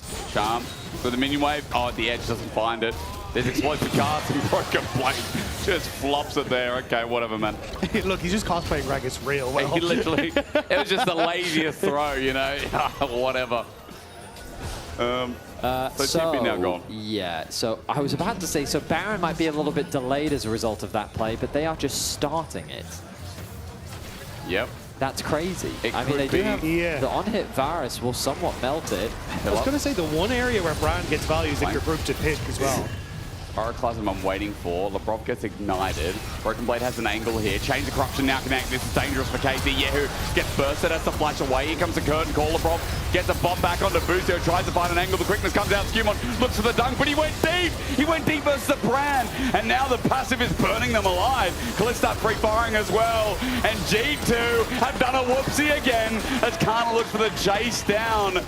5 alive of KC, and G2 are not listening to Labrov as Busio flashes away to Battle Dance and get out of dodge. Yike looking for the chase down, body slammed away, the fight's not done yet with the barrel down on the ground. Yike is just free firing away, but Caps is going to clean up the play. He says, I'll do it myself. When hasn't he? The follow-up on the Kalist, the charm incoming, Foxfire, Orb of Deception, the charm connects, Hars gets the fire, Kana's down too. Caps the hero of EU and of G2. Caps the only one listening to the comms, takes the fight on his back and carries G2 towards a victory. That was very close to going wrong for G2. Yeah, I mean, they went way too deep. Skumon flashing after Yehu, thinking that he could get a kill, get the reset, start doing Aatrox things. Almost ends up throwing away the game as KC valiantly start to fight back. Yehu had such a good Brand ultimate. It got so much value in that choke point. But hey, ultimately it doesn't matter. That's going to be 5 Barons for G2. Dragon will be lost, but I think G2's still pretty happy with the outcome. I mean, No, it absolutely will. You two are walking down though. Skewmon, yeah, maybe just going to use the Baron. You're right. So Dragon goes down. Because I will say, if Caps didn't pull up that fight, that would have been horrible. Kana's now running into Caps, said man. Caps with the ulti up and available, holding onto it for now. LeBron goes into the unbreakable wheel. The curtain call going to run into the cow. It will do a bit of work, but he turns it into an engage. LeBron helps get the time, but Caps and Skewmon gets the reset. It's winning this time as Caps going to run it down mid. Gets the charm again, and a public execution is only going to serve and sever KC. Broken Blade came in and said, peekaboo, I'm here too. But this game returns to being done as G2 look to remain victorious and playoff demons. It was a 4 versus 5, and G2 still find the win. Yike tried to cut the wave, may cut Caps' life short, but it won't be the case either way. G2 going to crack open the base. Yike can't do it. The charm's going to connect as well. The base not going to be open because Yehu's up in 1. But again, the gold massively in G2's favor. And LeBron the gusto to turn around that play when he's about to die. 12-0 and 5, the scoreline for Caps.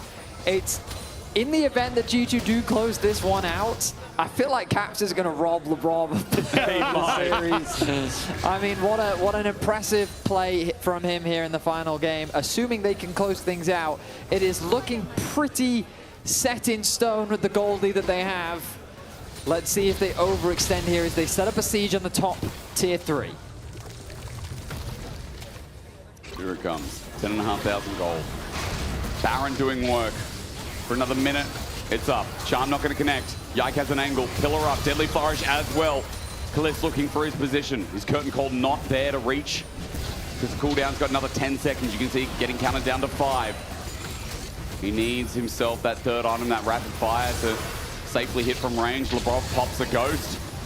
Turret is going to be threatened and taken. Skewmon walks through mid with the rest of the Baron buff doing its work.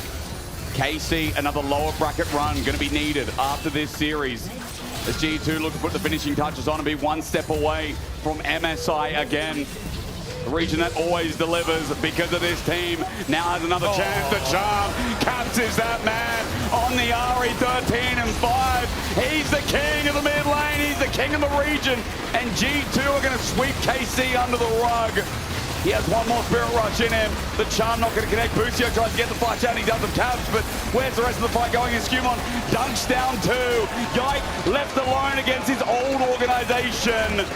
And G2 have never dropped to the lower bracket. Why would they start today as KC are going to have to do something furious in the lower bracket after G2 3-1 to open up our playoffs.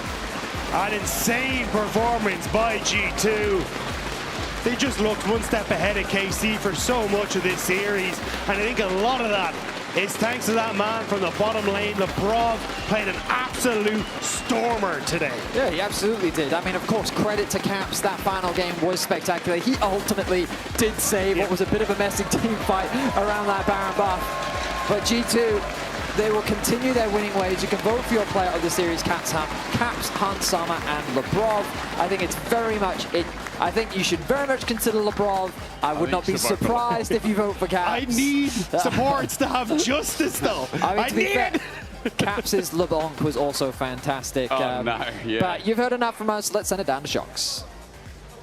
Thank you so much. We're here in PGL, and we are waiting, in fact, for Lebrov and for Rodrigo. Yeah, I agree with you that, of course, the supports don't always get what they deserve, but I mean, Finn, would you have voted for Caps? I mean, how could you not? Yeah. I mean, Come on. I think Lebrov had a fantastic series today. As we welcome the man himself here to the couch. Here, you can sit right next to your little cow. You can have him in your lap if you want. I mean, I think both Lebrov and Caps had a fantastic series today, and it makes sense whoever you vote for. It's true. Lebrov, we were just talking about the fact that you're in the vote, and Vedi was definitely campaigning for you to win, but we think people are going to vote for Caps. So yeah, what do you think? Yeah, I think I can see that happening. Yeah. I'm getting used to it, to be honest. I mean, to be honest, I don't really care. As long as we win, I'm always happy. Yeah. I mean, how was it? Because we heard a little voice snippet from you in Game 4. We heard you say that, guys, please don't troll. Don't let it happen again. You seemed very agitated. Yeah. Does it feel weird to take that position as like maybe the new guy in the team, but you have to be the one to tell people to not troll? Troll, yeah. I mean, no. Like, I mean, to be honest, what I said, I don't think it was that useful in hindsight. But yeah, I mean, like throughout the whole series, it was feeling like we were getting mega leads, and then we're like kind of throwing, and the games were being slowed down and like falling behind. In this game, it even happened again. Yeah. Like Brandt went up, and we didn't like think about it in time, and then me and Varus died. But yeah, I think I'm happy with the series and like our good resilience after game 1. Resilience for sure. Good early games as well. But I'll go to Rodrigo as well, what he's talking about. Hello. There were a lot of leads thrown by your team today. Yep. So what's kind of your perspective? Was it always in the same way, or what happened?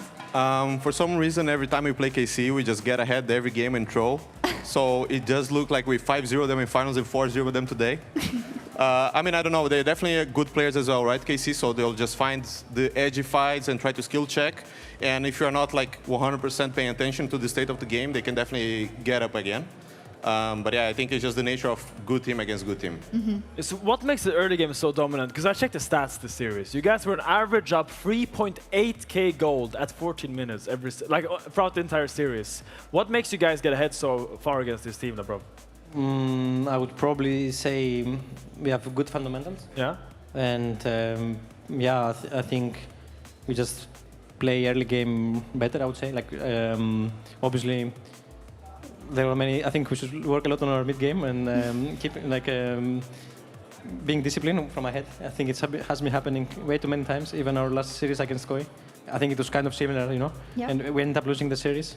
But yeah, I think we just have like good fundamentals and good players. So it just feels nice playing the game early game. Yeah, I mean, especially if you get like an Ezreal Karma lane and whatnot. Do you think they underestimated kind of what you guys could do? Because obviously, you know you can play, everybody knows that you can play this because it's very meta kind of bot lane, but it feels like maybe they thought, oh, Lebrov's not gonna go for this. Do you think that was the case? Yeah, probably. I think after I dropped a bomb on Karma, I went 0-7 like 2 weeks ago. Yeah. They probably thought I would not pick it, but yeah, they were wrong. I think feels very disrespectful getting Karma second phase with Ezreal. So I'm always happy to just pick it, yeah, and like play well and win the games. Yeah. I saw you nodding your head, Rodrigo. Do you feel like that was the case from Casey? Yeah, definitely we noticed they did not have the higher Karma prior in general. Yep. And if you just had a good case with Ezreal, especially against Rumble and stuff, and I think the bot match was just not great at all against Ezreal Karma. And I think my man here, Paputaka, just played very well as well, took over the map, going mid, going top together with Hans. So I think they probably should have banned it or opting to a different matchup, and I think we punished very well. Yeah, so, I mean, you had a fantastic series, but so also did Caps. So I'm a little bit curious about hearing your perspective, because you played against Caps for many years, and now you're playing with him. What was the main difference? Like, how did you expect Caps to be versus how is it actually playing with him as your teammate? Honestly, I think Caps might just be the perfect player. I feel like always on stage, he's like he's kind of aware of like almost everything, and he's possessed really good game knowledge. His like mid game is like really good, like side laning. He finds always these small like angles that not many people see, and he calls for it. And also his comms are like really good. You know, he doesn't really talk like unnecessary things, and you can always just rely on him. You know, like I feel like usually if he has a good game, the game will naturally feel very smooth to play. So you're speaking a little bit like a politician. I noticed you snuck in a word there called stage. You said he's very good on stage. Is there a difference between Caps in stage and in scrims? Yeah, I mean, sometimes Caps, if he disagrees with something, team thing, he's proving a point. He might prove a point and just go like 16 deaths, you know? Like he might just do it, but it feels like good, you know? Like even like this doesn't happen too often, but even you can just accept him with his flaws, you know? If this happens from time to time, it's fine, you know? It's like worth it. Yeah, that makes sense. Is that also how you see it? What is it then? Is it like something, a draft priority that you guys want to like try, or? I mean, not really. I do think, for example, in scrims he's more loose, right? His Caps, and on stage he really wants to win. He's a very big competitor, so he'll do whatever he can to just win a stage match. And in scrims is always a bit different vibe in general, so I don't think like he wants to troll necessarily, but it's definitely not like locked in. And yeah, if he tries something different and it goes, and if he doesn't go super well early, he might drop a bomb. But you know, it's part of the scrims, so it's okay. I mean, I think that's a good mindset. I remember when I played with Nukeduck, he did the same. Like he said, he would go on the side lane, and I called for the team to come, and then Mark Kuhn would not move there, and then he would say in the review, guys, I will do this play until you show up. So unless you want to waste 15 more scrim days, you better start making my play. Wow. Okay. So Nukeduck and Caps. Yeah. Totally same. Totally same. I'm not saying they're the same player, but I think it's a statement to kind of show that you believe you want to play in a certain way, and you expect your team to follow your call. So I respect that. You want to add something to that? You were nodding, or? No, I think that's okay. I mean, Caps on stage is just a blessing, you know. We set him up for success, and I believe he's just always going to carry, you know. Sometimes he just gives you the smile, and you just know you're up for a good one. Yeah. Well, G2 Caps is our player of the series, our key player of the series, and we are not surprised, really. I think people, can you tell me, maybe producers, how the votes fell? Like 55%. You got 41%. Close. Not too bad. Yeah, next time. Like if it was not the Ari highlight on the last game, I think we would have gotten maybe.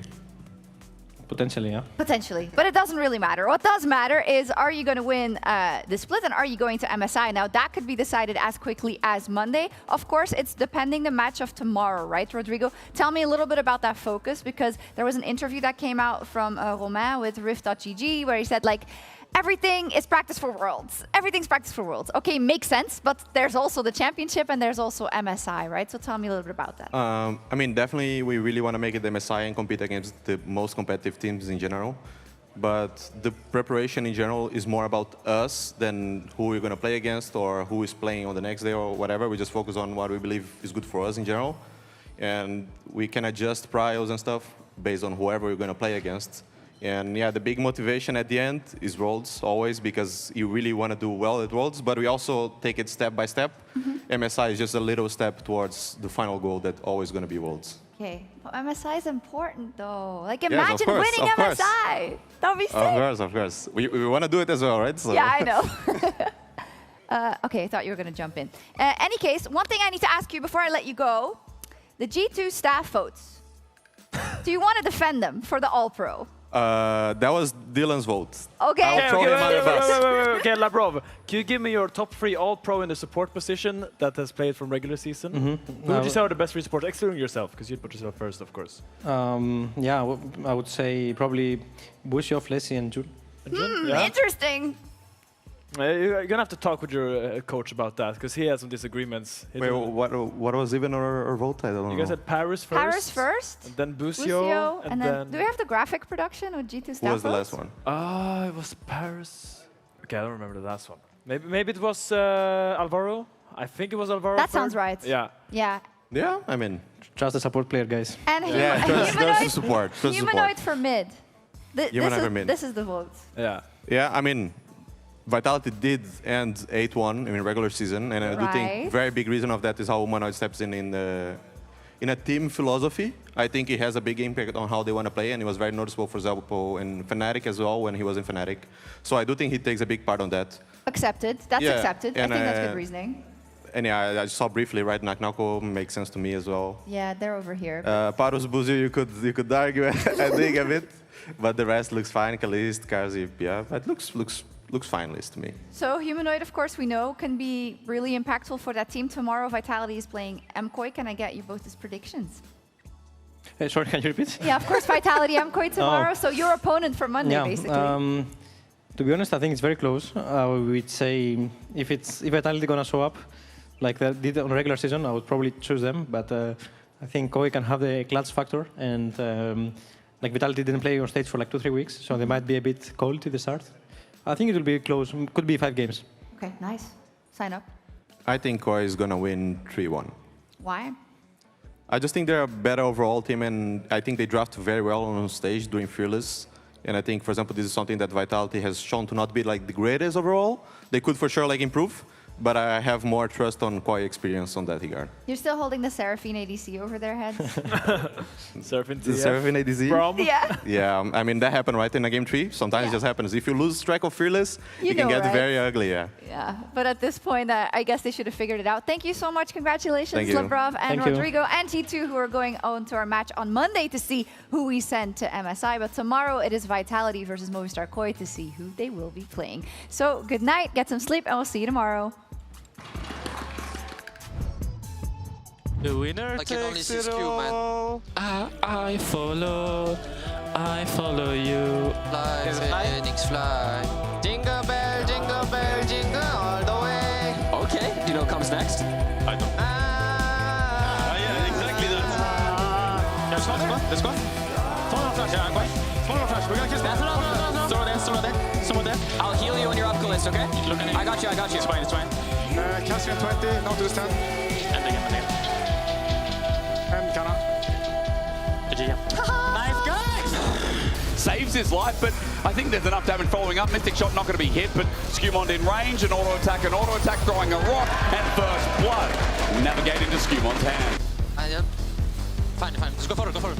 I need from here, okay? Look. Yeah, sure. No flash. It's also, it's like, I can take it, yeah. It's a magical journey. I like those. Don't die. If you die, if you noob. Okay, I'll die. Okay, but then you're noob. I'm fighting I said that. Big. I'm still for you. Finish it. Okay, yeah, I'll chase you now. But you have flashing. Nice kill, sexy motherfucker. There it goes. A bit of movement speed comes out. Rather, he just finds his way in nicely onto Calist. The damage from Hans Summer as he chases up. It's his ghost that's now threatening the arrow, the first blood. Hans Summer lands the Q, and that's all you need to know. Hans Summer held on to that Q for so long. It's not really, it's just Cat fighting a charm, excuse me. Ruseo's about to die as well on the ice, already hit the dirt. Skewmond's already ascended now on the demonic road, the black body slam, the barrel roll, and done.